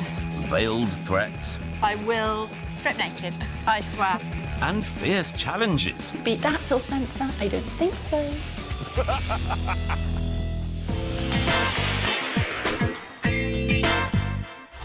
This week we're catching up with two sets of first-time buyers. Although neither of them were set on the type of house they were after, they were set on where they wanted it to be. Needless to say, both needed a bit of help from us. Junior doctor and NHS manager Mark and Ellie Devine were embarking on a new future on many counts. We've never even looked at a house. They wanted to leave behind London and relocate southwest to the vibrant and ever-popular city of Bristol. Meanwhile, over 100 miles back towards the capital, North London was the preferred location for Joe Byrne and Pete Goodson. They were also looking for their first home together, but to get it, they had to tackle the ferocious London property market. Over 1 million people are predicted to move house this year. With mortgages more readily available, the housing market is on the up, and at the centre of all this is good old London town. The North London market's booming, with properties no longer selling in weeks or days, but mere hours. And it's up to us to find a new home here for designer Joe and financial analyst Pete. Born in Dublin but raised in Sydney, Joe met her English partner Pete 4.5 years ago, and it was love at first sight. Looks good. Well, at least on Joe's side, anyway. I was putting out all the signals and I was flirting like mad, and I didn't know whether Pete didn't fancy me or if he was just being essentially quite British. And, she says this, but I'm not sure this is true. Oh well, all's well that ends well. Their relationship was put to the test just over a year ago, when Joe was diagnosed with multiple sclerosis. I think it has been a difficult 18 months, but it has brought us closer together because Pete is an amazing man and we are an amazing team, and that is, I suppose, our saving grace. And Joe's condition has affected their search for their first home together. They need to think of practicalities like being close to the tube and accessibility. It's really heartbreaking to have another part of my life influenced by my MS. But despite the challenges, they're looking forward to their move. As this is our first home, it's exciting, it's alarming, it's slightly frightening, but it's definitely an exciting time. It's our first big purchase, and I'm really excited about owning a little bit of Britain with Pete. Pete and Joe have £410,000 to buy their first home. And with certain non-negotiable requirements, this is going to be quite the search. I'd better get straight down to business. Your top criteria are absolute must-haves. There's no point showing you anything or even discussing something that doesn't deliver on those. So that's what we'll stick to. Absolutely, that would be great. It's not the case that everybody with MS ends up having to use mobility aids like sticks, frames or wheelchairs, but it is a possibility. So nothing with too many stairs or steep stairs, either down or up. What are your favourite areas? Where do you want to be? We would love to stay in Archway. That's where we live at the moment and we absolutely adore the area. We'd love to stay nearby, but we're realistic that we'll probably need to widen the net if we're going to find the dream house. I do have good properties to show you, but two of the ones that I was going to show you sold at 5 o'clock last night. It's just such a heartbreaking process sometimes.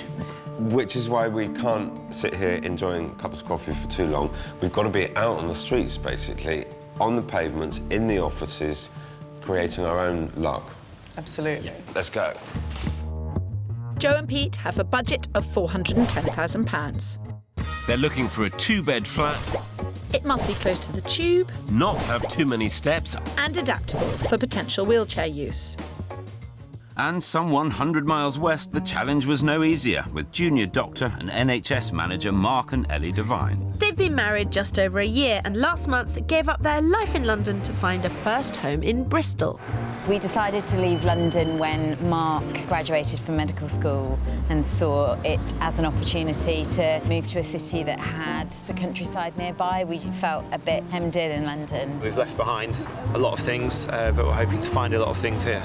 After years of saving and sacrifice, the move to Bristol means they're closer than ever to getting the house they've been dreaming of. But a new home means new challenges, particularly for this pair. We're first-time buyers. Neither of us have had any involvement in buying a house before. We don't know what we're doing. We've never even looked at a house. Mark and Ellie may have made a brave move, but with no experience in property buying, they are still feeling some first-time fears. It will be the biggest purchase of our entire lives. And so I think I am quite scared at the prospect of making a mistake. I think my divine first-timers will need a lot of hand-holding. Come on, it's nothing you can't handle. Just give me your vision for the next 5 years. I suppose I see ourselves living in a house and having children and having a house that we can have people come and stay with us in. The best bit about that sentence was that you got an approving, I wouldn't say grunt in agreement. But No, I'm on message. He's on message when it comes to kids. Am I right in thinking you haven't seen anything? Yes. Yeah, that's right. We have had no involvement in anything to do with it. We're also aware that we haven't investigated the market properly here, but we do trust you to have thoroughly investigated it for us and that what you show us will be the best that we can get for the money. So we're relatively able to compromise, we think. That's fantastic. That's all I need to hear.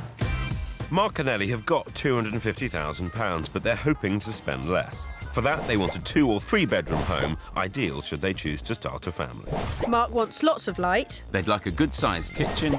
And they both want to be within half an hour's walk of the city centre. But to make matters worse, within the last 6 months, the market for homes at their budget has really taken off in Bristol. So we're up against fierce competition from other buyers.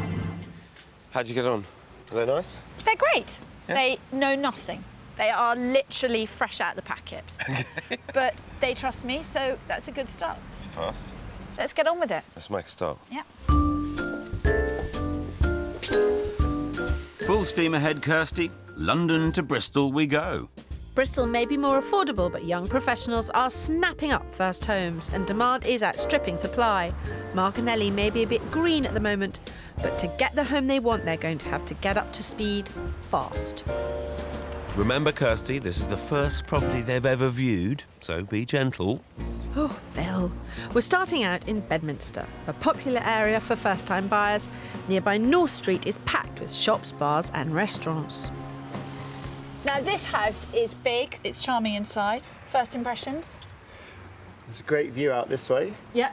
There are quite big windows here. Yeah. You've Looks got like there'll be light yeah. inside. You've got height and light. Should we go in? Yeah, definitely. With a good-sized living room, 2 large bedrooms and lots of lovely period features, this Victorian terrace could be a great first property for Mark and Ellie.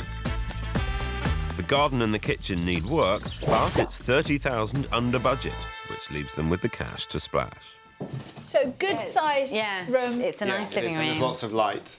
Because this is the first thing we've seen, I don't know whether you're those kind of cheery, smiley, positive about everything type of house hunters, or whether this is getting a thumbs up so far. I think it's nice. I think it's really nice. They're making the right noises, but that doesn't mean they think it's the right house. What are you feeling? This is the first house you viewed together, the first house you viewed with me. It hasn't totally grabbed me. There's a lot in this place that we need to replace to feel comfortable living here. Like the wallpaper and various fittings that we've seen that we wouldn't like, and how long it would take to get it into a condition that you'd be satisfied with and would stop working on it. Ellie? I think I shouldn't be somewhere I'll be able to see endless things that I can do. You know what this is about. They want their toy not to be a second-hand toy, but to be a brand new, shiny out-the-packet toy. And Bristol doesn't have very many of those. In fact, it has virtually none. Weirdly, I'm not at all irritated. You know how I am usually. But for some reason, I just really like this pair. And I don't know, I'm just going to try and find it. I don't know what's wrong with me. Whatever it is, Kirstie, I hope it lasts. In North London, Joe and Pete want to stay as close to Archway as possible. So for my first property, we're in Holloway. Holloway has one of the highest densities of residents per square foot in London. The average cost of a flat here is around 430 grand, which is just above Joe and Pete's budget.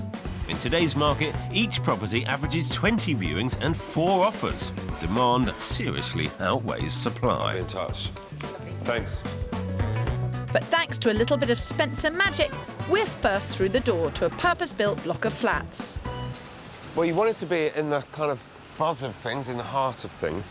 Holloway Tube is about 4 minutes walk. There's a cafe there, there's a gym, there's a yoga studio. So there's quite a lot going on. Absolutely, Okay. It looks fabulous. I've not really seen this part before. It's tucked away a little bit, isn't it? Yeah, it's lovely.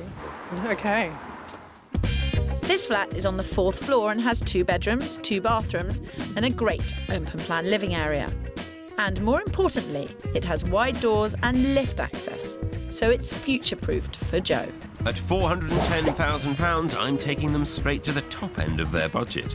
But for that, they're getting an incredibly well-maintained complex, a gym downstairs and a cracking long-term home upstairs. For what it's worth, I think it's one of the most practical flats that I've seen. It's very accessible.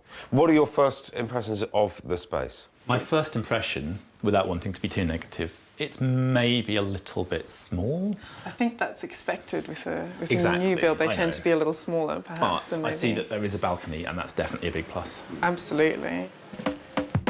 I had thought it'd be design-minded Joe rather than practical Pete who would need winning over on this flat.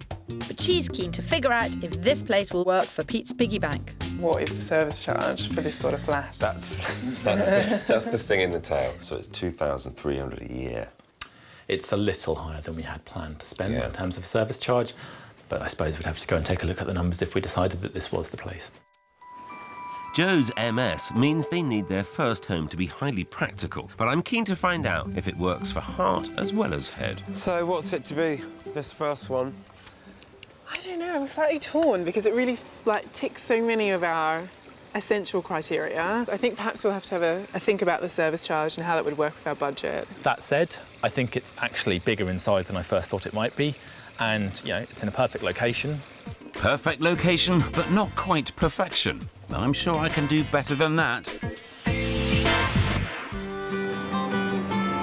This week, we're catching up with 2 couples who were both first-time buyers in 2 very competitive property markets. Joe and Pete had particular designs on finding a home in their preferred area of North London, while Ellie and Mark wanted a home for the future in the less hectic but no less popular city of Bristol. Should we go in? We've shown them a Victorian property needing some TLC in Bedminster. After a short and not so sweet first viewing, it's clear Mark and Ellie want a house they can move straight into. I aim to please, so I'm taking them to the most pristine property I've ever been in. So what we did is found you the cleanest house I've ever been in. Really? If Mark finds something in that house that's unclean, I will strip naked, I swear. And it's also a very sweet street. On the lookout then? Yeah. Mark, no, you will not be on the lookout. Don't worry, Mark, I'll be keeping my eyes peeled too. This house has got 2 light and airy reception rooms, 3 good-sized bedrooms and an attic room with great potential. It's in the vibrant, artsy location of Southville. And at £235,000, I really think it could be the grown-up family home they need. But it came on the market yesterday, and although we're one of the first to see it in Bristol, properties at this level are flying. So if Mark and Ellie are keen, we've got to keep our eyes on the ball. Right, in we come. So... Oh, it's lovely. It's a nice open feeling to it because there's so much glass. It's Lots of light that incredibly filters light, through. yeah. And I like the fact that the work has already been done by somebody else. I thought you might. I can see us living here, which is what I couldn't see yesterday. Do you want to go and have a look I want to upstairs? see the rest of it, yeah. You can go without me, it's okay. Go on. Should we do that? Yeah, Okay. definitely.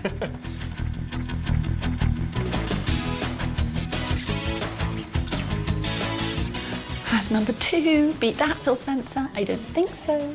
I'm not even going to try and beat those dance moves. I think it's good enough to live in.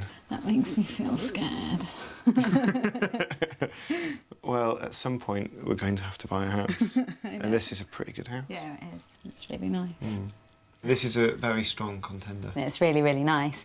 And now we're here, it feels like it's not something that we should be able to have. It feels quite, do you know what I mean? But it's within our budget. Yeah. And it's very nicely done up. You've saved for a long time, so this is something you deserve. I could see us living here. It's really, really nice. On the other hand, I can't see us living here because it's such a big jump from where we are now, but that's what we want. So... Got to jump, Ellie. It's the second house they've ever looked at in a city that they are new to, so it's no surprise that Ellie is scared. Liking a house is one thing, but committing to buy it will take a whole lot more courage. Back in London, at my first property, Joe and Pete loved the area, but were underwhelmed by space and overwhelmed by the service charge of a modern flat. It's a little higher than we had planned to spend. But as Property 1 scored so highly on location, we're staying in Holloway, and just across the street from the first place we viewed. It's the flat over there, ex-local authority. With ex-council-owned properties, some might say what you lose in curb appeal, you gain in square footage. And this recently renovated two-bed is true to form, over 50 square foot bigger than Property 1. A plus for Jo if mobility ever became an issue with her MS. Split over 2 floors, it also has its own private outside space. It's on the market at £350,000, and better still, the service charge is a more manageable £750 a year. So you've got the bonus of your own front door. Yes. Decent width hallway. Yeah. New kitchen, which has been put in recently. Yeah. And then Very a nice. lounge dining room. Wow. It's lovely and bright. South-facing. Yeah. Yeah, I do love a That is lovely. south-facing, yeah. Onto a rather cute little garden courtyard. It's adorable. Pete, what were your thoughts on the outside? It's not the most beautiful outside that you'll see, but I think what's much more important is what's on the inside, so to speak. Okay. All right. It's been an incredibly hard year, not just for Jo, Wow, that is quite a deep tub. but for Pete too. Oh, this is really nice. And I want to find out where he is with this search. How are you dealing with the whole kind of pressure of this big decision? Not only is it your first time buy, but you've got a lot of other things to deal with as well. Well, it's a big decision, you're absolutely right. Probably just about the biggest decision we'll ever take. But at the same time, Jo and I have been through a lot together over the past 18 months. So this kind of prepares you for making big choices in life. So I've shown you 2 very different styles of property. I think both of the places that we've seen so far have definitely ticked the requirements. If I was to give a preference so far, it would be this one. What do you suspect will be going through Jo's mind? I think she likes it. She's not shy, so if there's anything she doesn't like about this place, she will let you know. We'll hear about it. Well, I'll hear about it. You certainly will. Well, you better find out yourself. My one worry with this flat was that the stairs might be an issue for Jo, but she seems perfectly happy with them. It's a nice banister to hold on to when I come down the stairs. This place isn't yet on the open market. We've got in early, but Jo and Pete would still need to move fast. It was on the market a little while ago and it went straight under offer at 355. And as a kind of demonstration of how much of a seller's market it is, the seller lost confidence in the buyer. And he's just said, I'm not selling it to you, I'm putting it back on the market tomorrow. I'm going to do my damnedest to put you in the front of the queue every time. But we just have to face the fact it is a seller's market. Happy with this? Yeah. Absolutely. I think of all the places we've seen so far, and including the one this morning, it seems most like a home, I think. I would definitely say 8. 8 out of 10 for me. I think it's pretty close. Good. Pretty close to what I'm looking for. And definitely, I think the closest that we've seen so far. 8 out of 10, Phil. Not at all bad. Yes, but pretty close just isn't quite close enough for me. That's a man on a mission. I could use a bit of that oomph on my search. As always, happy to oblige, Kirstie. Mark and Ellie are new to Bristol and the property market, so I'm showing them the ropes. And I'm having a touch of the déjà vus, Kirstie. Years ago, we found a house on this very street for another pair of first-time buyers, and it was love at first sight. Our lives have come full circle, Phil. What, back on this street in Totterdown? Back on this street in Totterdown. How many years do you think it was? 8, 9 years ago. Yeah. And the houses are about 100 grand more expensive now. Very nice houses, though. Very nice houses. Are we hopeful here? Nah, we've already found it. They're really nice, and it's all going great guns, and you're just along for the ride. OK. Kirstie may think the 3-bed in Southville is a done deal, but I've got a good feeling about this one. Totterdown's a popular family area, closer to the city centre than the previous properties, and right next to a park. The house is £215,000, and amazingly, it's been on the market for 2 months, so hopefully less chance of competition from other buyers. I wouldn't bet on it, but I can see why it might not have sold. It's split over 3 storeys with the bathroom 2 floors from the master bedroom, and it's only got 2 bedrooms, while others in the street have 3. But if they could get over their phobia of taking on a bit of work, they could put that extra bedroom in the attic. So... Wow. Wow, great view. Great view. So that is what sells this road, and particularly this side of the road. Yeah. The higher up the house you go, the better the view gets. Yeah, it's lovely. This is only a 2-bedroom place, but you do have the potential going up into the loft, of which lots of people have done up and down the street. The 3-bedroom criteria is that at some point we're going to need 3, but if that's not immediately now and we can get this for tens of thousands of pounds less than we could get somewhere else, then that might not be such an issue. Okay. How are you feeling about the search and the decisions and the speed that the market's moving at? I think we're going to have to make a decision quite quickly. Yeah. There's an awful lot of activity in the market, and it's right at this level. It's at the 2 to 250 where activity is at the greatest. This place and the last place that we looked at, I think both Mark and I are feeling the same, feeling that we really, really like both the houses, and they're really, really different. So I feel a bit confused.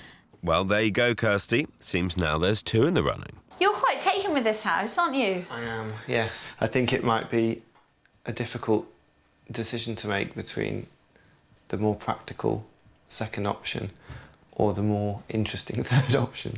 It's real head-heart stuff. And, I mean, what's your gut if I put you on the spot, Mark? Having only seen the rooms I've seen so far, I'm erring towards this one so far. I think that doesn't make sense practically. No, it does. Home is where the heart is. And if your heart says this is your home, then...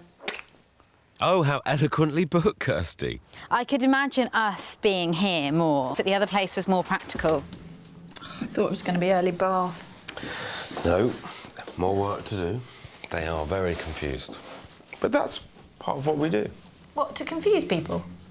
Yeah, you have to show them all the options and they get a bit confused, and then they consider all the options and we help them along and they make a nice, confident decision. Right, OK. You make it sound quite simple. I think I've confused myself. Well, there you go, gang. Confused? Even further? But happily confused. Yeah. Pleasantly demented. It's a good spot to be. The house is lovely. It feels more homely than the last house, but I don't know if in a couple of years we'd want to move out of here and into somewhere like the last place. So I'm confused, they're confused, and Ellie's still scared. Sounds like the perfect time for you all to go off and have a long, hard think.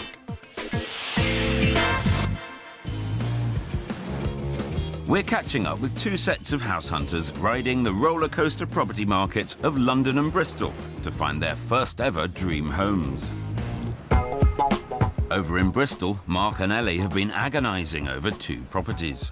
The practical 3-bed in Southville and the trendy 2-bed in Totterdown.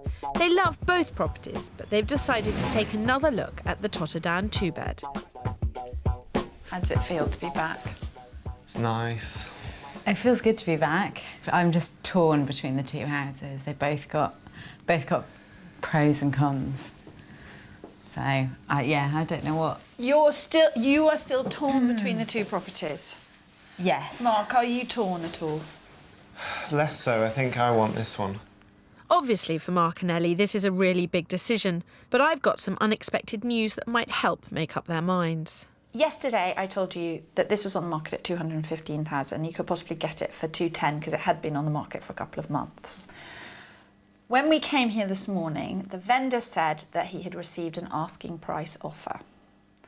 And Andy, the agent, I have not yet been able to speak to. He is on a viewing, he has got his phone switched off. It's not a blow, it doesn't mean you've lost it or anything like that.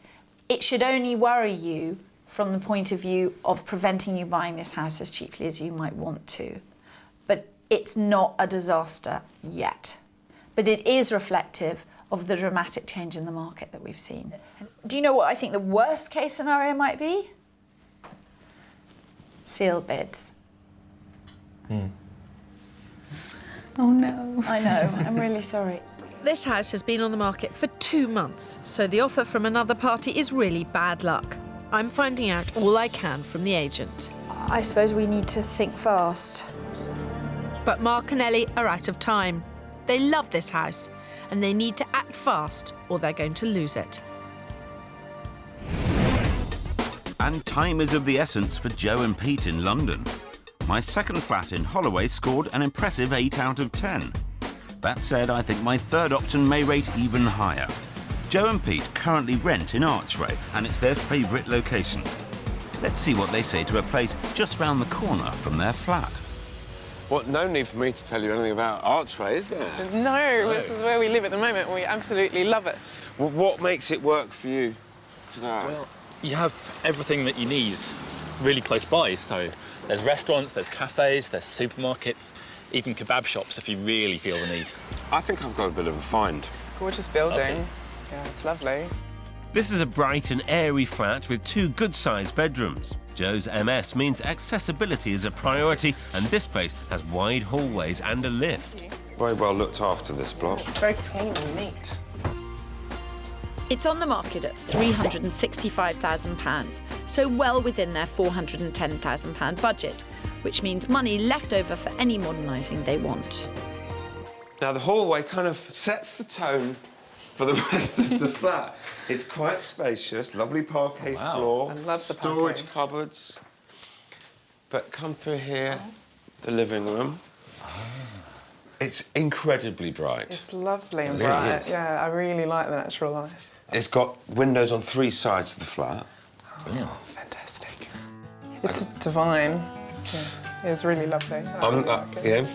It's definitely, I know I said that the style was not important to me, but in the end, I do love the way that this flat feels. This couldn't be going better, Phil. Joe's condition has made their house hunt all the harder, so it's great to see her finally getting excited about a possible new home. Come and have a look at this, Joe. Not used as a bedroom at the moment. No. I know the second bedroom's important to you. You've obviously had a lot of visitors over the last 18 months. I think we often have family and friends coming to visit us. My mum comes regularly to London, she stays with us. How does the actual flat work for you? I think my eyes lit up at the design of this flat. I really love it. So I think because we looked at some numbers, I think we realised something lower in our budget is going to be more comfortable for us. So all going well? Yes, it is. I love it. Well, it's won Joe over, but what does practical Pete think? I really love this flat. It has such a nice feel. I think maybe it needs a little bit of modernisation. It's got my heart, you know? You have a good... Yeah. You're having a moment, are you? Yeah, I have to look at my list, remember all the priorities. This is going really well. They're up there and they're kind of buzzing, and it's fantastic for me to see them excited. Whilst they've got lots of practical requirements, and those have certainly had to lead the search, I still wanted to find them something that would give them the excitement and the kind of romance of choosing their first home together. Those look like happy feet to me. And they've not even seen the communal garden yet. Wow, I can't believe it has its own garden. Who would have thought it? Well, a final little surprise is this. It's really beautiful and so well kept. How do you feel about the flat inside? I really adore it. It's really definitely got me by the heartstrings. It's beautiful, yeah. Good. It's a really lovely flat, and I can see the potential to make it our own and to make a home there. It's really nice. So it's given you the feeling? Yes. Definitely. And it's working on the spreadsheets? I think the numbers do add up. So we're happy. Yeah, very happy. They're happy, and with 2 properties in the running, I'm happy too. Back in Bristol, Mark and Ellie are also torn between 2 properties. But an offer from another party on the Totterdown house has cut down their thinking time. So, we're being slightly rushed into some decision-making. I don't think house number 3 has trodden on house number 2. I think house number 2 is there in your mind. Yeah. Yeah. So it's a sort of head over heart thing. Yeah, I think we're going... Heart, I think. Heart over Heart's gone head. out so far. So what you think at the moment is house number 3, Totterdown, that's what you want, if you can get it. Yeah. The question is, do we offer at 215 and say, do what you want with these 2 offers, toss a coin, go to seal bids, whatever? Or do we go in at 220 and say, right, take our offer, we've put 5 grand of clear blue sea between ourselves and the other purchasers? What do you think? I think we can go to 220, but I think that would be our max. What I'm inclined to do in this scenario is discuss it with the agent and say, look, I don't want to hike up the price any more than I have to. Yeah. If they say no, I'm gonna want it. Oh, hi, can I speak to Kia, please? Hi, it's Kirstie. I'm edging closer to a win in my battle with North London's property market. Joe and Pete are torn between the Masonette in Holloway and the one in Archway. So I'm taking them back to Archway and the 60s block for a second viewing. I'm very excited. On her first viewing, Romantic Joe fell in love with the Archway flat. But with her MS, there are practical issues to consider, and her pragmatic partner Pete wants to make sure they make the right decision. Well, gut reactions, I think, are going to be very telling for this second viewing. You reacted very emotionally yesterday. Yes, which is unusual. I don't feel like I've had that reaction to any of the flats that we've seen so far. I think the fact that the properties are so different in their style is actually what's making the decision so difficult. As both flats work in terms of location and accessibility, I really hope they follow their hearts when making the decision. Phil, you old softy. I think there's a lot of flexibility if you were to redo this kitchen and there's more room to work with. I would agree. How do you feel about cupboard space? Do you think we would have enough? We might have to think a little bit creatively. Still smiling? I am. Yep. I think so. I think being useful. Definitely, very much so. Yeah, I really love this flat. Both places have been a hit, but they can only buy one. Meanwhile, back in Bristol, Mark and Ellie are prepared to offer 220 on the Totterdown house, but Kirstie's aiming for a better deal. The situation is that they do want the house. So if I came in at 218... OK. OK, I'll leave that with you, Kia. Thanks. OK, bye. So what? He's going to ring the vendor and get back to us. Right. Ellie and Mark are smitten with this house, but with the offer on the table, it's now out of our hands. That evening, the agent informed us that there was a third interested party and the house was going to go to sealed bids the following morning. So Mark and Ellie decided to up their offer to $219,000. After that, all we could do was wait. A nerve-wracking 24 hours later... Hello there. Mark, it's Kirstie. Can you talk? I can, yeah. The other party outbid you considerably.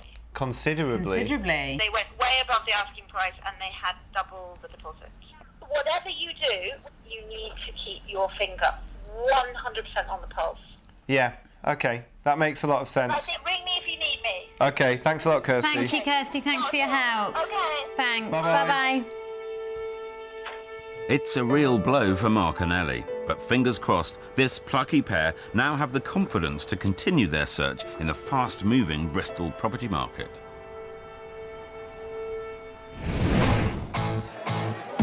5 years on, and it seems fast-moving became a theme on all fronts. A bee goes buzz, buzz, buzz. Our carefree couple are now mum and dad to 4-year-old Lucas and 2-year-old Zach. And there's more to come with baby number 3 due in 2 weeks' time. Just as well they found a house to fit them all in.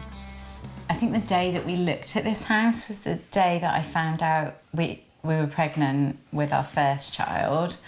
Yeah, and we moved in and I remember she was heavily pregnant, painting the ceiling. I don't think we expected to have 3 children quite so quickly. We thought we'd have a bit more time with the house to ourselves, but it's great.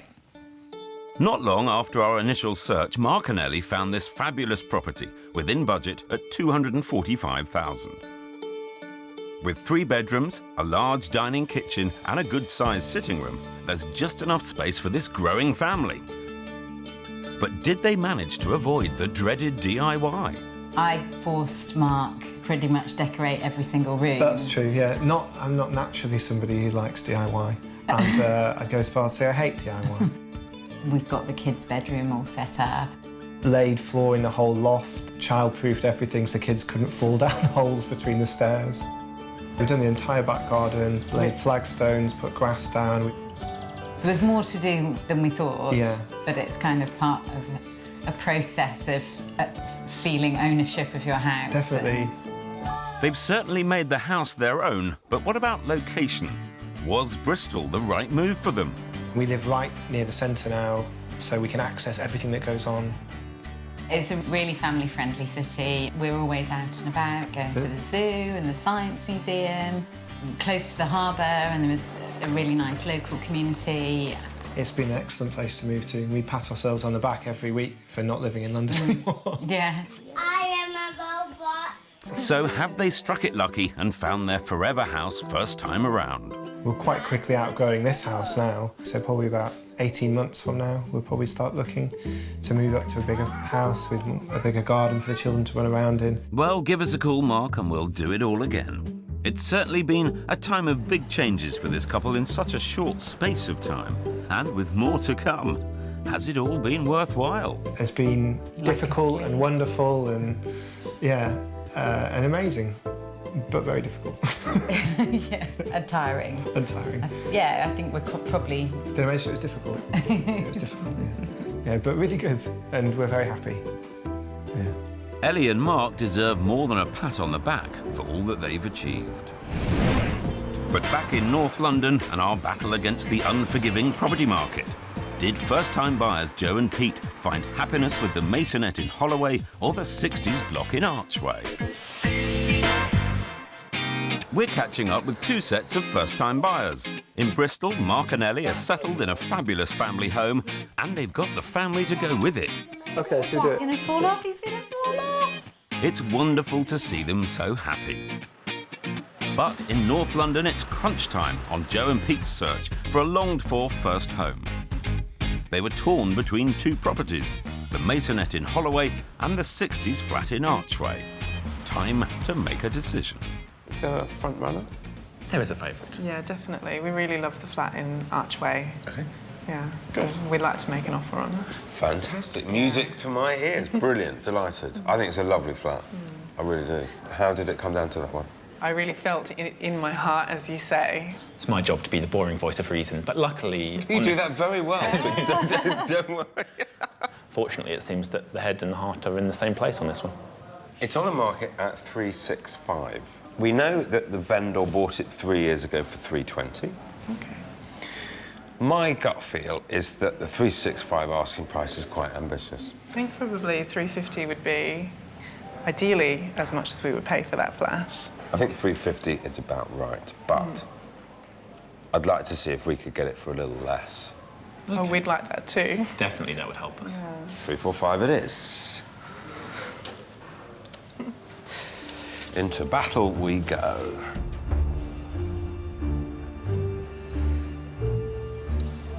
It's ringing. Hello, is that Richard? I've got an offer for you of $345. Excellent. I will wait to hear. Thanks so much. The owner of the flat is hard of hearing, so all communication has to go via email, which that slows down the process. You all right? Yeah. You look so nervous. I'm so nervous. So for now, we just wait. Richard, hi there. How did you get on? Okay. Yes. Yeah. I don't want to say they absolutely wouldn't go up, but I can say that they wouldn't get to that figure. The owner wants 360, but I'm reluctant to let Joe and Pete go much higher than 350. Their best and final offer would be 350. Thanks, babe. He's got the offer on the table, but it's likely to take some time.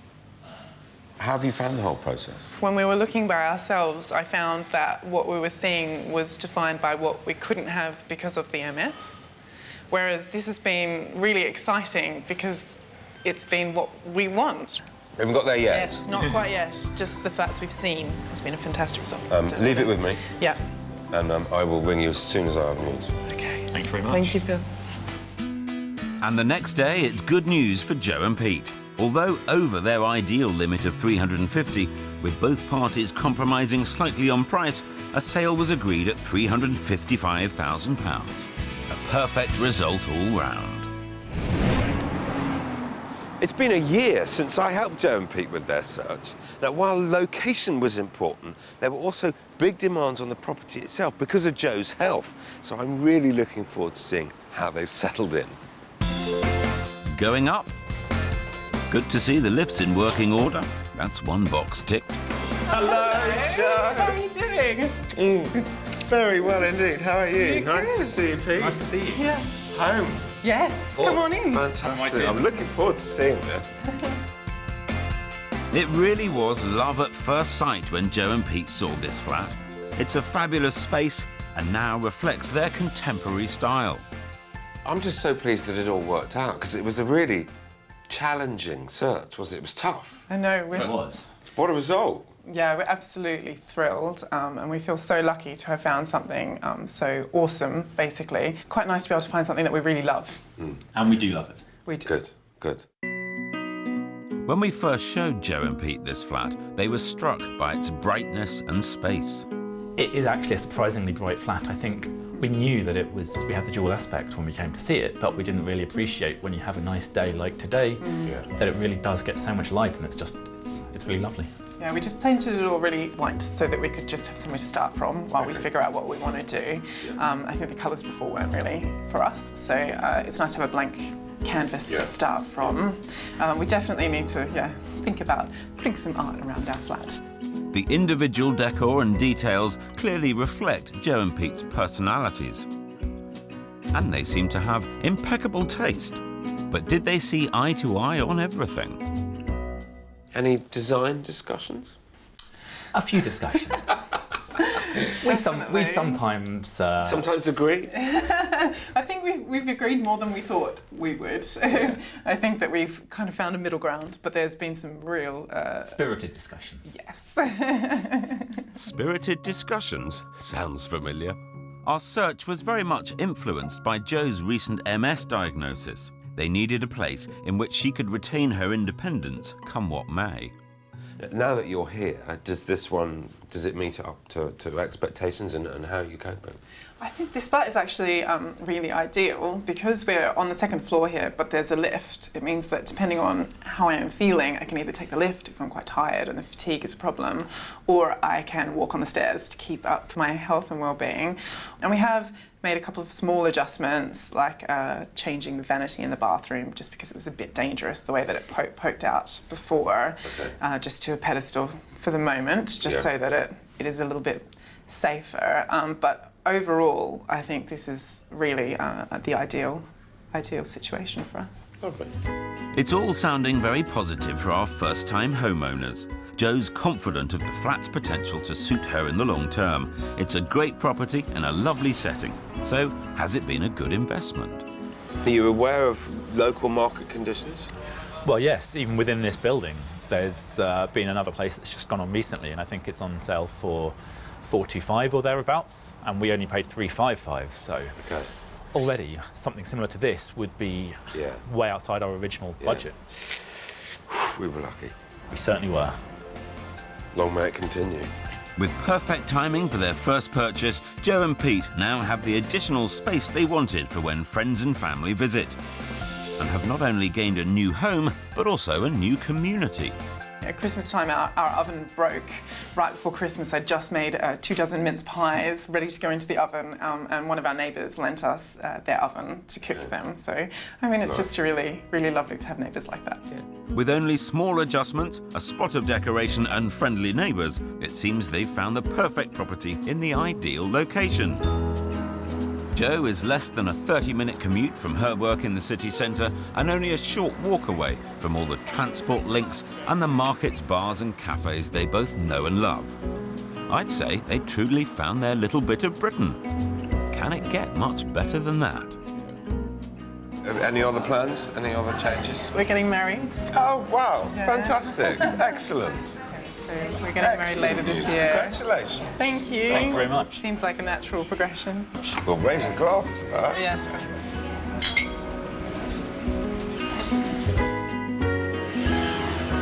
Well, it's just been great catching up with Jo and Pete. They're happy, they're settled, they're in an area they love. They've bought a fantastic flat that's going to suit them for many years, I think. And now they've got a wedding to plan. It really doesn't get any better than that.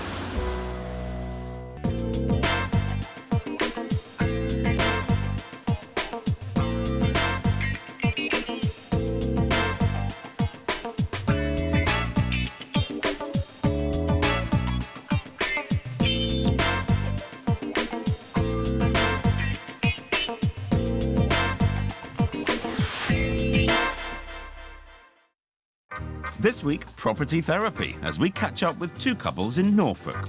The only way to get out of the rut is with absolute honesty. There's stubbornness. Do you see any areas of compromise? I really don't. And confusion.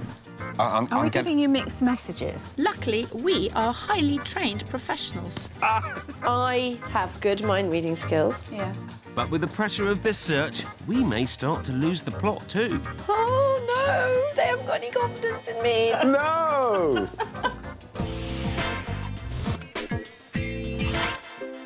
This week, we're catching up with two sets of house hunters who were making moves across the country in pursuit of a different way of life. They were both searching for new homes in a totally new patch, but not having a lot of luck. So it was down to Kirstie and I to do our stuff.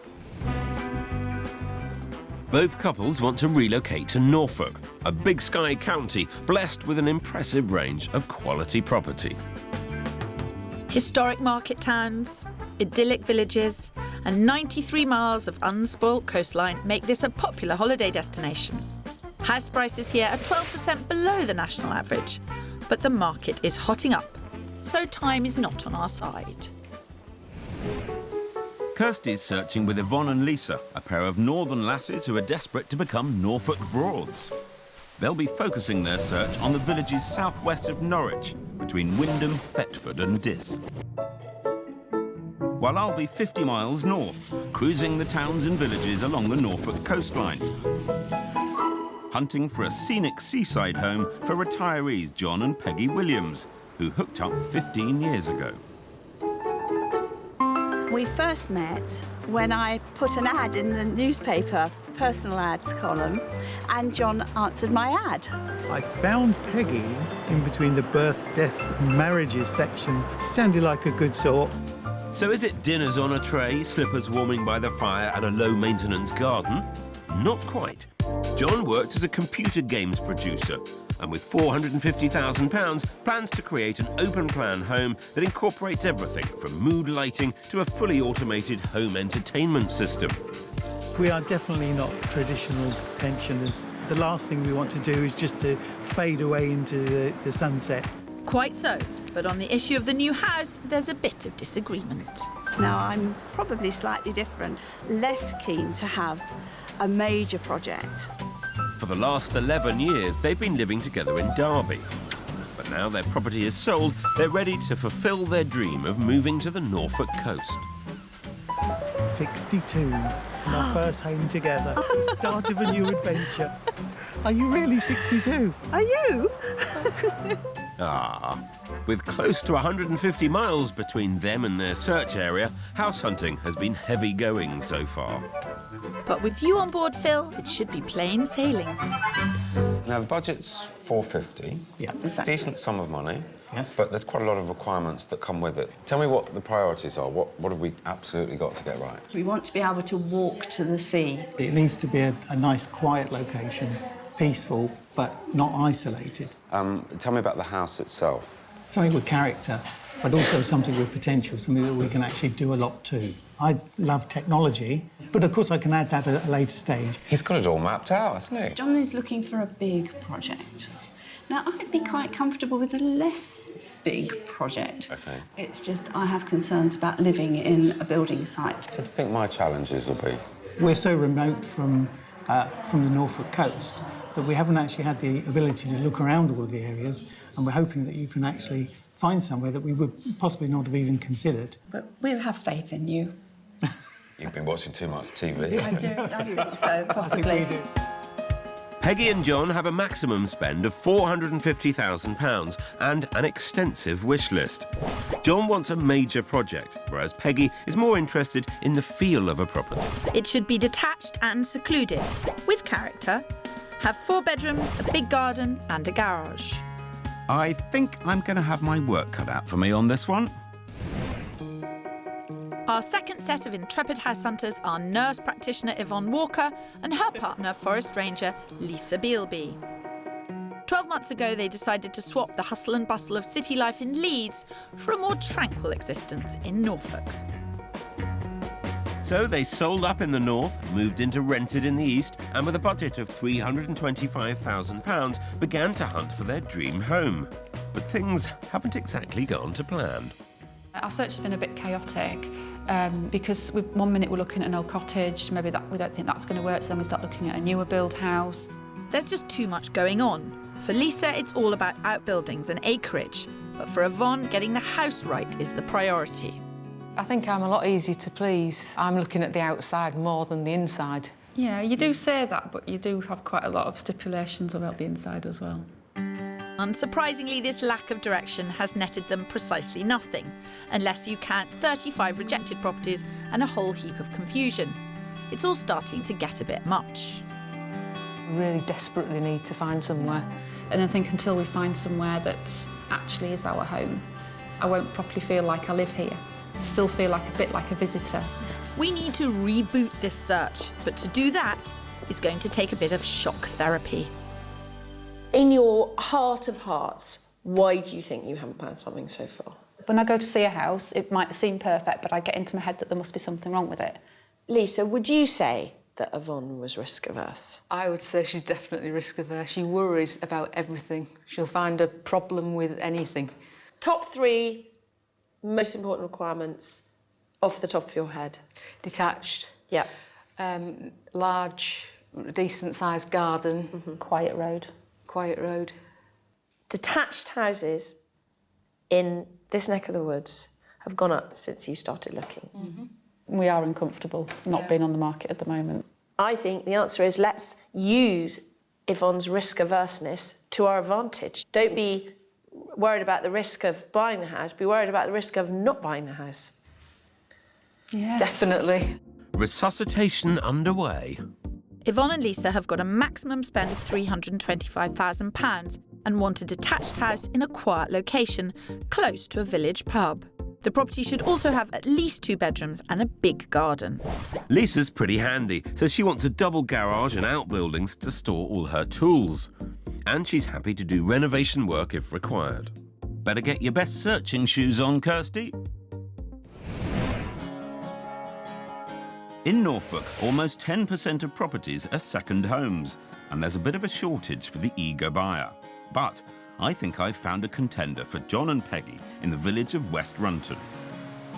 It's within walking distance to the beach, and if John wants a project, there's plenty of scope for it here. We're going to have a look at this house. Yes, that's nice. There are currently 4 bedrooms, 2 reception rooms and a separate kitchen. But this configuration could easily be altered by John, giving him that project he's after. It's being marketed just short of £360,000, 90 grand under budget, so there's enough money left over for John to let his imagination run wild. Come on in. Thank you. All right. But come through to the main room. Oh. This house could be opened up very easily and very nicely. Yes. Yes. With the kitchen currently through there. Looks to me as if we should go out that way. It's got the aspect already on the garden, hasn't it? Yeah, that's all we were talking about, pushing out at the back. Yes. John is a man with a plan. There's no denying that. And I'm pleased that he can see the potential here, as can Peggy.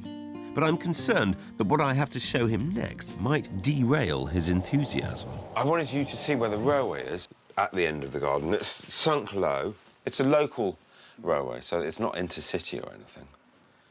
Yes, I think we're looking for somewhere sort of tranquil, and I don't think having a train line at the end of the garden quite hits that mark. We'll see. It'll be interesting to go out Can't there have it and all, John. You can't have it all. Although I fear that's exactly what he's expecting. I would actually use it as a different room. Oh. And have the social kitchen where the living room is at the moment and push out. I think this could could make a good office, actually. Oh, right. Can you see out the window? I do. And the railway is just there. You know, there is always going to be the compromise, isn't there? But that's going to be far worse in the summer. I know. So Peggy understands the need for a bit of give and take. At least that's one of them on board. No, I'm not going to have a moan, I promise. Because John is making very valid points. It's just that he's got a very long list of requirements, and the most important of them was going to be walking distance to the beach and ability to do a project. Not going to say any more than that. He's a very clever man. It's just he's missing one word out of his vocabulary, and it begins with C. I've got one beginning with C for you. Confrontation. So, how are we doing? What's the verdict? There are some downsides, as you pointed out, but the property itself actually could be turned into something wonderful. I've got other houses to show you, so I'm happy with that. We should move on. And I should just kind of emphasise, I am absolutely here to find you the best possible house that I can.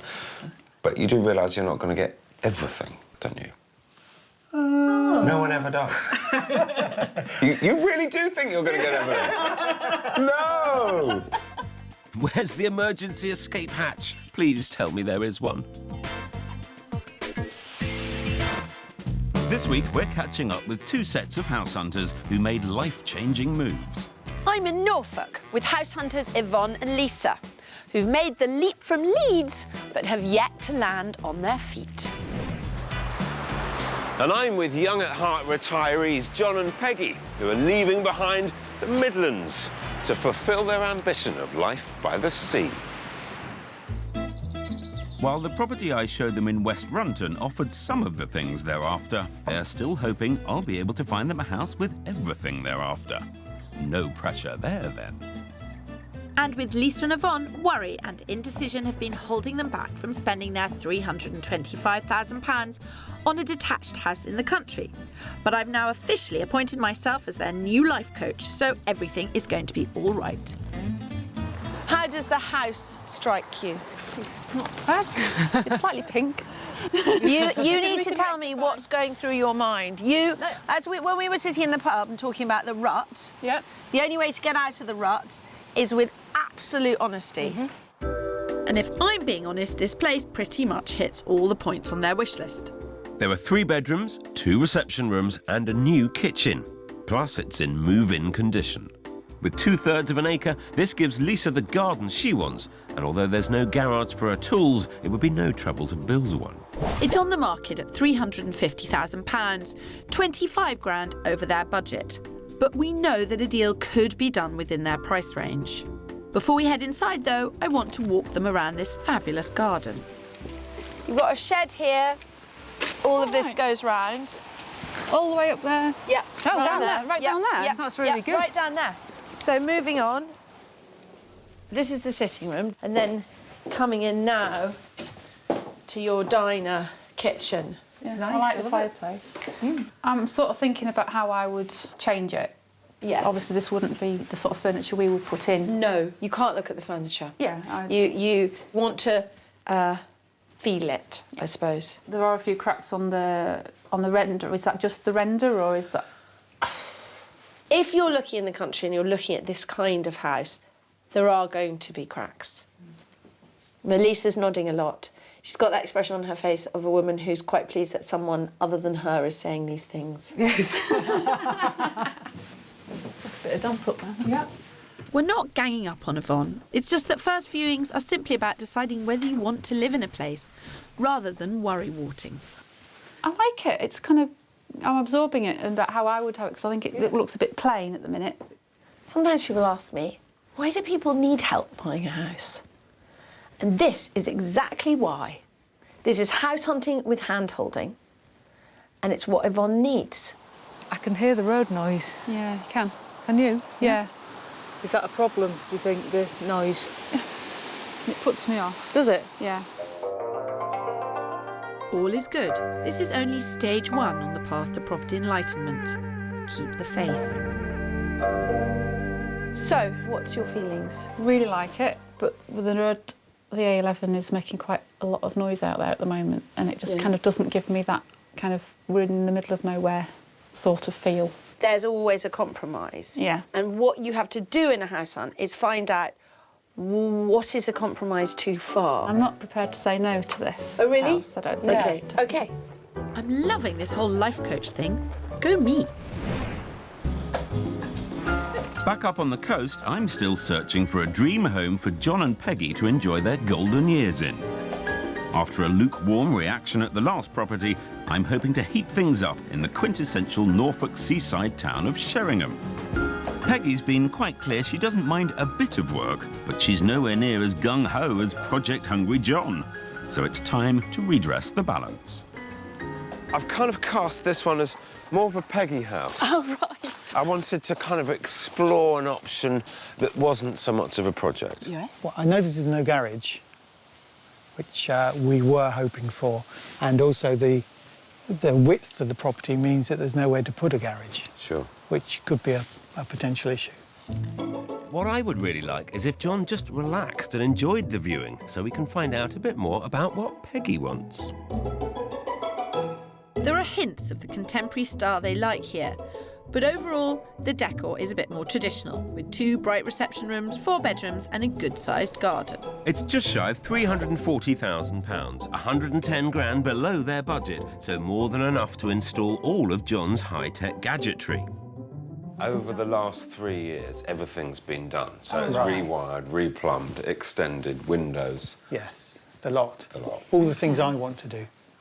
John, if you don't mind me saying, so you've got a look about you that says, I'm going to try and be interested, but really... No, I will certainly look at the rest of the house. I mean, it's a really nice kitchen. I don't think we would actually do it this way, to be honest. But we wouldn't change it from something that was perfectly acceptable, would we? I think there might be a little bit of disharmony here between us in that. I'd be quite happy to go with certain things that John might not be so happy to. We looked at a John house this morning. We're looking at a Peggy house this afternoon. Once again, Peggy's open-minded about the idea of compromise. But John keeps on shutting those doors. So this is the main living space that they've added onto the back.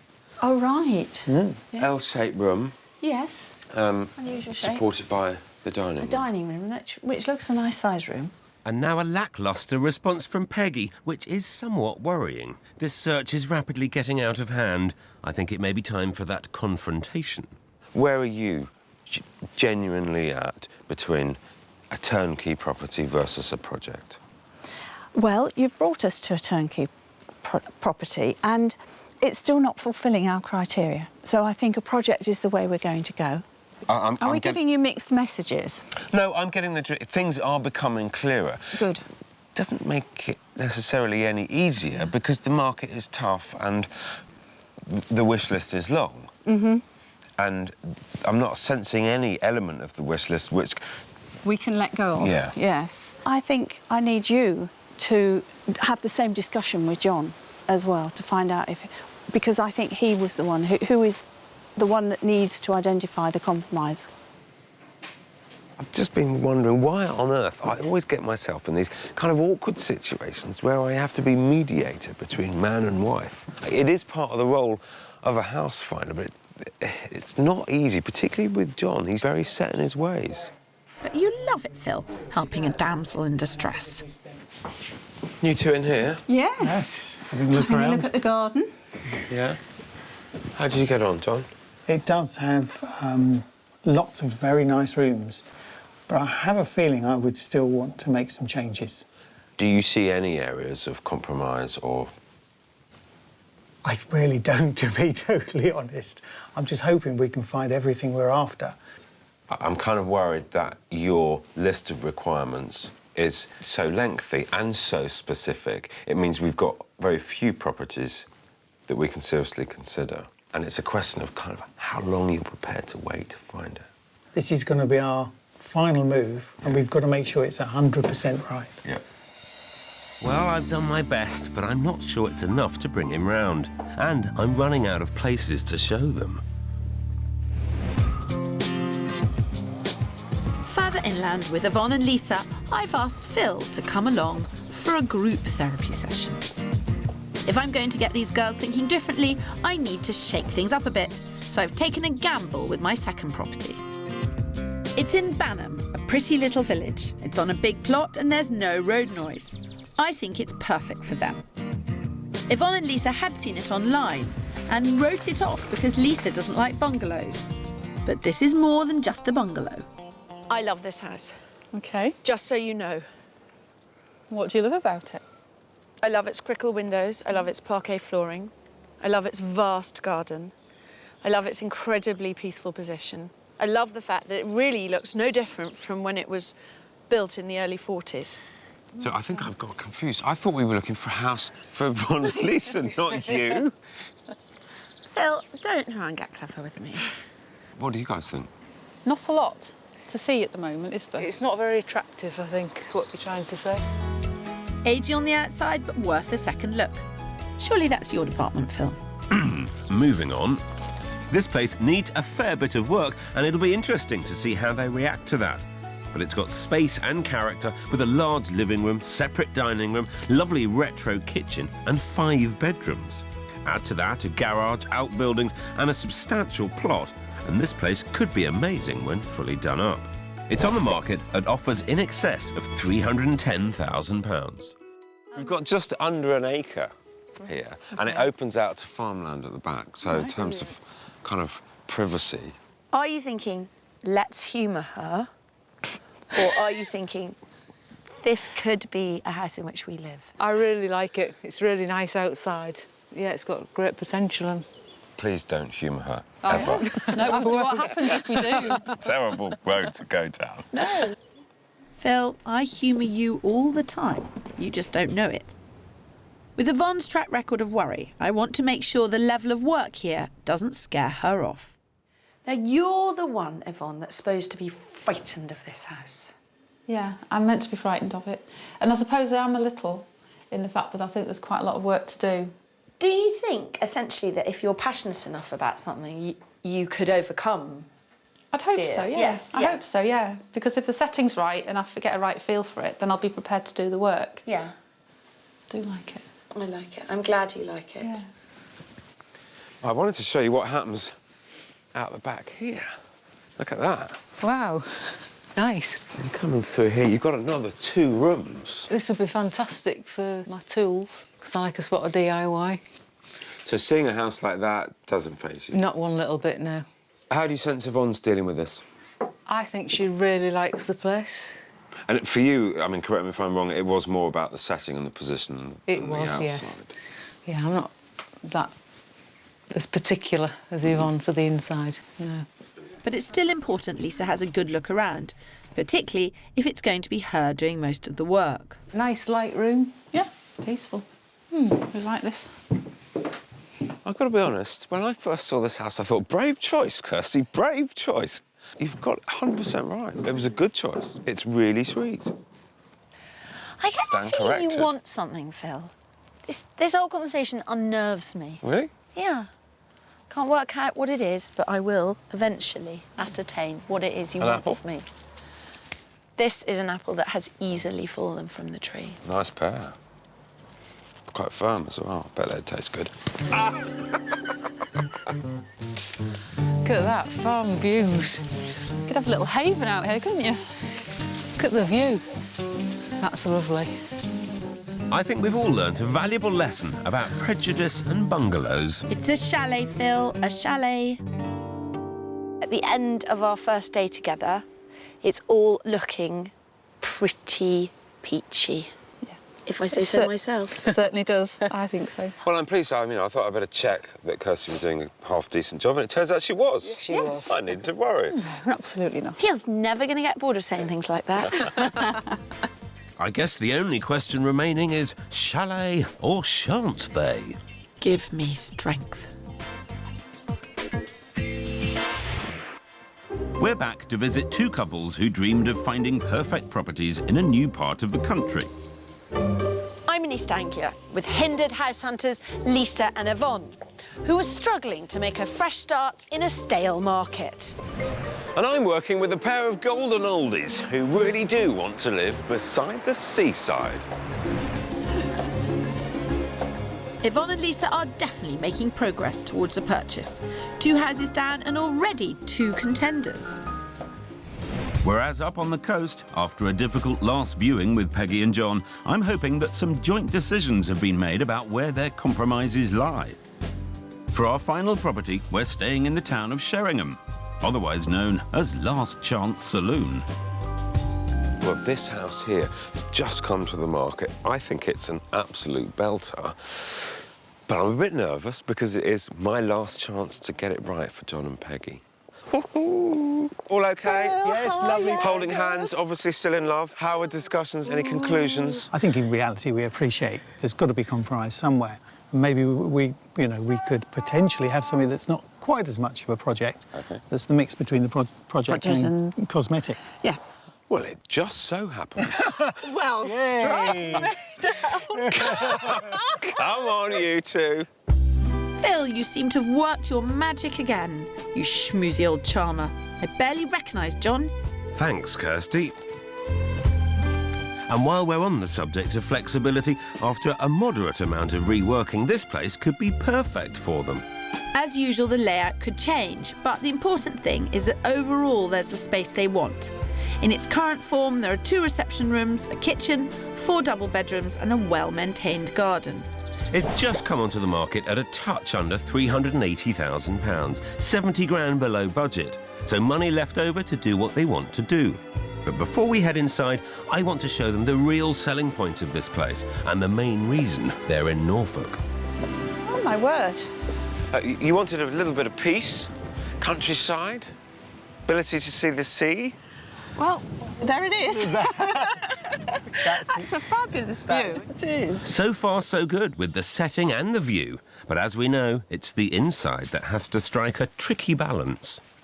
I've kind of pictured this as the middle ground between the two of you, if you like. Yeah. It's big enough for you. Yes.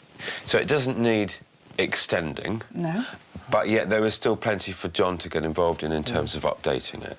Yeah, I'm already trying to work out how we can add some nice techie gadgets to the property. I'm not a fan of conservatories. I would actually probably replace that, but generally it's got the feel. Yes. And it's a property that you would want to do it to. Credit where credit's due. John isn't single-mindedly focused on his project this time. He's starting to think more like Peggy about the home they could create together. It's lovely, isn't it? It is. They're like different people. Mind you, I suppose I shouldn't be surprised, because it is a very good option, and it's a good option for both of them. That's what I was trying to find. It's time to put my feet up. The bath needs changing, doesn't it? It does. And the whole suite. Yes. But we could do that. I think we could do that. I think you can modernise this really nicely. Very easily. There have been several moments throughout this search when I really thought we weren't going to find them the perfect house, but we might just have done it. I think we like this one. I would I would endorse what you've just said. I think it's lovely. I'm glad. Yeah. It's been a good viewing. We're very, very happy, I think. It's been a journey. So this is the property they want, but I've still got to secure it, which means the journey's not over for us yet. Or indeed for Kirstie, with one more property to show Yvonne and Lisa. North Lopham is a lovely village with a shop and a pub less than 10 minutes walk from this final house. Unlike property 2, the retro chalet, this place needs no work and it looks pretty smart as well. I think we could be onto a winner here. I feel Lisa's been very patient, but she did want a house with curb appeal. Okay. And so here we have it. Beautiful. It's very nice. Is that what you had in your mind? Yes, definitely. I think this house could be perfect for them. There are 3 reception rooms, a kitchen diner and 4 bedrooms, so plenty of space. Lisa gets her garage and there's a large mature garden. It's on at £349,000, 24 grand over their budget. But we've been led to believe there could be some movement on this. Needs a new kitchen. No, I think it needs new kitchen tops and the doors need painting. This house needs nothing doing to it except everything that is painted or stained dark wood needs to be painted white. It's not a project. You could just move in, that'd be brilliant. Just move in.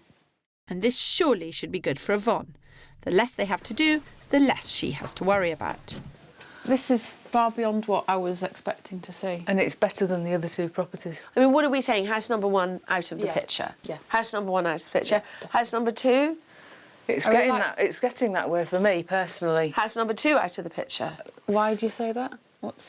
Because this is a much prettier house. It's in a great village, there's a pub just round the corner. The garden looks amazing, it's private. I think you've sold it to Lisa, haven't you? Yvonne, where's your mind at?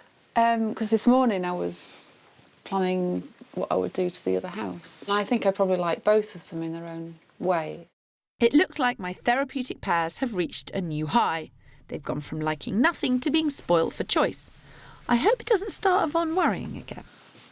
I'm liking it. I'm thinking it is quite big. Are you still thinking about the other place? Well, yeah, but also the money here. It's a lot more money for... Yeah, but at the other house, you've got to remember that it would cost money to do it up. Yeah. There's more to do We'd there. end up spending. Where this place, we could just move in. I hate showing people things which are stretching their budget. But sometimes it is a necessary evil. Because something has to go. If it's not the double garage, if it's not being in good nick, if it's not the curb appeal, if it's not the quiet road, if they stick with all the things they want, then the compromise is the budget. Time to find out what's going to give. This is kind of what we originally had in our mind's eye, I think. You've seen over 30 houses in a year. Is this definitely the best one you've seen? This, for me, is definitely the best one. Yeah, it's definitely the best one. It's perfect. It is. And I want it. Is Lisa the decision maker, Yvonne, at the end of the day? Definitely. She is the decision maker. If I said I wanted to go back now to house number 2, Lisa, what would you say?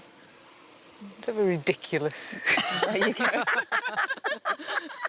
So now their only worry is the price. 24 grand over budget. But that's the sort of challenge I like. Well, it's down to you to work your magic then, Kirstie. I want to secure that house.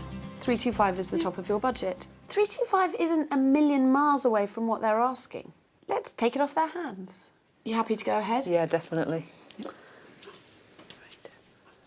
Okay. Hi, Mike, it's Kirstie. We've sat down and had a bit of a chat, and the upshot is that Yvonne and Lisa really want this house. They are looking to stay within their budget as agreed by their mortgage company, which is £325,000. Now, I know that the house is on the market at just under 350. Do you think there is a snowball's chance in hell? OK. Thanks so much, Mike. Brilliant.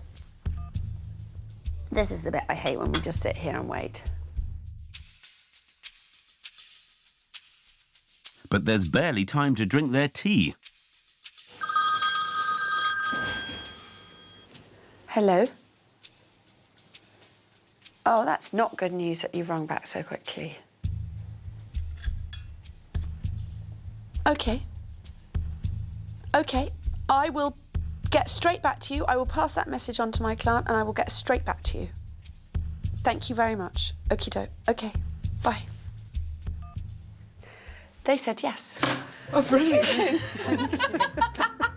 I know way. I know, nor did I. I no way expected that. So shocks all round, but what a result. It's been just over a year since Kirstie helped Yvonne and Lisa find their perfect property in Norfolk, and they've thoroughly thrown themselves into putting their personal touch on it. Before, the kitchen was dark and dated, but Kirstie's suggestion of a lick of light paint has helped transform it into a calm cooking haven. It looks so much better than it did.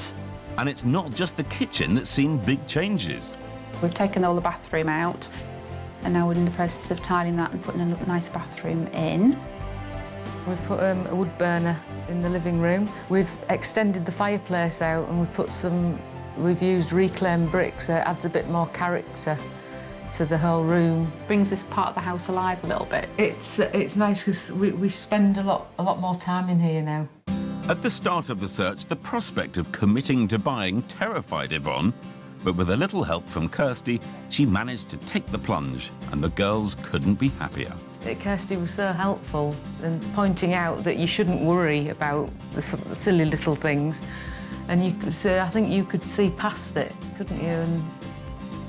I think I would have been too worried to buy this house without Kirstie's confidence, because I'd have thought it was going to cost too much to maintain it.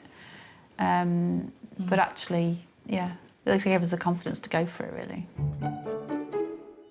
And it's not just all the improvements inside the house that have put smiles on their faces. Forest Ranger Lisa's also managed to fulfil a little fantasy of hers. I've always wanted a sit-down lawnmower, yes.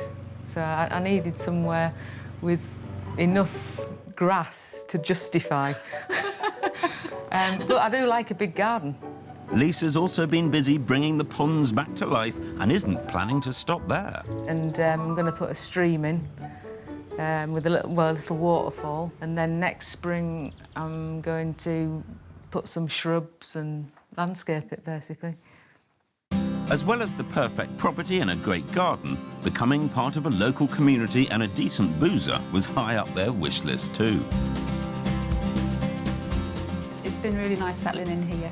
We've got some fantastic neighbours just by us, and in addition with the pub as well is great, particularly on a Friday night. Everyone goes in the pub on a Friday night, and it's been a really good opportunity, hasn't it, to meet people and get to know other local villagers.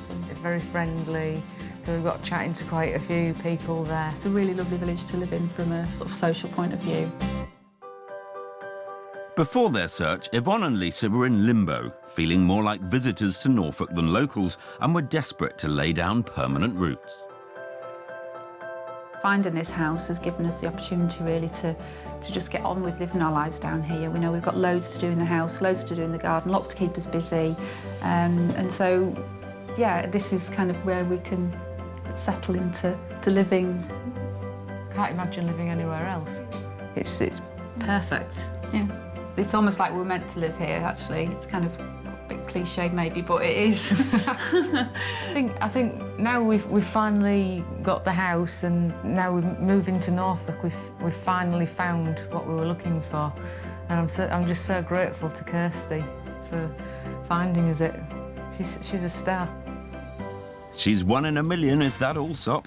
I just hope when the time comes, my couple will be speaking as highly of me. We're catching up with two couples who are relocating to Norfolk. Yvonne and Lisa have finally found the house to make them feel at home here. Yes, you.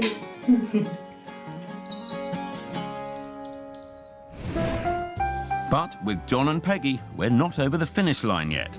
They have their sights set on a fantastic property and are keen to make an offer. It's on the market for $380,000. It's pretty fresh on the market. I think only one other person has seen it. Yeah. Right. Okay. The general thought locally is that the houses opposite the one that we're looking at would be worth about $340,000. The view would probably put 50 grand on the price of any house with that view. Have you got a figure in mind? Well, we've been sort of chatting about it, and we don't know whether or not something like 350 would be just too cheeky or not. Let's start at 350. Yeah. And gauge the reaction. Yes. Yeah. Hello, Jen, it's Phil Spencer. I do have an offer for you from John and Peggy. The figure that I've been asked to submit to you is for 350,000. Thanks, Jen. Thanks. Good luck. Bye. She promised to submit it in as positive light as she can. OK, thank you. Unfortunately, Peggy and John's opening gambit is rejected, as is their second offer of £360,000. So they're giving it one last push, with their best and final bid of 362, hoping that this will be enough to seal the deal. Hello? Hi. Hi, Jen. OK. I'll pass that news on, and we'll see where we go. Thanks. You've just bought a house. Yeah. 362. All agreed. Thank you, Phil. Off the market. The board's coming down this afternoon. How about that? Cheers, everybody. Cheers. Congratulations. Thank you. So, deal done on the perfect project for John and Peggy. I couldn't be happier.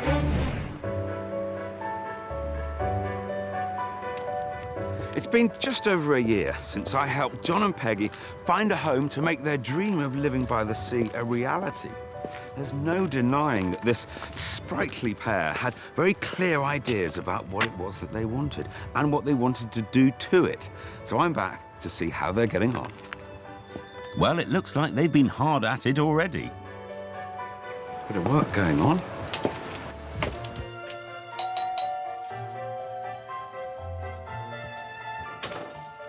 Hello, Peggy. Hi there. Welcome. Very nice to see you. Great to see you again. I can see you've started out the front. Oh, yes, we started out the front. But come and have a look what we've done in here. Yeah? You've been busy? Well, you two are always busy. When John and Peggy bought this house, the old-fashioned downstairs was a far cry from the modern pad they longed for.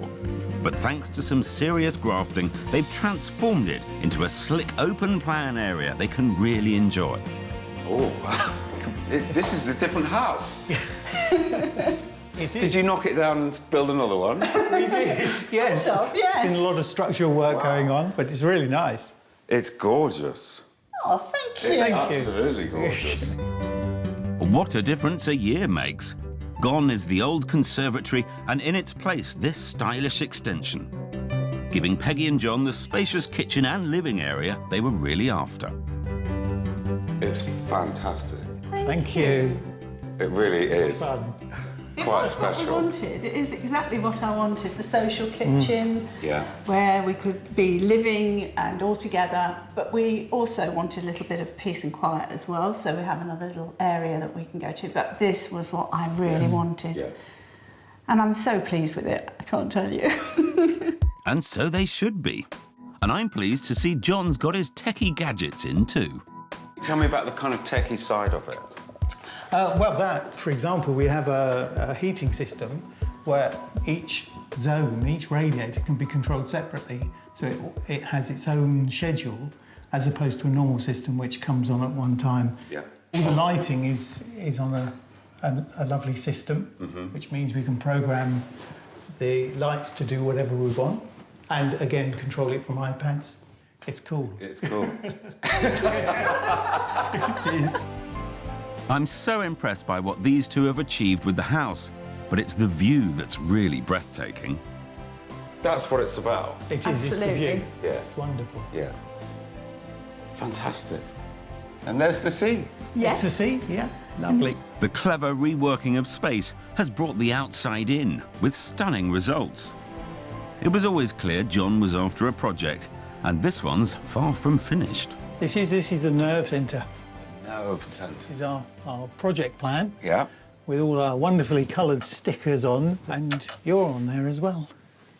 Oh, yes. But the good thing as well is it gives us a record of how long it took to do certain things. Yeah. So we can sort of use that for the next phase of the course. project.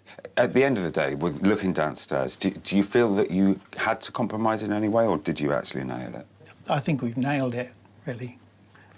It took a long time to decide the layout of everything, but once we got there, I think the end result is exactly what we're after. So John got himself the big project to get his teeth into, and with plenty more rooms still to tackle, he's a very happy man. And for Peggy, it's the little things that have pleased her. Hello. Oh, Another new room. Oh, yes. This was the first thing we did to enable us to come out of the old kitchen and be in here while the building work was being done. So this was a bedroom, wasn't it? It was, indeed, with Yeah. fabulous views, Yeah. and instead we've made it a fabulous utility. It is a this vast utility. is my pantry that I was really excited With a about. vast pantry. And it's with a marble shelf. With a marble shelf, yes, perfect. It's my long-term dream, that is. And I know you haven't finished upstairs. We haven't finished, but we will. I think by the early part of next year, I think we'll feel that we've sort of done what we can do. It's a lot of work, but it's been worth it. Then you'll be able to relax and get involved in the community. Well, I hope so. I hope we'll be able to drag John out of here a bit more. John's determination with the house project has meant fantastic results, and the big 130-mile move east from Derby has been a life-changing one for both of them. But finding their perfect property was only part of their mammoth mission. This whole move wasn't just about the house, was it? It was about a whole new lifestyle in a whole new area. Yeah, and that's turned out really well as well. Yeah. It's such a lovely place. All the neighbours are really friendly.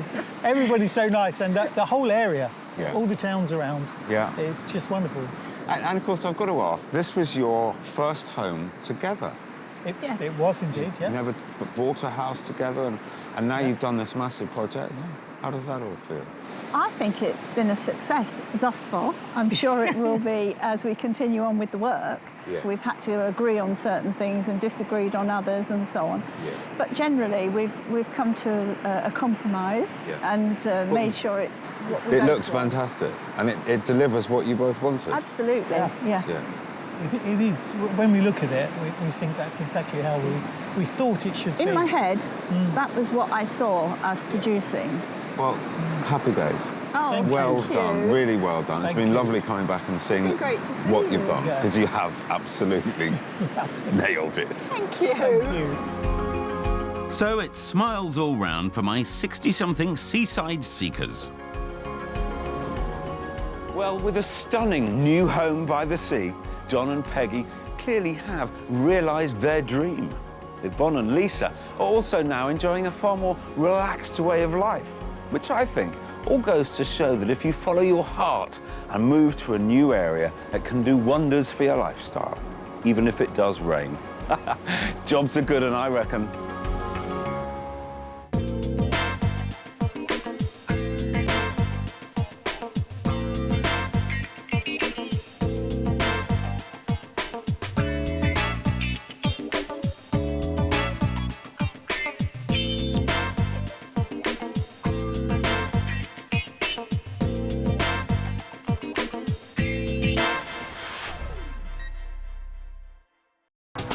This week, we're catching up with two sets of house hunters who had high expectations.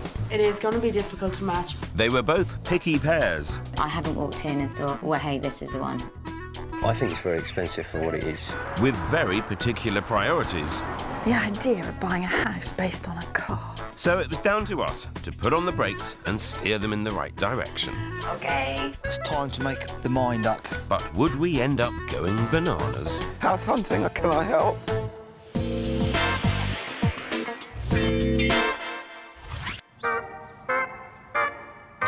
This week, we're catching up with old friends. Two couples who were looking for dream first properties. They wanted those homes to offer them everything.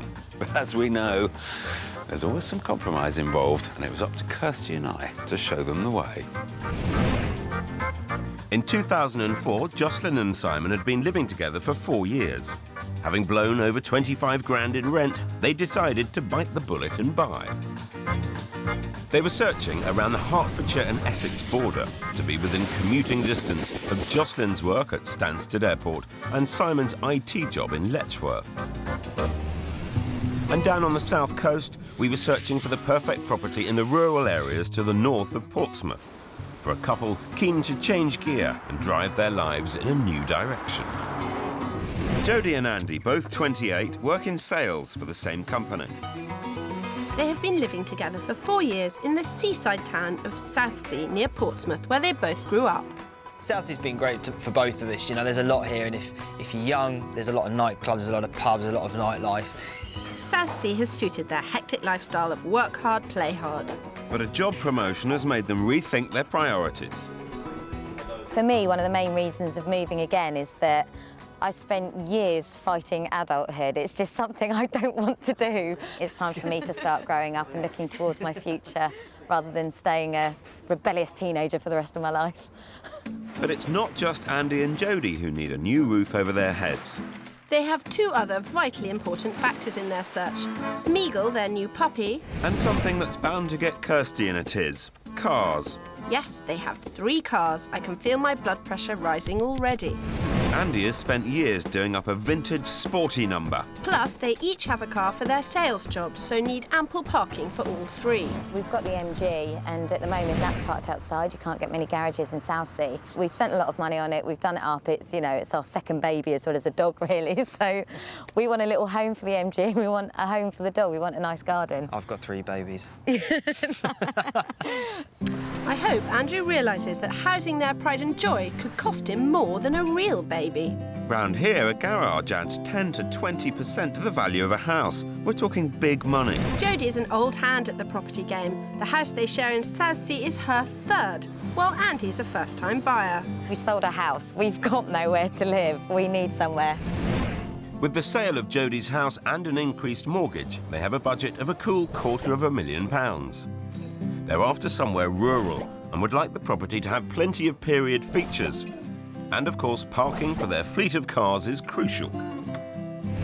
This wish list in this area is a big ask, so we need them to be realistic. Would it be unfair to say that your move to the country is more driven by a desire to find the right parking spot than it is a desire to live in the country? That would be grossly unfair.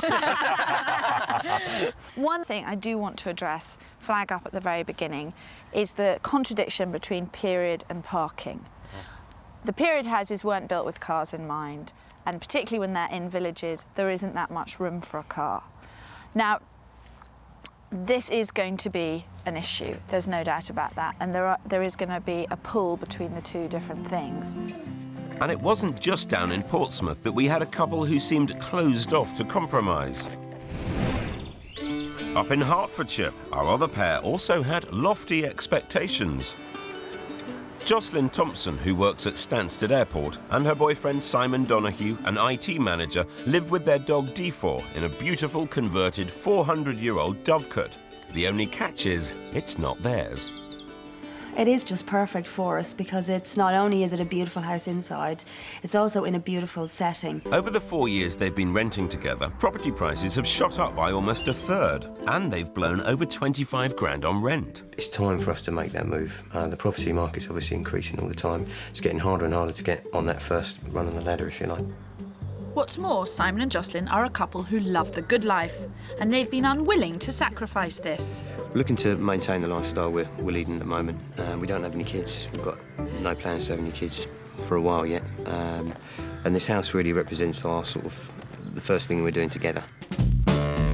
Simon and Joss have a budget of £225,000 and are expecting a period property in the countryside with 2 bedrooms and a garden.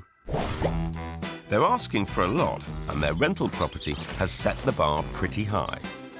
The more I see of this house, the more I think, cripes, how are we going to find you something similar? No, it is going to be difficult to match, but I reckon we can do it. I'm not so sure we can. I mean, this house looks to me like it's worth in excess of 300 grand. Yeah, it is. And that's the problem. I think it's a big problem for everyone who's moving from rented to purchased. Yeah. You know, there is sometimes a real drop in your standard of living. In the time these 2 have been renting, house prices in Hertfordshire have gone up by 30%. It's going to be impossible to replicate the space and charm of this dovecote on their budget. Obviously, this is the bigger bedroom, but the other bedroom's fine because it's just for guests, so it's not a problem. Wow, beautiful. Ideally, these two want to stay in a rural location. And guess what? They also want a garden. Breathtaking, isn't it? It is fantastic. They say they're realistic, but we've got to get a den, a garden, a second bedroom, a dining room, a decent-sized kitchen, rural. This is no laughing matter. That's quite a list of requirements, but it's fine because I'm feeling very strict this week. I'm not interested in what's going on the seedier segments of your mind. All I know is that we can't find that house. They want a £400,000 house It's for... our Remind job. me, what's the budget? 225. Exactly. Can I go home now? No, you can't. You can stay and you can help them and you can teach them about the realities of what they're trying to do. Well, it's We're going to here be to a guide long, and help. hard lesson. Ah, but you're the perfect teacher. We're starting our search in the pretty village of Widford, a stone's throw from the Dovecote. It's got off-road parking and a private garden, but they'll need to be prepared to trade space for the desirable location, which may be more appealing when they see the price tag. It's 15 grand under their £225,000 budget. It's got a sense of space, it's a semi, and it's got lovely views front and back. Beautiful views. I think it's a lovely location. Yeah, it is a lovely location. Oh, I like the look of the house as well. It's on the market at 210. It's been on the market for about 7 weeks. Reception rooms kind of lead into each other, come through here. It's quite open plan. Yeah, it's a nice kitchen. I like the open plan. I think it's nice. I think this area here is really nice for the kitchen and dining area. I like that a lot. I think the living space is quite small. I think we might have trouble getting our 2 sofas in there. The bathroom's downstairs just off the kitchen, and upstairs are 2 great bedrooms with views to die for. Plus, the outside boasts a dog-friendly garden. What do you think of the garden? I really like the garden. It's really well kept and... It's enclosed. It's enclosed. So you could leave the dog while you were at work. Yeah, and that's really important for us. And it is lovely with all the mature trees around and everything. It's a lovely garden. I really like the garden. How does the house strike you in terms of its feel? Did you get a feeling as you walked in the door? I did, but it wasn't the feeling that I wanted to buy. OK. I think with me, Si and Deefa in there probably wouldn't be much room for anything else. Maybe Simon will see its potential. I think the front reception room's too small for us, and I think it's too dark as well. We better get on with it. OK. Clearly, these two have been spoilt by the size of their rental place. We're going to need a big reality check. And sharpish.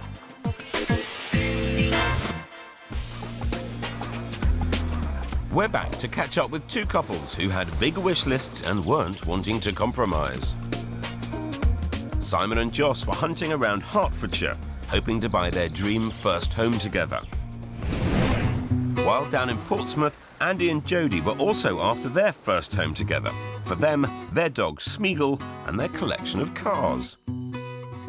We're kicking off with a property that we think is a cracker and could offer Andy and Jodie a fantastic long-term home. We're heading to the smart town of Midhurst in West Sussex, a very desirable location. It's a delightful semi-detached Victorian cottage with lots of space for entertaining. Downstairs is a sitting room at the front and a dining room that leads onto the kitchen and conservatory at the back. Upstairs there are 2 double bedrooms and 2 bathrooms en suite. And at the back is a great garden for Smeagol. There's a space for 1 car at the front of the house and enough street parking outside in a quiet and safe area. So, although it lacks a garage, we think the charming house and below-budget price will more than make up for it. I'm a big fan of this house. It needs a bit of work, but I think it ticks such a lot of boxes and is a really, really multi-purpose house where you get proper usage out of every single square foot. First impressions, I really like it. There's something that I like about it and that I need to go around and I need to think about and I need to see more of the house. It's something I would consider, but I haven't walked in and thought, Nothing. Well, hey, this is the one. No. I can't understand why they're not more excited about this house. It has such a lot going for it. Maybe it will win them over once they've seen more. You see, it's lovely at the front. It's a really kind of villagey feel. And the parking is just the parking out the front here, yes? Is it parking that's worrying you? Well, no, It's the cooking that's making you have that face. No, Yes, it is. Garden or anything. No, it's the flaming parking. It's that bloody car. Yes, it is. Steady on, girl. This is only property 1, but I do agree these two need to think less about their car and more about the bricks and mortar. The idea of buying a house based on a car. If I discover that everything that they are thinking and deciding about a house is based on a £6,000 MG, I really will be horrified, because it is such an important decision, the purchase of this house, with prices perhaps only going up by as little as 2% next year. Adding value is going to become much more difficult. We're not going to be able to buy and sell in the way that we have over previous years. Buying the right house as your long-term investment is so important. I don't want to be really fussy, but to me, this isn't. I can see why Kirstie's getting upset with you, because you're very tough to please. Come on, let's get out of here. How'd you go? Kirstie and I had big hopes for this house. Were we right? I don't think it's necessarily the house for us. However, what we have found is the more time that we have spent in here, we have looked upstairs. There's certain elements of it that we're not particularly fussed on, but the more time you spend here, the more you kind of get to like it. Location's right. Yes. The price is right. Yep. The garden's right. Yep. The parking is borderline. It doesn't have its own garage, so the parking's not right. Borderline. It's borderline. I'll work on her, don't worry. Yeah, I'll work on her. And I'll work on that car too. Yeah. Nasty accident in the middle of the night. This is so short-sighted. Midhurst is an expensive area, and this house is such a bargain for the location and size. Houses like this with a garage sell for around £275,000, way out of their budget. So something's got to give. Back up in Hertfordshire, we were still searching for the perfect first home for Simon and Joss. They're really keen on a countryside location, so we're taking them to the pretty village of Albury. We found a 2-bed terrace that's 100 years old and on the market for just under 200,000.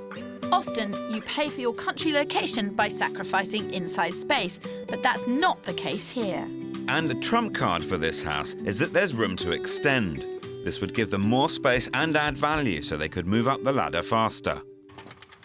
Now, straight into the sitting room again. Oh, this is lovely. But a better, bigger room. Yeah, this is lovely. Great big fireplace. That's lovely. I'm pleasantly surprised with the sort of feel as you come in. I like the big window at the front, and ceiling height. I like the floorboards. I like the fireplace. I think it's got a nice feel as you come in. I mean, it's not stuffed full of period detail, but it's got character. It's got a sense of history, this house. Definitely. It has got a nice feel in it. It has, yeah. Yeah. Come and see the kitchen. Oh, this is lovely. At 1 bathroom. Very nice. The space in this house is really working for them. Simon was nervous of terraces, but this one doesn't feel at all cramped. Upstairs there are 2 good-sized bedrooms, and remember, it has the potential to extend and create even more room. 25 under budget. Yeah. Got an idea of where you could spend the 25. Okay. Up above is the attic, massive attic. Right. In this house. Next door but one have done it. That's a slightly bigger house, but that's just sold for 265. Right. And you feel we'd be able to achieve that with that 25,000? Well, we've actually had a quote done for a 3rd bedroom and 2nd bathroom up there. Excellent. For 25 grand. Doing work will really add value. But there's one place that doesn't need an extension, the garden. Great barbecue area, nice area here, and here you've got this raised up decking area. This is fantastic. I can see myself lying out here in the summer.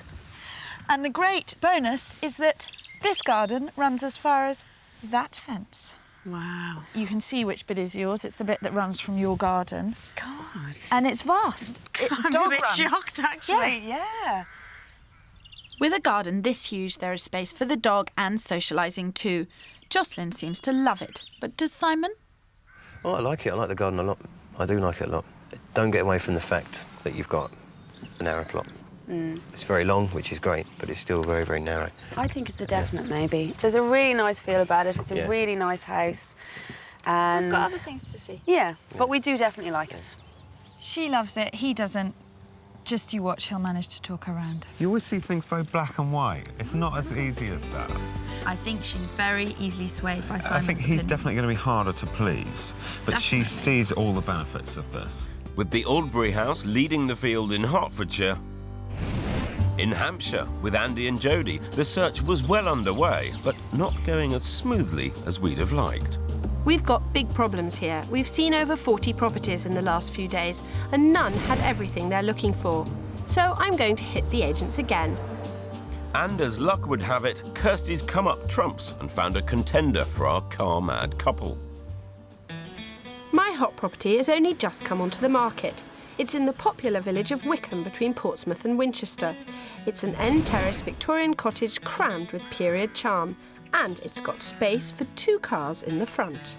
The inside is fabulous and spread across 3 floors.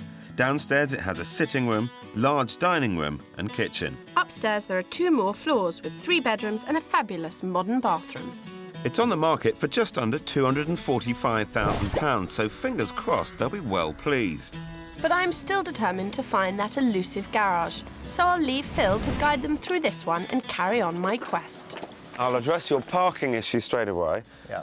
That suitable? Yes, I think so. What do you make of it? I really like it. Yeah. First impressions, stunning. Yeah. I'm feeling pretty optimistic about this one. We'll go straight through the sitting room, but you come straight into it. Yeah. Which is fairly standard for a lot of the houses that Kirstie and I looked at.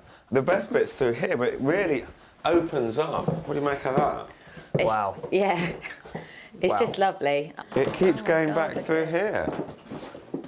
Another area to eat. I love it. That's a bit of a difference. That tells a story. No, it's really nice. This is excellent. Yeah. This really is excellent. I'm quite taken back. I thought, looking from the Yeah. outside, you know, I didn't think we were going to get the space. I thought it was going to be small. I thought we were going to like it, but I thought it was going to be small. But it's not. This house has been immaculately done up, and being spread across those 3 floors makes it feel so spacious. I absolutely love it and reckon that they can also see that it really works. It's got 3 rooms. You weren't expecting to find that? No. No, absolutely not. This is light fantastic. and bright, and it's not bad ceiling height. I think from what we've seen, I just had the impression that we wouldn't be able to find what we wanted. I did feel very deflated by that. However, you brought me in here and I'm made up. It's so nice. You know, this is why I do this job, to see faces like yours. I felt quite emotional earlier when I walked in. My initial reaction was I felt myself well up a little bit because I walked in and I thought I really like this. And it's taken us so long to find anywhere. What a result. They love this house and appear happy to compromise about the lack of a garage. Up in Hertfordshire, we decided to take our search for the perfect property for Simon and Joss in a slightly different direction. What's clear is they love the rural good life, so our next house should be perfect. But there is a problem. It's in the picturesque village of Radwinter, on the edge of the beautiful countryside, outside their preferred search area. But this is a 300-year-old thatched cottage.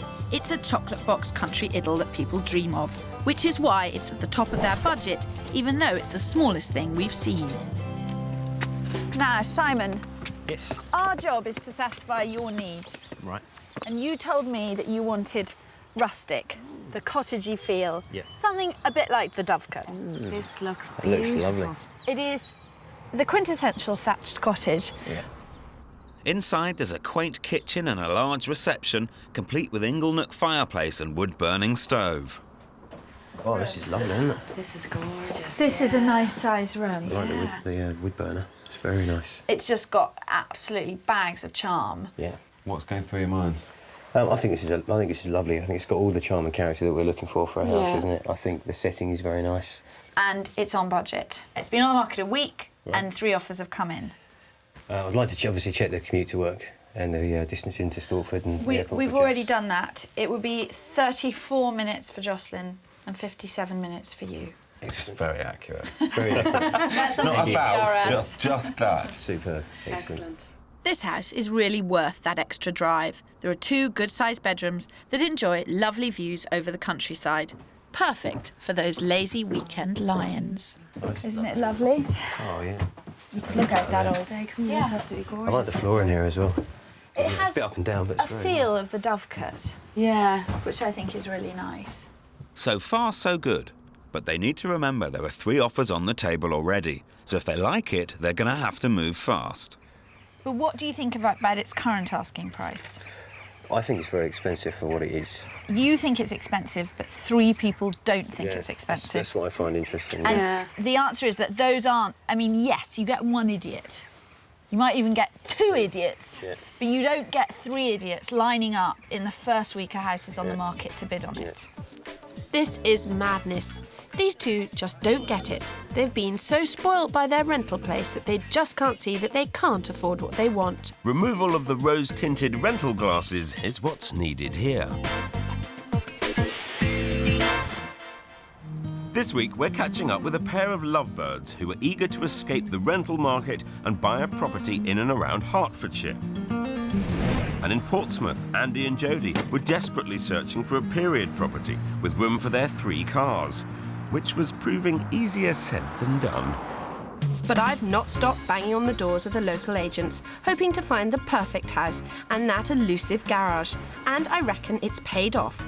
I found this one in the sought-after village of Selborne, near Petersfield. It's a Victorian semi-detached cottage in immaculate condition. It has a fabulous conservatory, modern kitchen and traditional sitting room. Upstairs there are 2 double bedrooms and a spacious bathroom. But the biggest boon of all, voila, an enormous garage with even more parking at the back. It's 15 grand over their budget, but we think there's room for a cheeky offer. Wow. Yeah, this is lovely, really nice.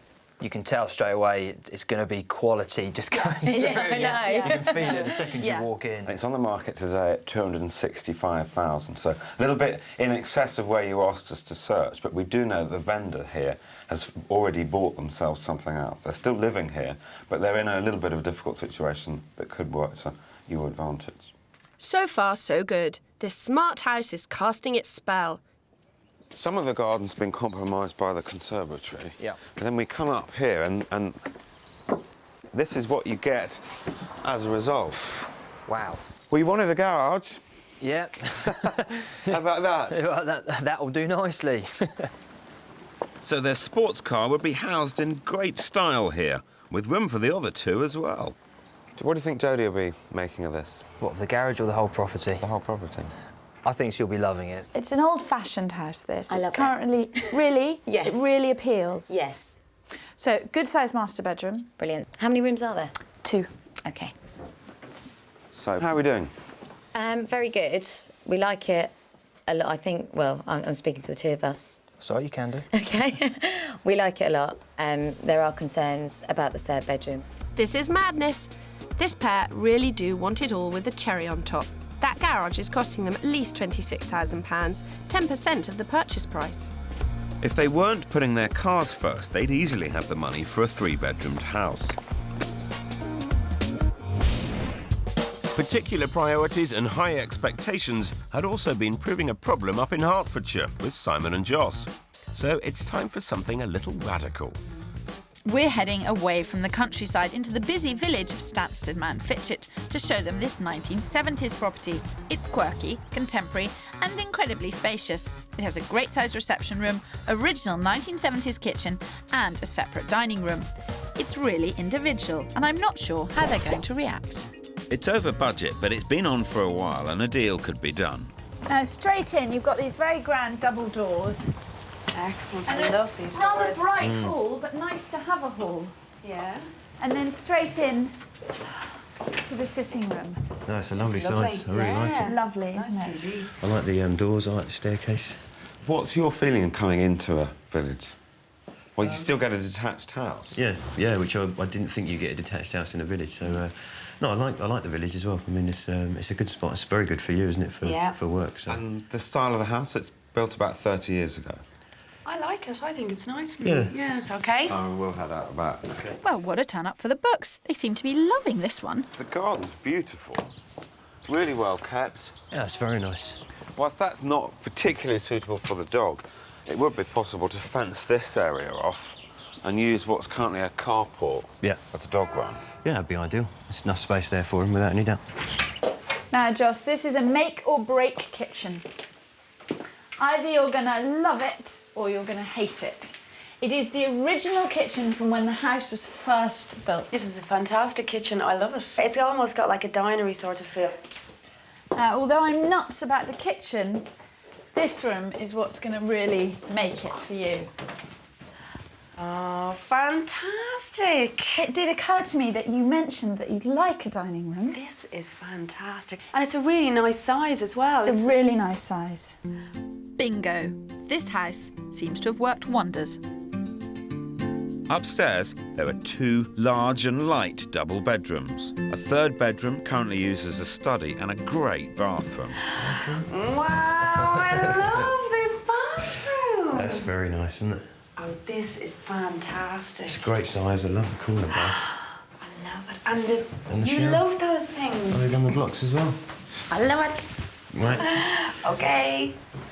We heard gasps of enjoyment coming from up It was there. the bathroom. The bathroom is amazing. Yeah. Love the bathroom. One thing it doesn't have, of course, is the rural location, which you pointed out earlier on. Yeah. But it does have absolutely everything else. We absolutely know that you could not get all of this in a rural location for anything close to this budget. Yeah. OK. That's one to consider, definitely. Yeah, definitely one to consider. So it seems we've finally cracked our pair of hard nuts in Hertfordshire. Back in Portsmouth, Andy and Jodie have viewed everything we have to offer, which means it's decision time. So this is what it's all about. It's truly scrumptious and the professor. It's gorgeous. What's it going to be today? We think we've had a good chat about it. I had a sleepless night, and we think we're going to go back and have a look at Wickham, if that's OK with you guys.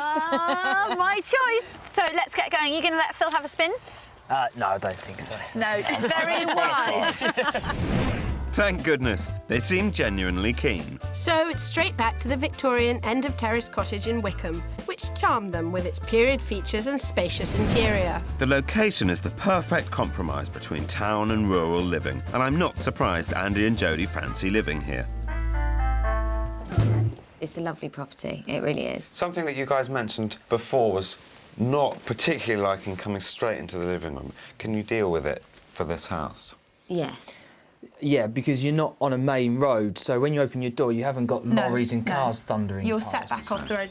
So far, so good. One of Jodie's only concerns is that her brand new corner sofa won't fit here. And I was thinking maybe across the back of this wall. I think if it won't go in the front room, then get rid of it. Yep, Jodie, that's the attitude I like to hear. Andy's pride and joy looks right at home in front here, but just in case he wants to keep it under wraps, I've done some research into hiring lock-up garages nearby. Well, look at this. Lock-up garage at the end of the drive, practically. There's a number of these around the town, and you should be able to find something like that garage for about £50 a month. OK. Second visits are designed to throw up hitherto unforeseen problems, but not here.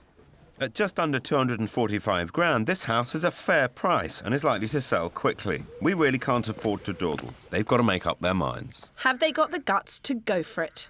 Come on, it's time to make the mind up. Decision time. Decision time it is. We are prepared to put an offer. Yeah, we would like to. We've discussed it and we were looking at going in at around 2:30. when we felt that something was overpriced, we've said it. I don't think this as is. I would rather not start at 2:30. I just think that is a bit short. Come on, you two. This house is charming, and I think it's priced really well already. 230 grand is 15 grand under that asking price. I'm all for starting low, but that's a bit too cheeky. OK, so 233 if you're happy to do that. I'm happier to go in at that than the 2:30. Definitely. 2:30 is a bit fresh. Hi, it's Kirstie Allsopp. They have asked me to make an offer of 233,000. What's she saying? They've said they've done their figures and they can afford to accept 240. Your ceiling's 237. If it's not achievable, then we walk away. It's as simple as that. 237 isn't achievable, you'd walk away. Yeah. Correct. There's a time and place for hard negotiations, but these two have the cash and have been searching for a house for 18 months. I can't quite believe they'll risk losing it all for the sake of a few grand. It's Kirstie again. Listen, we've had another chat. We can come up to 237. But that really is the limit. Okie doke. Okay. They're not accepting your offer. They're saying, if we can get the house we want to buy for 3,000 less, we will pass that 3,000 straight down to you. Yeah, okay. I think we'll secure that. Let's drink to tomorrow. Come on, finish this positively. And the news back was positive. The vendors agreed to £237,000. However, as we all know, life's never that straightforward, and after some serious thinking, Andy and Jodie felt the third bedroom was just a bit too small and decided to keep searching. After we last saw them, Andy and Jodie spent 5 months renting before buying their first house. A few homes have come and gone over the last decade, and 3 years ago they ended up settling in this modern house in Havant, 10 miles from their original rental in Southsea. And there have been a few more big changes, with 3 new additions to the family. 9-year-old Sophia, Hugo who's 7, and 2-year-old Huxley. And I'm really pleased to see old Smeagol is still alive and licking. So it seems the quest for a character property led them to a modern home. I've sort of changed my opinion about, I guess, new properties in the sense of how economic they are, etc., etc. And it was ideal. I mean, it suited us in terms of location, shape, size, feel. It was perfect at the time. I know you wrestled with it for a bit, didn't you? I did. I could see there was potential. While at first the 3-bed detached house seemed to offer Jodie and Andy all the space they'd need, by the time she was expecting their 3rd child, they decided they had 2 options: sell up or extend. Andy and I decided that we would have effectively a race. So we put the house on the market and we put in for planning permission at the same time. And we said, what comes first? Actually, it was when the market dropped. So we were going to end up selling the property at a loss. The planning permission came through and we just said, right, let's extend. And so that's what we did. The 2-storey extension means they now have 5 bedrooms and a fantastic open-plan kitchen and living area. The perfect place to spend quality time as a family. We don't go out so much anymore. Obviously, you don't with the 3 children. We spend a lot of time, you know, doing great walks with the kids. We go crabbing, you know... Cycling. Go out on the bikes. Family stuff. Yeah. All sounds very grown up. So whatever became of the precious sports car that was so important in their original search? The practicalities of having a family mean that, again, you have to make compromises in life, don't you? And I think the car is one of them. We don't have the MG any longer. We sadly had to let it go because the children came along. But I have to say, I fully upgraded. I've got the most amazing car. It's a 7-seater Mazda 5. Well, a car that fits all the family in. Kirstie will be pleased. Kirstie, I think, would say compromise was always something which I think she knew that would have to be, you know, considered and looked at some point. But the difference is when you've got kids, all of a sudden they become the focus. So it's actually all about what they need, not about necessarily your dream property or what you think the right thing is. They become the picture, we become the frame. That's what I'd say. I mean... Nice. Like it? Yeah. Did you Google that last night? I did. No. This family certainly seems picture perfect to me.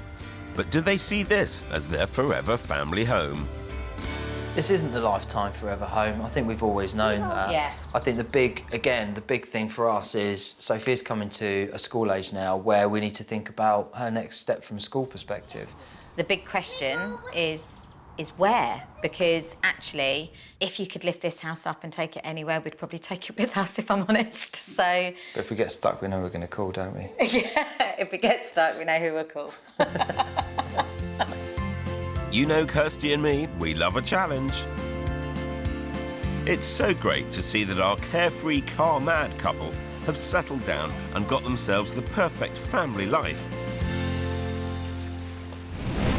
But will it be smiles all round on the search for Simon and Jocelyn in Hertfordshire?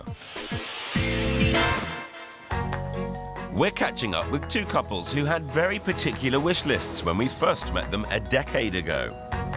In Havant, near Portsmouth, Andy and Jodie got rid of the classic car that plagued our search, and 10 years on, have one fabulous house, 3 gorgeous children, and a very well-loved dog.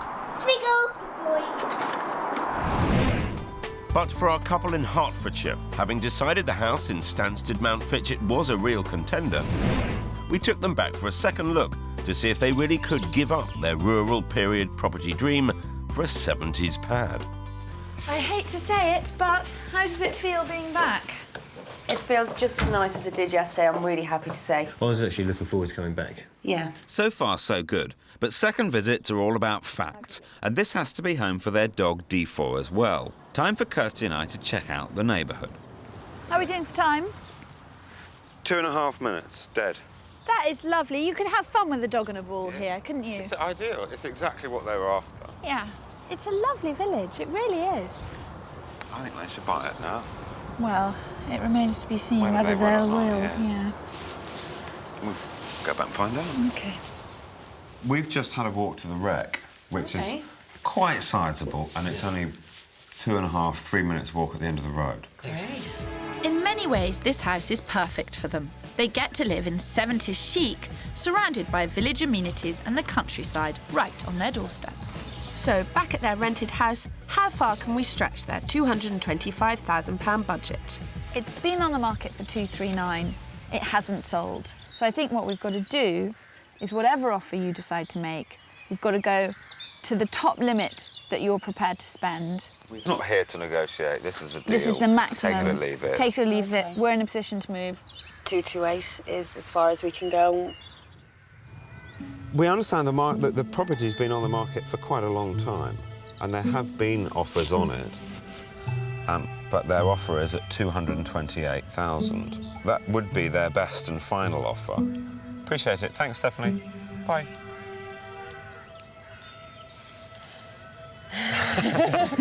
She's going to ring the vendor straight away and come back to us straight away. So But she thinks it's too low, doesn't she? She thinks it's too low.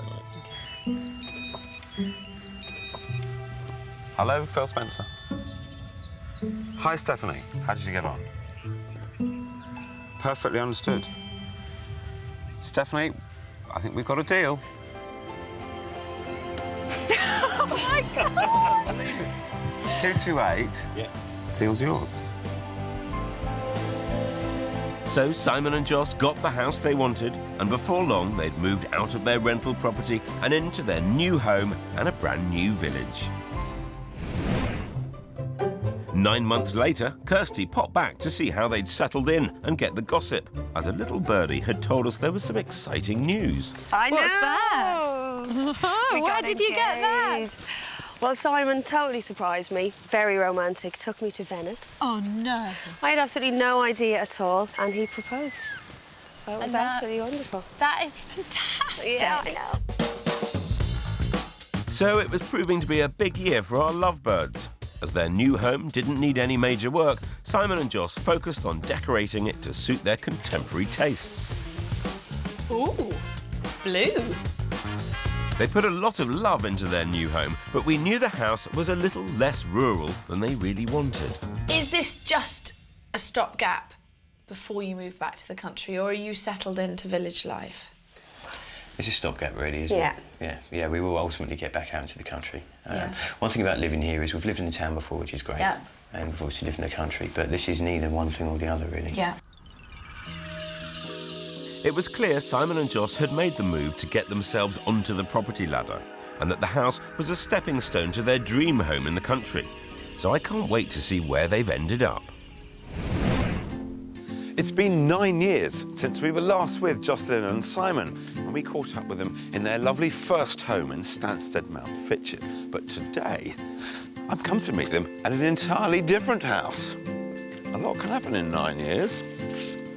7 years ago, Simon and Joss secured their dream chocolate box cottage here in Clavering, just north of Stansted Mount Fitchett.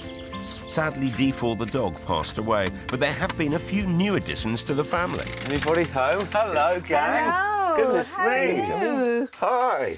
Come in. This is Jamie. Hello, Jamie. And this is Robin. Hello, Robin. How are you? Ah, they'll get used to me. So although Simon, Joss, Jamie, who's 5, and 2-year-old Robin now live just 6 miles from the house we found for them, it feels so much more rural, which was always the dream.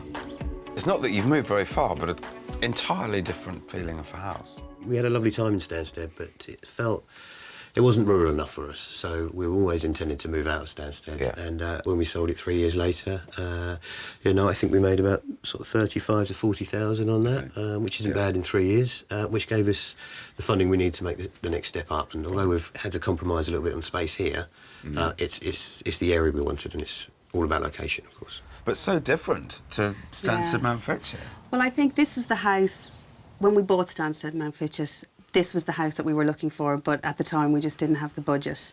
So when we found this house, we were just delighted, and it's everything that we wanted. I'm so pleased the first house we found helped them to get their dream home. The 500-year-old cottage has 2.5 bedrooms upstairs, and downstairs the 2 reception rooms are bursting with period features. Now, properties of this age weren't built with modern living in mind, but Simon has a plan. Phil, let me talk to you about an idea I've had for the front of the house. Yeah. What we're keen to do is create some additional space inside, or make that space outside by putting an external enclosed porch on the front of the house. OK. And by having that internal space, we can have all the jackets and coats and hats and everything through. I can imagine it gets a bit crowded in the hallway there. Very much so. Make a massive difference. We're really excited about it. I approve. It's a great idea for making more space. They love living in this cottage with its charm and character. And by adding their own personal touches, they've created a stylish home fit for the whole family. And have you had to do much to the house? We put in this new kitchen. It's beautiful. So it's great this summer, open the doors, absolutely fabulous. How was the kind of difference when you started looking for your next house? We were very realistic. I think looking for Stansted taught us to be realistic, that, if you have 10 boxes to tick, you be happy if you get 7 or 8 type thing. Yeah. But when we found this house, although we did have to compromise on space, it ticked a lot of the boxes. So I think when it came to finding this, we found it quite easy because we knew exactly what we wanted. It's fascinating how life changes and how things evolve and how you use your house and how you use your area. Yeah. When we first met, you were out partying and playing, and it was just the 2 of you having fun. But you were also being sensible and just getting yourself on the ladder. Yeah. But life is different now with absolutely the girls and still managed to and... squeeze in a bit of partying. Oh, good. I'm so happy to see that Simon and Joss not only love their cosy cottage, but they're also in the rural setting they always wanted. All set? We are. Let's go then. Where are we off to? Where are we off to, Jamie? Safari Park. The local area is a perfect place for them as a family, with loads to see and do with the girls. I mean, you've got wonderful things like this on your doorstep. The kids obviously adore it. Yeah. But where you are now, is that forever? Is that it? I would love to say that we could stay in that house forever because we do like it so much, but I think we will run out of space. Yeah. And as the girls get older, they need space for their friends to come over, and that's what we lack. And we lack a bit of outside space as well. I think you've got a great garden. It's good, but I think Simon wants a garage so we can fill it with toys. And Yes. Yeah. But I think in terms of location, we're very happy where we are in terms of the village and the people and the schools. So maybe we'll just have to look for something a bit bigger locally in a few years' time. Tell you what I've really admired about you guys, and that's your approach to the whole house buying process. You bought your first one in the recognition it's a first home. It gets us on the ladder. It made you some money. It allowed you to buy where you are now, which is what you really wanted. And now, equally, you're saying it will serve its purpose. We've loved it. But actually, there will be a time where we're going to grow out of it and move on. And then you'll get the forever house. Yes, that's the plan, isn't it? We reckon 3 years. 3 years, I think. So we'll give you a ring. Yeah. 3 years' time. Sounds like that's another job lined up for us then, Kirstie. Coming back today and seeing Jocelyn and Simon and the girls just having the most wonderful kind of rural life, and that was what they were always after right from the beginning. So it just goes to prove, hello, It just goes to prove that the perfect first house can lead to an even more perfect second house. Bye-bye.